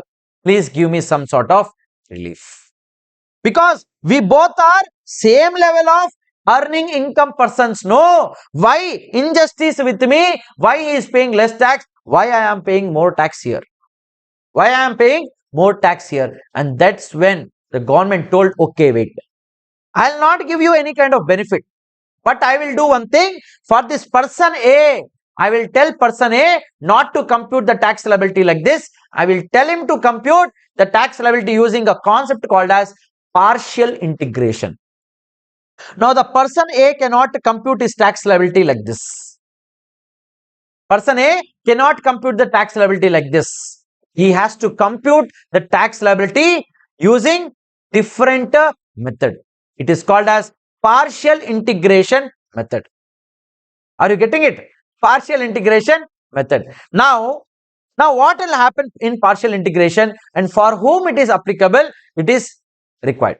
Now, see, there are three conditions in which if you satisfy all the three conditions, then only partial integration is applicable to you. There are three conditions which you need to satisfy. Condition number one, guys, yeah, assessee has to be individual, HAF, AOP, BOI or AJP. Only in that case you can apply partial integration. The second thing is your agriculture income should be more than 5,000 rupees. The third condition is your non-agriculture income should exceed more than basic exemption limit. Shall we see in this person's case? Let's say, for example, this person is normal resident person. If I say person A, he is an individual, correct? Next, is his agriculture income exceeding 5,000 rupees? Yes. Is his non-agriculture income exceeding basic exemption limit? Yes. So all conditions, if they are satisfying, in that case we will come up with partial integration concept in this person's case. Otherwise, person B will cry like anything. Yes. Now, what will happen in person A's case is, first we will follow these 5 steps and we will see that how to arrive at the tax liability. Are you getting it? So we will follow the steps to arrive at the tax liability of person A. Then only person B will be quiet. Otherwise, he'll be crying all the time. Yes. So first step is tax before cess on non-agriculture income plus net agriculture income. Guys, if I add non-agriculture income and net agriculture income, can I say I am computing tax on 11 lakhs? If in the step 1 what I am doing, non-agriculture income plus net agriculture income means I am computing tax on 11 lakhs in the first step. Next, in step 2, tax before cess on basic exemption limit plus net agriculture income. Basic exemption limit in this person's case will be what? 2,50,000. Optional tax regime, no. So 2,50,000 plus agriculture income of 5 lakhs I will compute. That will become 7,50,000. On that I am calculating the tax. Now, step 3, whatever amount I got in step 1 and step 2, if I reduce, I will get a basic tax liability. And to that I will add surcharge, and if rebate is available, that also I will take. And finally, I will add cess at the rate of 4%. I will get the tax liability of Mr. A. You know what? You need not even ratify this table also. I will tell you the logic of each and every step here. if you know basic mathematics 10th standard, if I write this is step 1 and step 2 like this, non-agriculture income plus net, or else I'll write like this only. Wait a second. Just give me a second. If I write like this, sorry, non-agriculture income. Non-agri income plus agri income. This is what in step 1 it is. This is what it is step 1. It says tax on this, correct or not? If I remove from this basic exemption limit plus agriculture income, what will happen? If I remove the bracket, then it will become like this: non-agri income plus agri income minus basic exemption limit minus agri income. Correcta? Correcta? Now, this agree and this agree will get cancelled. What is happening ultimately? Non-agriculture income minus basic exemption limit means what we are doing. Ultimately, what do we do? Generally, that only should be taxable. No. But the problem is what? Why we are adding? This is called partial integration. Integration means what? You are mixing agriculture income in the non-agriculture income and basic exemption. That is called partially integrating the agriculture income. But ultimately, it does not mean that person A is paying tax on agriculture income. No, no, no, no, no. Person A is not paying tax on agriculture income, because you can see here cancellation of agree will happen. Ultimately, he is paying tax on what? Non-agriculture income minus basic exemption limit only. But what will happen? By adding the agriculture income into the non-agriculture income, his total income will increase. If the total income will increase, the tax rate, slab rate will increase. That will end up paying, means on the non-agriculture income. Now see, when if we go without partial integration, this 6 lakhs income will be taxed at what rate? This 6 lakhs minus 2,50,000 you will remove off.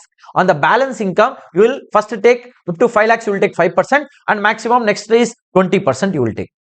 But by integrating, since your income is 11 lakhs, you are pushed to do 30% slab rate also.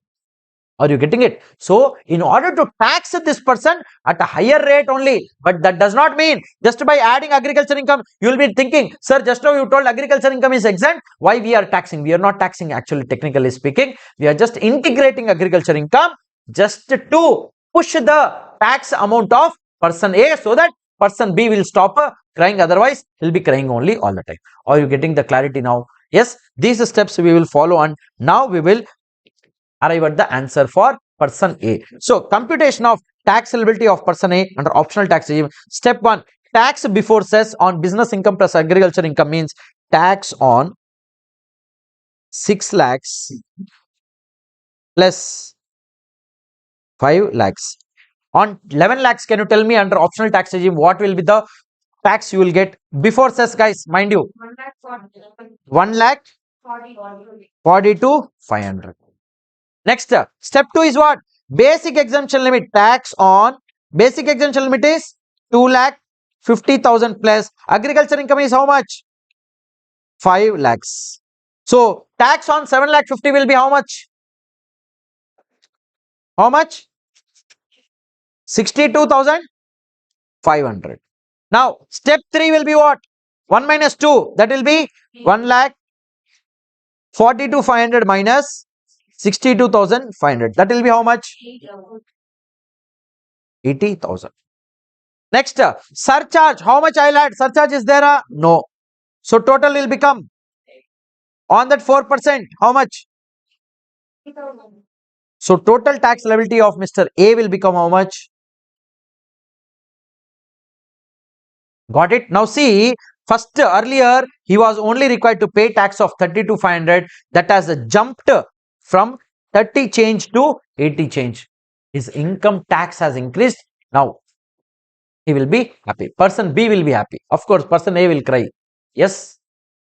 Correct. Got the logic? Yes. So, by this, I think we are done with the basic concepts. Whatever other things are there, guys, concepts, let me tell you, I have uploaded marathon part 1 already yesterday. Okay. In marathon, I have covered all the concepts. All the concepts have been covered in marathon. Yes. So, Here, since we have 12 days of time on hand, we will try our best to touch these kind of major important concepts, and to solve like this practically we will be going with lot of questions. Okay, and if you want to revise the concepts quickly, whether before the class or whenever, go and watch the marathon. It is uploaded both on CA Classroom Karthik Manikonda sir or here also. Okay, we are not done with the class, we have one more hour. Okay, we are just taking 2 minutes of relaxation. Till 1 o'clock means 1 o'clock it is. Yeah, doubts I will only take after 1 o'clock, not now. Yeah, 2 minutes break will take. Guys, we are breaking just for 2 minutes. Just chill and relax. I understand how intense this is. 5 hours non-stop. Guys, marathon video is already uploaded on my YouTube channel. You guys can go and watch that. Part 2 will be uploaded today. Part 2 will be uploaded today, guys. All 100% concepts have been covered in that. If you want concepts, you can go to marathon. If you want practical application, in that case, you will do here. Yes.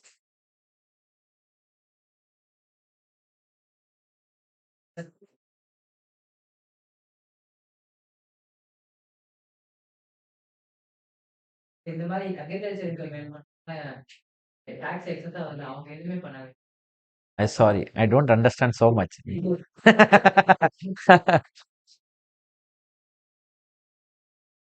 Yeah, that's better. We can discuss any number of doubt, any big doubt we can quickly take. Yeah, Yogesh is saying everyone got happy after seeing end in screen. It's not end of the class, it's end of the chapter. Yeah. Guys, doubt I will take. Whatever doubts you have, 1 o'clock sharp, I'll take, guys. Okay, now we will move on to the next chapter, guys. We will move on to the next chapter, which is income from house property. Okay. Yeah. Guys, the class will always daily will get over at 1 o'clock only. There is no doubt, there is no exception to that. Yes, because you have very limited time now. Hardly 1 month is left for your examination. Even a single hour matters a lot. Yes, in our preparation. I hope that is clear, guys. Okay. Now,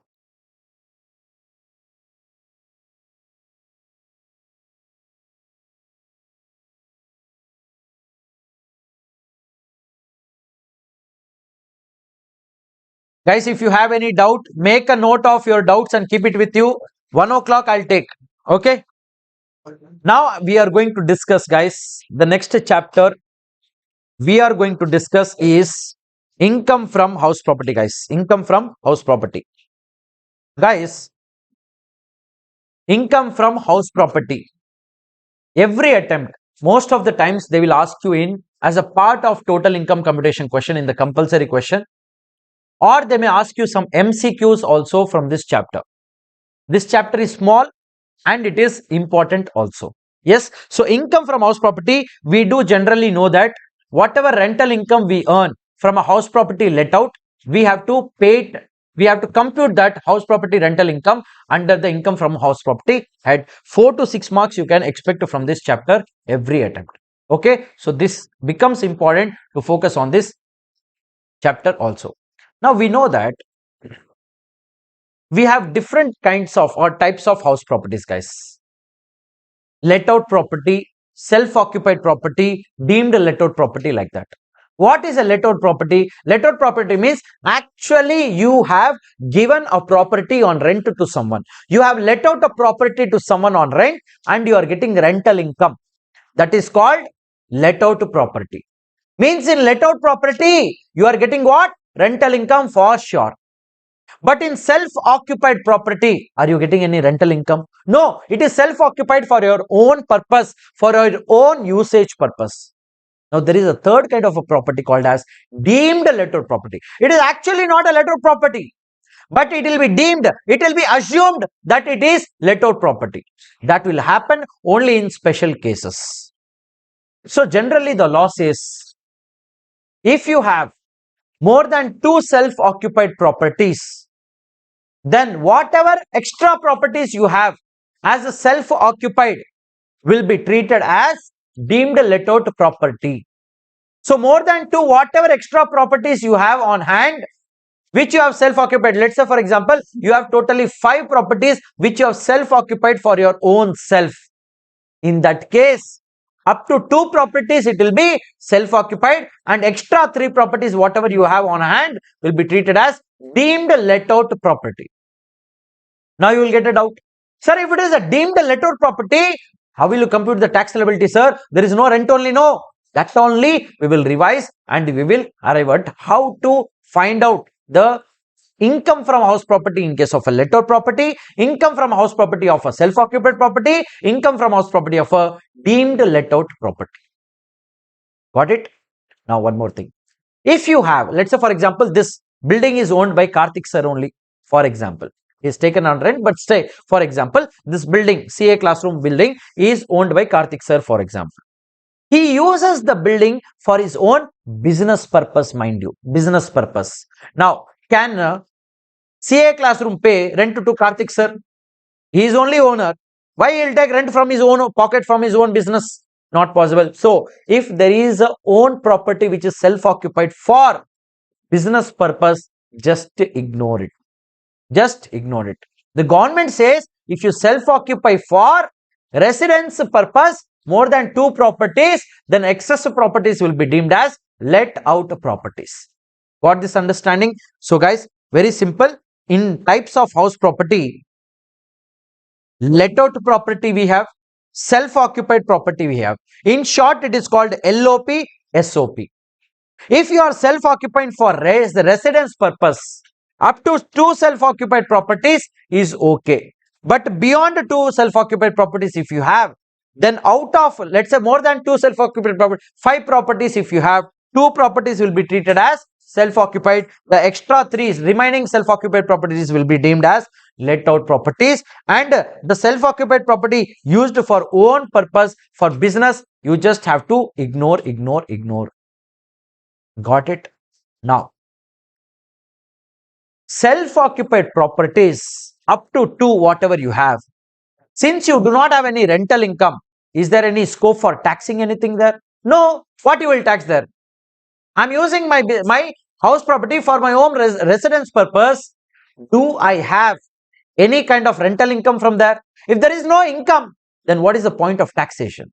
Where is the point of taxation when there is no income? Absolutely. So self-occupied properties are not taxable, are totally exempt. Are you getting it? Generally. But if you have a property which you have given on rent, let out properties are taxable.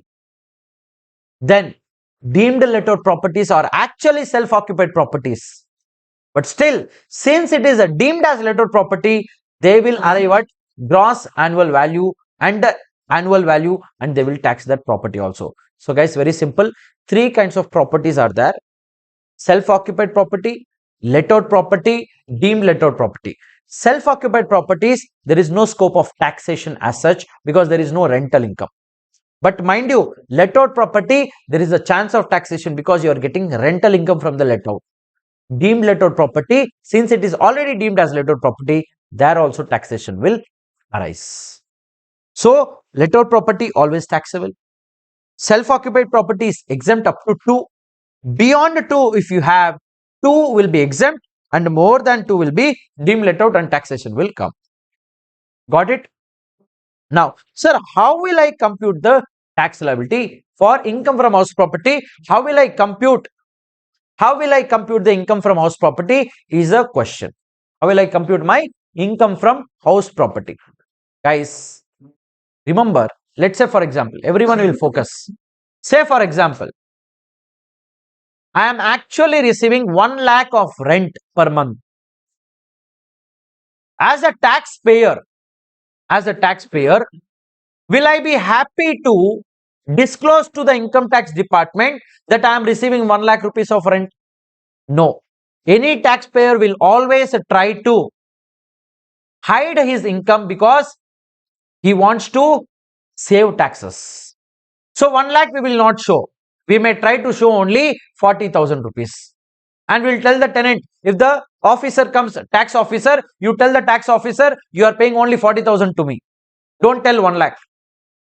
So any taxpayer would not want to disclose more income. If more income is disclosed, more tax he will be end up paying. And no one is happy paying taxes. Correct or not? If your hard earned money, 1 lakh per month, what easily you will pay 20% of as a tax to the government?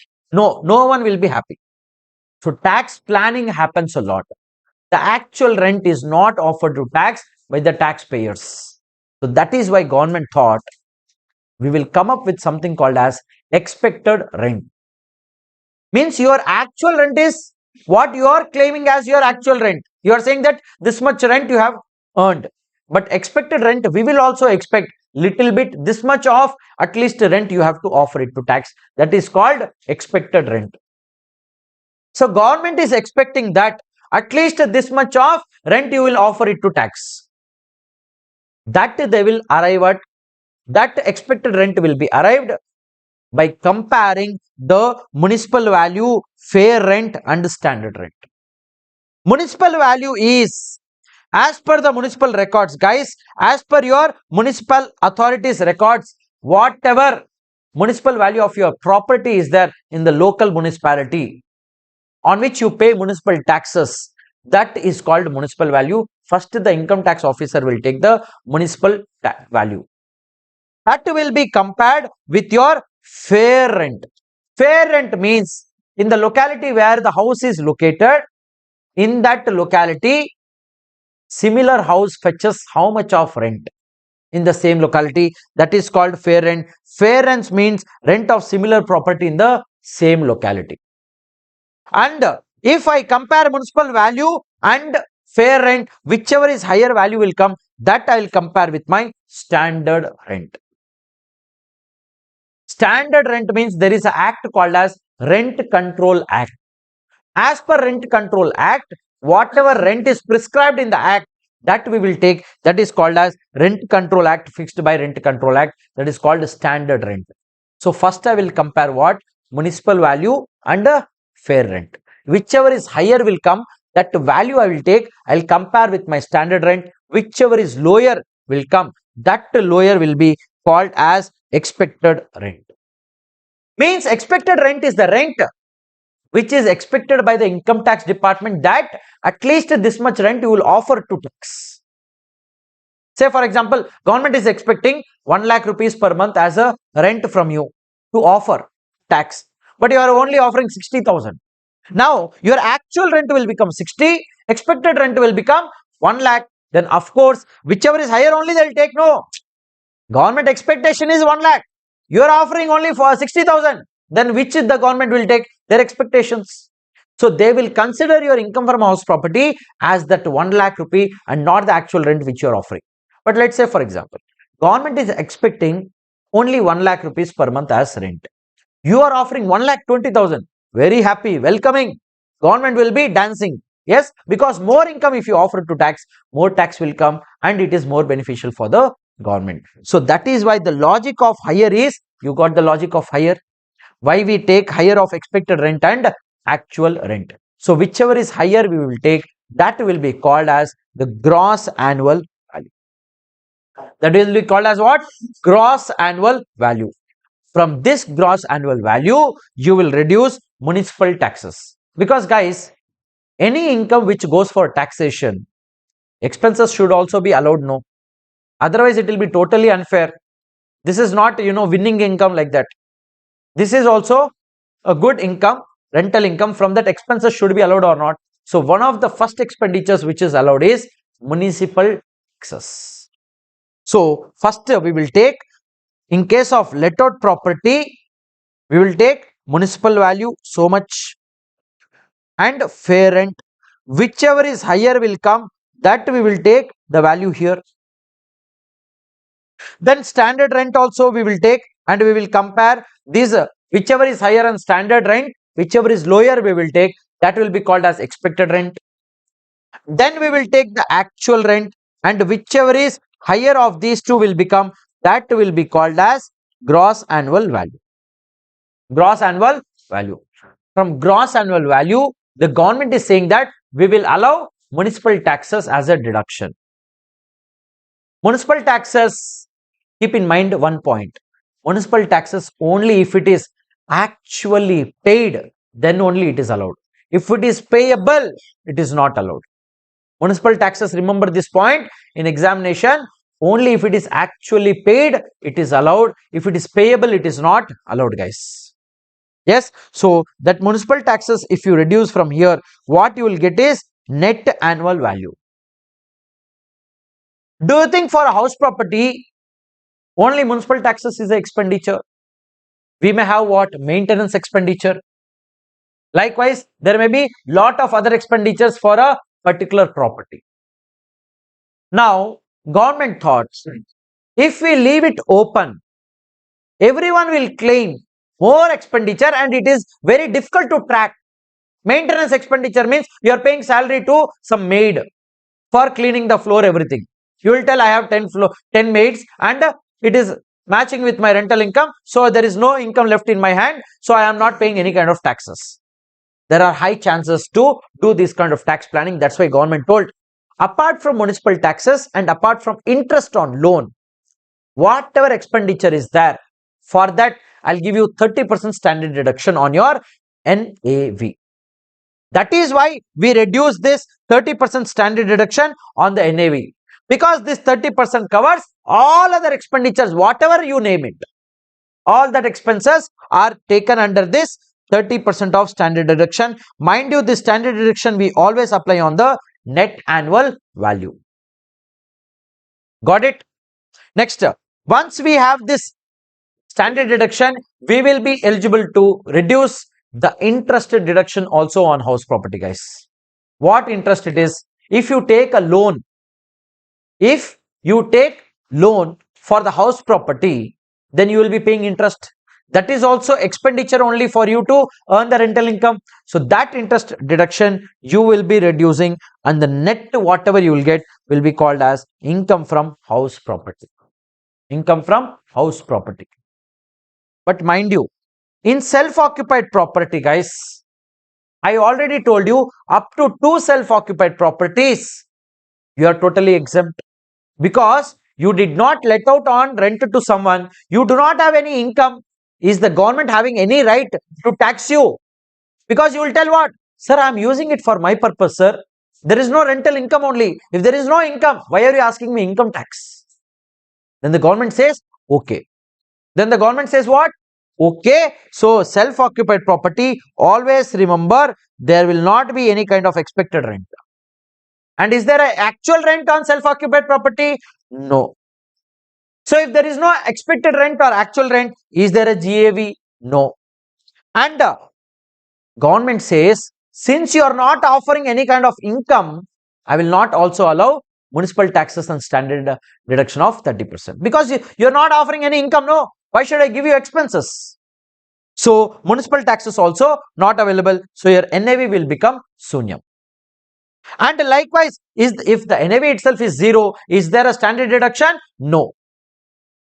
But mind you, government says, if we do not allow interest deduction, whether self-occupied property or let out property, the bank loans will not be doing good. People will not take loan from the banks. Are you getting it? So, to push the housing finance corporation in the country, government told that, okay, even though it is a self-occupied property of yours, I will allow you interest deduction. You're not offering any kind of income for taxation and income from house property for self-occupied property, but still, I will allow interest deduction alone, that too only under optional tax regime, not under default tax regime. Getting it? So for a self-occupied property, always remember,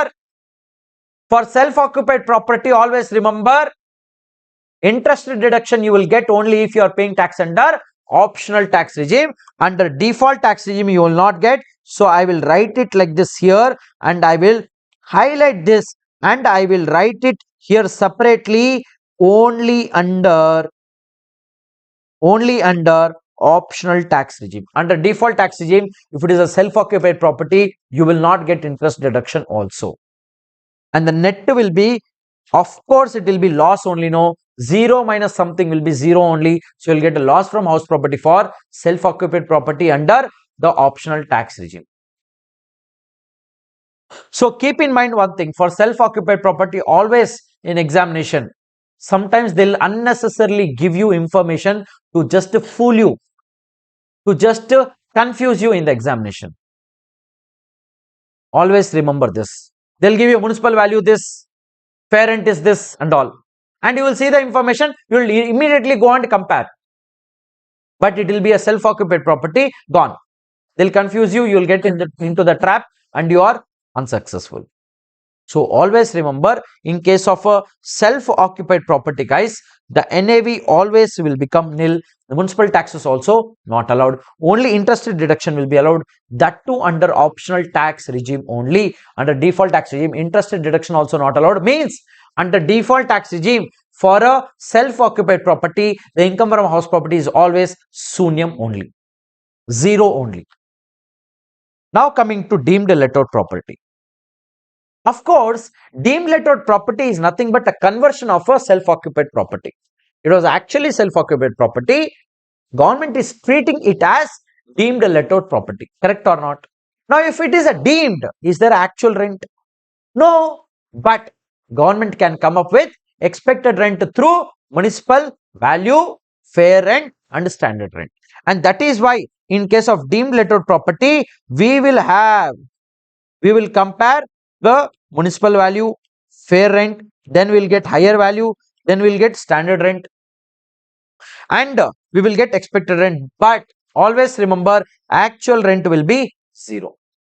Actual rent will be sunyam. And whichever is higher will become, of course, your expected rent only will become GAV in case of deemed let-out property. Now, municipal taxes will be allowed or not? Of course, it will be allowed because they're asking you to pay tax on the expected rent. No. So municipal taxes also allowed here. You will get a NAV over here.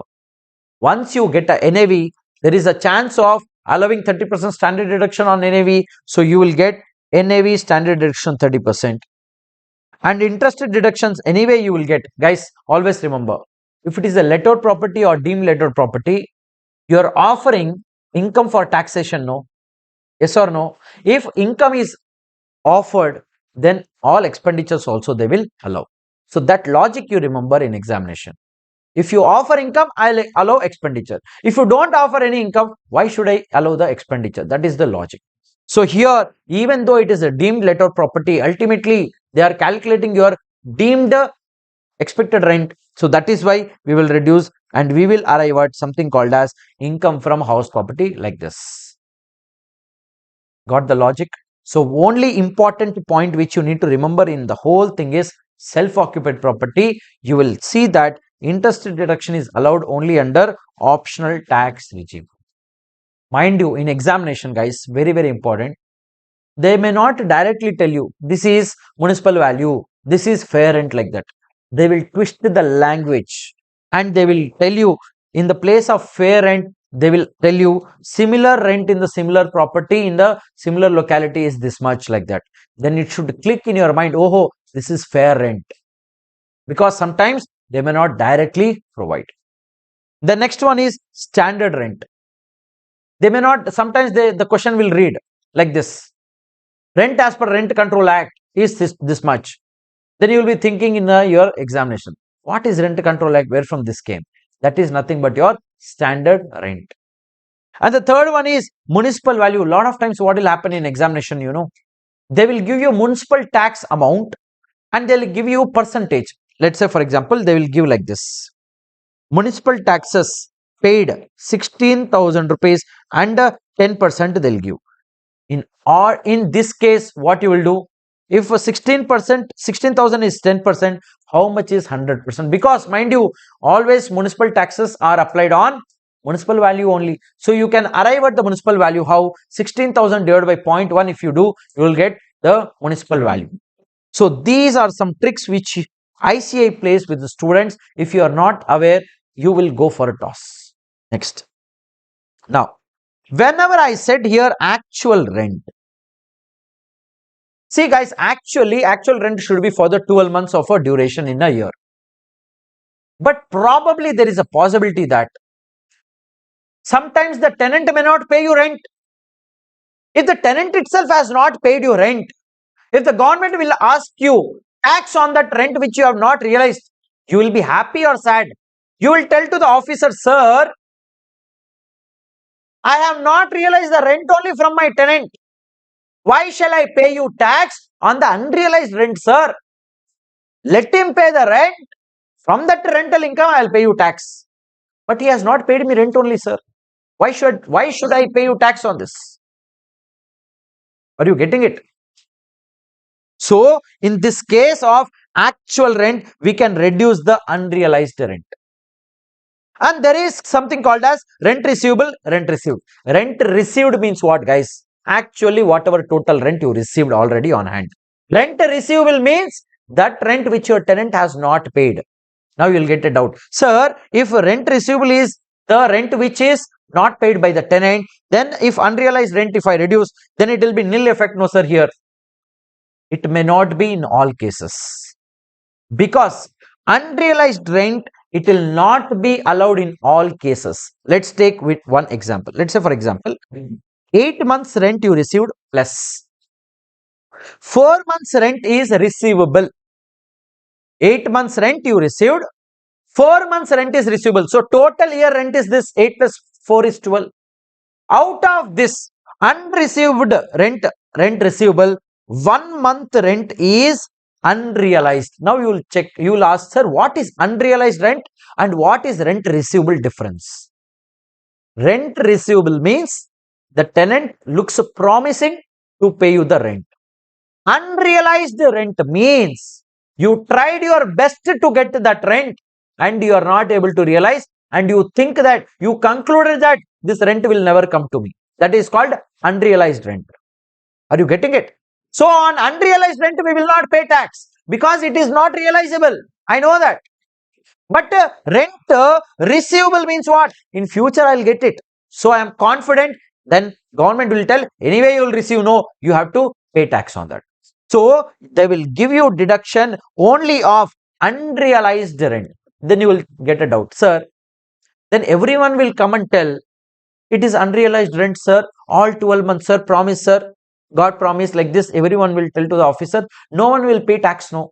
And that's why for reducing unrealized rent, you have to satisfy some conditions. Rule 4 must be satisfied. 4 conditions are there. First, the tenancy should be genuine, means bona fide or genuine, and the tenant has vacated the property. You cannot tell the officer, sir, my tenant did not pay me the rent, sir. It is unrealized. I don't want to pay tax, sir, because it is unrealized rent, sir. And when the officer looked at your property, Aram said the tenant is there in your property still. Then the officer will tell the tenant has to vacate the property. He cannot stay in your property anymore. And the third condition is he should not be in occupation of some other property. Let's say, for example, I have 2 house properties. In the first house property, I vacated him. Okay, you go and stay in my second property. Then what is the point? So that tenant should not be in occupation of any other property of yours. Guys, mind you, in the latest attempt, based on case-based scenario, this rule 4 was tested in the latest attempt. And high chances it may be retested also. They'll create a case-based scenario and they'll tell the tenant did not vacate the property, or the tenant is in another property of the landlord, like that. In that case, these conditions are very, very helpful. The fourth condition is assessee has taken all the legal steps to vacate that tenant, or any legal action has been taken. Only if you satisfy these conditions, then only the officer will be satisfied. Okay, we will treat this rent as unrealized rent and need not to offer it to tax. Got it? So first, let's discuss question bank question number 1, guys. We will only discuss this. We will not put it on the paper because this is a normal Jujupi question. Question bank question number 1. Please come to income from house property, guys. Sir, please leave us, sir. No, man. 1 o'clock means 1 o'clock. Okay. My throat is aching like anything. I have to do because your exams is very close by. Correct. So if we can quickly finish it off, it will be very good. So income from house property, guys, we are doing. Please come to income from house property, everyone. Income from house property. First question we are going to discuss, guys. We are going to discuss the first question, Thalaiva question bank. Yeah. Okay, shall I read the question now? Jayashri owns 5 houses in India, all of which are let out. All properties are let out properties, guys. Compute the GAV of each house from the information given below. From the given information, we have to find out the gross annual value. That's all. How do we find out gross annual value? First, we take what? Municipal value. Then we will take fair rent. Whichever is higher, we will get one value. That we will compare with what? Standard rent. Whichever is lower will be expected rent. That we will compare with actual rent. Whichever is higher will become my GAV. Simple, no? Yes. So first we will look at the first scenario, guys. First we will look at the first scenario. First, municipal value on fair rent, whichever is higher is what? 90,000. 90,000 on standard rent, whichever is lower is what? Guys, NA means not available. If NA means not available, how can you compare? Guys, nil is different from NA. Nil is different. NA is different. Nil means 0. In that case, some value under 0, whichever is lower, I can take 0. But some value on NA, I cannot take NA. I will have to take the value only. Got it? So we will take what is this? 90,000. And actual rent, if it is 72,000, whichever is higher will become what? GAV. That GAV is how much in the first scenario? 90,000 rupees. The second one, house 2. Municipal value 55,000. Fair rent 60,000. So whichever is higher will become what? 60,000. That 60 I will compare with what? Standard rent of 75,000. So 75,000 or 60, whichever is lower is what? 60,000. 60,000 if I compare with actual rent of 72, whichever is higher is my GAV. My GAV will become 72,000. Got it? That GAV will come. Next. Third one. 65,000 municipal value. Fair rent 65,000. Anyone I can take 65,000 only. Then I'll compare it with 58,000. Whichever is lower is 58,000. If I compare this with 60,000, whichever is higher will become 60,000 as my GAV, which has to be taxable. Correct? Next. 24,000 and 25,000. Whichever is higher is what? 25. And 25 and NA, I just now told you, will take 25 and 30,000. Whichever is higher will become 30,000 rupees. Last one, 80 and 75. Whichever is higher is 80 and 78, whichever lower is 78 and 72, whichever is higher is. Got it? This is how we compute the GAV, gross annual value. Now,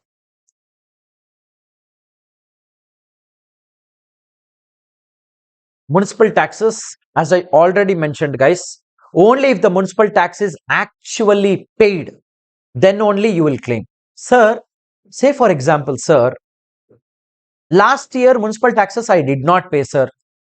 So last year when you computed your house property income, did you allow that as expenditure? No. If you did not allow that as expenditure in the last year, say for example, this year you paid last year municipal taxes and this year municipal taxes also, then both are eligible or not, sir? Both are eligible because you paid actually in this year. So municipal taxes are allowed in the year in which you will make the actual payment. So arrears also or advance municipal taxes you pay. Let's say for example, you paid municipal taxes of the advance, in advance you paid, that is also allowed. Got it? Next. So it should be paid by the owner only. If it is paid by tenant and all, it is not allowed. Sir, I paid municipal taxes outside India, sir. If you are offering outside India's rental income, then you can claim it. Sir, why will I offer outside India rental income in India, sir? If you are a resident, ordinary resident, global income is taxable. If you have a house property outside India, then you have to compute the rental income house property, rental income in income from house property in India. No, at the time, municipal taxes which you paid outside India also allowed. Because you are offering outside India in India as an income for taxes purpose. So that is allowed. And as I already mentioned, municipal taxes, if it is given as a percentage value, let's say for example, in examination sometimes they'll give you municipal value 10 lakhs. Municipal taxes, they'll give you 5%. That's all. Then you will get a doubt. Sir, this 5%, where shall I apply? The 5% you will apply on the municipal value all the time. Got it? Self-occupied property, unoccupied property, GAV is nil. Municipal taxes are not allowed. I told you the logic also for this already. Yes. Now comes the next deduction, which is interest deduction, the most important deduction. Guys, interest deduction, remember one thing. Interest deduction is what interest? Not interest on your personal loan. Interest on the loan which you took for either purchasing the property or for construction of the property. Now remember one thing. Simple logic it is. If it is a let out property or deemed let out property, you are offering rental income for taxation. No. If you are offering rental income for taxation, you should have the liberty to claim the expenditure to the full extent. So that's why there is no limit on interest deduction if the property is a let out property or a deemed let out property. There is a restriction only in case of self-occupied property, because in self-occupied property we are not offering any kind of income to tax. So the government is saying, if you're not offering any income to tax, I will also keep a restriction on the interest amount deduction. So guys, limit of interest deduction is very simple. If it is a let out property or deemed let out property, no limit, fully allowed as deduction. Sir, I paid 10 lakhs as interest, sir, go take it. Sir, I have an interest of 1 crore, sir, you go take it. And one more beautiful point about interest deduction is, even though you did not pay it actually, it is payable, still you can claim it. Municipal taxes, only if you actually paid. But interest is the only thing, though it is payable, it is allowing. So you can claim it, though it is payable. Got it? Now, when it comes to self-occupied property, how many self-occupied properties we can have maximum? Only 2. We may be having more than 2, but automatically deemed let out property will take care of that. So, in the self-occupied properties, keep in mind one thing, guys. Keep in mind one thing, guys. In self-occupied property, there may be 2 tax regimes: optional tax regime, default tax regime. Default tax regime does not allow even a single rupee of interest deduction on self-occupied properties. Only under optional tax regime you will see a deduction of interest on self-occupied properties. And that too, there are 2 kinds of cases: normal case or special case. If you are not falling under special case, automatically normal case, maximum 30,000 per annum you will get interest deduction. Now, what is this special case, sir? If you have taken loan on or after 1/4/1999 and you have taken the loan either for purchase or construction of the property, and you have completed the construction of the property within 5 years from the date you took the loan, in that case, the maximum interest deduction you can take is 2 lakhs. Let's say, for example, you took loan. You did not complete the construction of the property within 5 years. Then maximum interest deduction you can claim is only 30,000 rupees. Or you took loan before 1/4/1999, maximum deduction you will get is 30,000. After 1/4/99, 2 lakhs. And you know what? Before 1/4/1999, whether you take loan for repair or construction or renovation, does not matter, maximum 30,000 only deduction. But if you take loan after 1/4/1999 for repair or renovation case, maximum 30,000 deduction you will get. I repeat, guys, very simple. Let out property, deemed let out property, they are offering rent for taxation purpose. There is no limit. Whatever interest is that they can claim. But when it comes to self-occupied property, if the property is taken after, if the property loan is taken after 1/4/1999, and that too the loan is taken either for purchase or construction, it should not be a loan for renewal or renovation or renovation or reconstruction. That no, not for that purpose. It should be either for purchase or construction. And if the construction got completed within 5 years, 2 lakhs you will get. In all other cases, 30,000 maximum. Only this special case you remember 2 lakhs. In all other cases of self-occupied property, 30,000. And that too, this happens only under optional tax regime, not under default. Got it? So maximum deduction 2 lakhs. So I will summarize this in this beautiful summary chart. Interest deduction, optional tax regime, default tax regime. I already told you under default tax regime do not allow interest deduction for self-occupied. Only for lettered property, anyway it is allowed. So lettered property, deemed lettered property fully allowed, self-occupied property sunyam, nothing will be allowed. Now coming under the optional tax regime, if it is a lettered property, needless to mention, fully allowed or a deemed lettered property. But if it is a self-occupied property and you have taken loan before 1499, I told you any purpose you take loan before 1499, if you have taken loan for renovation, for reconstruction, for purchase, for construction, any purpose, 30,000 only maximum. So for any purpose, including both self-occupied properties, 30,000.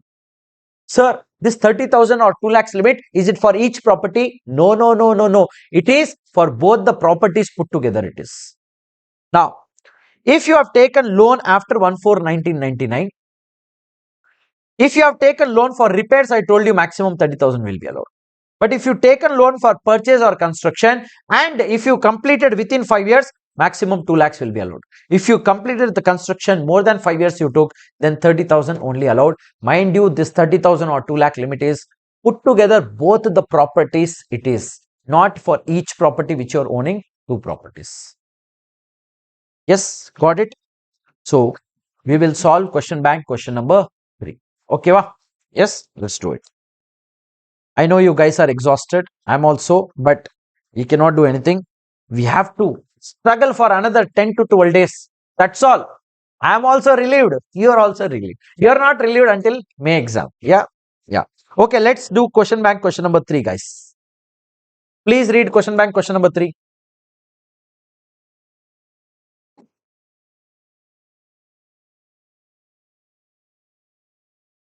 So I'm reading question bank question number 3, guys. You guys also should read. Mr. Manas. So I'll focus on each and every minute details. You should also focus on minute details which are there. Okay. Yeah. Mr. Manas owns 2 house properties, one at Bombay, wherein his family resides. Guys, his family is residing means it is a self-occupied property. And the another at Delhi. So one house property he has in Bombay. The other house property he has in Delhi. 2 house properties he has, which is unoccupied. Unoccupied means what you know? No one is occupying that. Guys, always remember one thing. Unoccupied does not mean vacancy. Vacancy is different. Unoccupancy is different. Unoccupied means you are not intending to let out that property. Vacancy means you are looking for a tenant. The property is vacant. Both different cases. Are you getting it? Unoccupied means I am not intending to let out that property and I am also not occupying it. So it is a kind of a self-occupied property only. Vacancy means what? Someone vacated the property. I do not have any intention to self-occupy that, or I do not have any intention to use that property. I am intending to find a tenant and that's why that property is vacant. Got it? Next. So this is also self-occupied, guys. For acquisition of house property at Bombay, means for this Bombay property, he has taken a loan of 30 lakhs at the rate of 10% per annum on 1/4/2024. He has not repaid any amount so far. What he has not repaid? He has not repaid any principal amount so far. In respect of house property at Delhi, he has taken a loan of 5 lakhs at the rate of 11% per annum. So he took again separate loan for a Delhi property towards repairs on 1/10/2000 on 1/10/2024 towards repairs. Guys, if you take a loan for repair purpose, maximum 30,000 only allowed, no, if it is a self-occupied property. But if you took loan for construction or purchase, then 2 lakhs is allowed. But mind you, For both self-occupied properties put together, maximum how much you can take? 2 lakhs only. So individually, it looks like 2 lakhs plus 30, 230 I will enjoy. No, no, no, no. Maximum 2 lakhs you will enjoy. If you pay tax under optional tax regime. If the question says it is default tax regime, forget. Sunyam you will get. No deduction. Okay. Yeah. Next. Compute the deduction which will be available to him under 24B for assessment year 26-27 in respect of interest payable on such loan if he exercises the option of shifting out of default tax regime. So if it is shifting out of default tax regime means optional tax regime. Now, very, very important point. You need to closely look always in interest deduction. Look at the assessment years very, very carefully. Now, assessment year given is 26-27, nothing but your previous year 25-26. Lot of times the question may say that the loan is taken during the middle of the year, they'll give you. In that case, you have to proportionately only calculate the interest, mind you. But in this question, the interest, the loan, Delhi property loan was taken on 1/4/2024. So, okay, we are safe. In 25-26, full interest we will take. Correct? Next, for the second loan is taken when? The second loan is taken on 1/10/2024. So that is also during previous year 24-25 mid, but in previous year 25-26 full interest we are eligible for. Now, if I have to calculate for the Mumbai property interest, how much it will come? 30 lakhs into 30 lakhs only, no? 30 lakhs into 10% is the rate given. That will be 3 lakhs. And for the Delhi property, guys, how much we will get? For the Delhi property, 5 lakhs into 11%. So 5 lakhs into 11% will be how much? 50, yeah? 55,000. But guys, mind you, in case of self-occupied property, if you have taken loan for, what is the purpose given here? Here, the loan is taken for what? For acquisition of house property, the Bombay property. Means here 2 lakhs maximum we will take. So I will strike off 3 lakhs and I will write 2 lakhs here. And the next property is taken for repair purpose, the loan is taken. So I will not take 55, I will take 30,000. And the total maximum will be restricted to 2 lakhs only, because this is optional tax regime and this is self-occupied properties, both put together. 2 lakhs will be restricted. Now, how will you present in examination is the point. Always first write heading, I told you already. What is the demand of the question? Guys, first you need to understand what is the demand of the question. I'll highlight the demand of the question. See, I'll highlight the demand of the question. Okay, here is the demand of the question. Compute the deduction which would be available to him under 24B for assessment year 26-27. Now, a lot of students ask me one point, sir, am I required to mention the section numbers or not?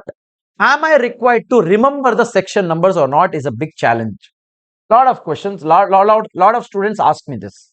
Guys, some important sections like 24B deduction, wherever you see deductions sections, it is required to be remembered, and to write in examination also it is recommended. Not necessary every section of income tax. But let's say, for example, you want to claim 80C deduction, at least you should know 80C section. You can't just write less deduction. What deduction? Which section? So 24B becomes important in that case. Yes. Next, in respect of interest payable on such loan, if you exercise the option of, this is the demand of the question. In examination, guys, for every question, you have to make promise to your own self that I will read the demand of the question at least twice. Because if you wrongly interpret the demand of the question, you will write a wrong answer. So always keep in mind one thing in examination. Read the demand of the question at least twice, guys. You have to confirm, okay, what is asked actually, what shall I write in this answer? Every question has a demand of the question. That if you catch properly, you will write only, and you have to be restricted to only that. Here no one is asking you.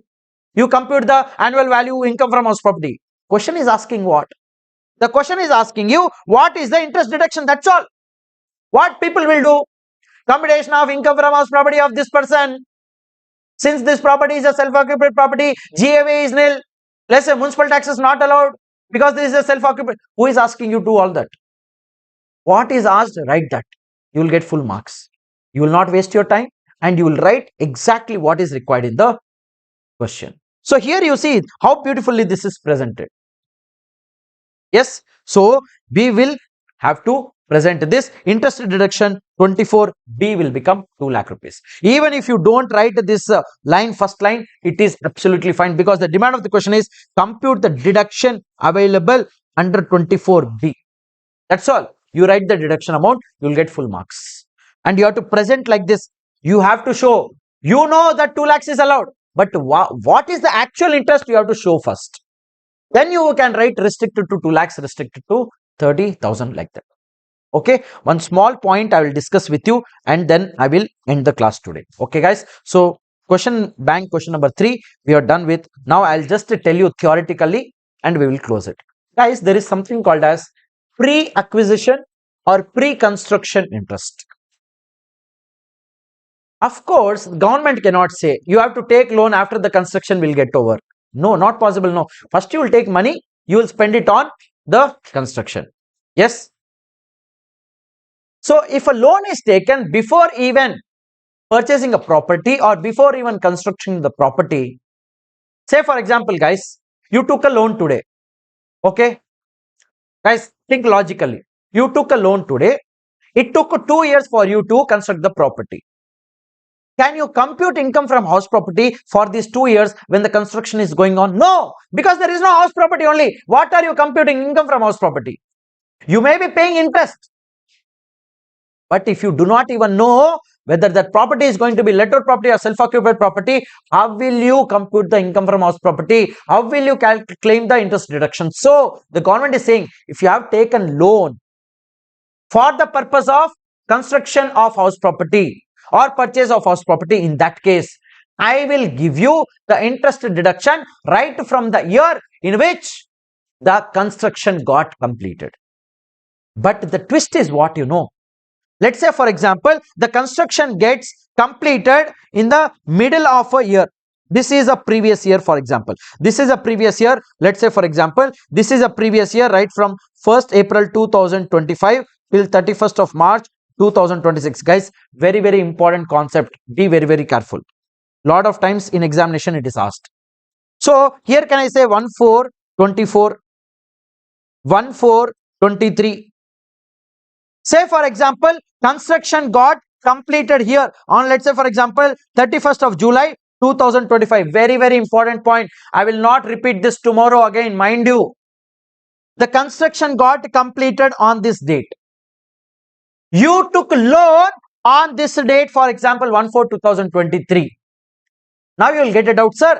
Pre-construction interest means, technically speaking, that interest which I pay in this duration. No, sir. No, it is not. It is not. Yes, of course. Technically, construction got completed here. You should technically call even this duration, as pre-construction only. But guys, the law is framed in such a way that they will not call this duration as pre-construction.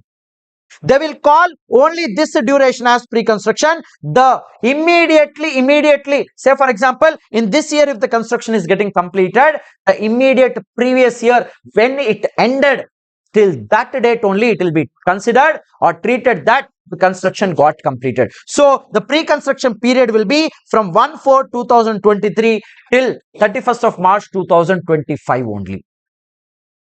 Though your construction happened, I do not deny.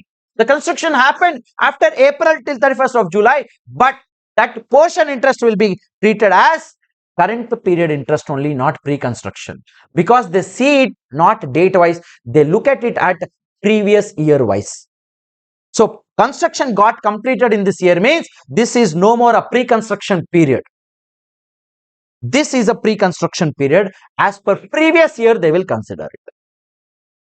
Always remember this. Yes, and now this whole interest, can I claim it in the immediate this year, sir? No. In this year, you will only take 1/5 of it. Like this, 1/5 for 5 years you will claim. So guys, you know what? Once the construction gets completed, you will get 2 kinds of interest for 5 years. What kind of interest you will get? First, interest for the current year and 1/5 of the interest of the pre-construction period. You will do it like this for 5 years. Got the logics? Now we will read it. So pre-construction or pre-acquisition period interest starts from the date of loan, ends on previous year immediately ending before the date of completion of construction. Interest for pre-construction acquisition period is allowed in 1/5 can be claimed as deduction commencing from the year of acquisition or completion of construction. Subject to the limits and conditions, you know very well. Same conditions and limits will apply. But you got the logic of this. So here we will call it a day, guys. First I will take online student doubts, then we will interact. Just 2 minutes. Guys, any kind of doubts you have, online students, please put it in the chat box, guys. We are done with day 1. And let me know in the chat box, are you all comfortable with my teaching, guys? In the chat box, please let me know. Please be here for another 5 minutes. We'll close these doubts. I'll take your doubts and you can go. Okay. Guys, yeah. First doubt, sir, in partial integration, 3 condition not satisfied, then how to calculate the tax liability, sir? Then normally you calculate. Tomorrow, please solve Jan 26 question paper, house property, sir. Adi, questions are selected. We will do accordingly. You don't worry. In surcharge, if dividend income given, then how we will calculate? So there is a question which we have done Shweta Paneer in a regular batch that you can check. Next. So you will take Shweta Paneer for your answer. You will take proportionate. Okay. First you will calculate the total tax liability. In that tax liability, you will proportionately take the tax of dividend. And that only will go for surcharge on special income, like that we will add. Tomorrow topics. Tomorrow topic same, no? Same topic. Yeah. Thank you so much. Very helpful, sir. Thank you so much. Partial integration is only for OTR, sir. Nothing like that. Purani, nothing like that. Super class, sir. Thank you so much. Yes, sir. Today's class was too good. Thank you so much, guys. Sir, marginal relief for surcharge will differ if total income contains a special income. Marginal relief for surcharge. That has nothing to do with that. Next. Thank you. बहुत ज़्यादा comfortable है हम. Okay, thank you. Ram Avatar Chaudhary. Thank you so much. That CAMAY is done. Monisha, I think you are Monisha. Yeah. Sir, tomorrow which topic we have to revise? Tomorrow, see, after this topic, I think probably we will be going to residential status. You can revise and come. Superb, sir. Thank you, Anil Kumari. Sir, tomorrow is also class. Yeah, tomorrow is also class. Every day class is there, including Sundays. Tomorrow is Eid, sir. See, I cannot do anything. Even festivals, every day class is there, guys. Tomorrow, which topics will be covered? I already mentioned that. What are the topic will cover tomorrow? That I already told. Yes. Yeah, next. Guys, tomorrow income from house property, and if we are done with that, residential status will start. Please, today's session keep it in YouTube, sir. No. That will not happen. Yeah. You are good, sir. Okay. I'm not good. I'm a human. Okay. Got a clear clarity, sir. Thank you. Thank you anyway for I am Astik. Thank you so much. I am Astik. Kesavan, what can do for attending face-to-face class? You can come to Chennai, CA classroom. Kartik Manikonda sir's institute is there. You can come and you can join here. Ekambaram sir, I remember you, sir. Thank you so much. Guys, we have a student, Ekambaram sir. He and his daughter both are preparing simultaneously for May attempt. Yes. Yeah. So that's really inspiring. So after a long gap, he actually started to prepare. Thank you so much for the classes. It will assist me as I am self-preparing the course. Okay. Pooji, sir, if construction period completed on February 25 means the period of construction falls on 24-25, is it correct, sir? Pre-introduction period, pre-construction period falls in 24. No. It will fall in 23-24 then. 23-24. Yeah, 23-24. Ankita, sir, last portion of surcharge I have not understood. Then you have to buy recordings, Ankita. I cannot revise it because everyone will ask me to revise some other concept. Then we'll be revising only all the time. Please, Ankita, sorry for that. You have to go and buy the recordings then. Thank you so much, sir. Give me so much clarity. Thank you so much. Today's class was great, sir. Now I have hope to clear my May attempt. We will clear for sure. Loved it. Thank you so much, Roman. how much time this video will be available? Immediately it will go out of YouTube. Romba nandri sir, thank you so much. Next one, marathon is okay for revising sir? Yes, you can.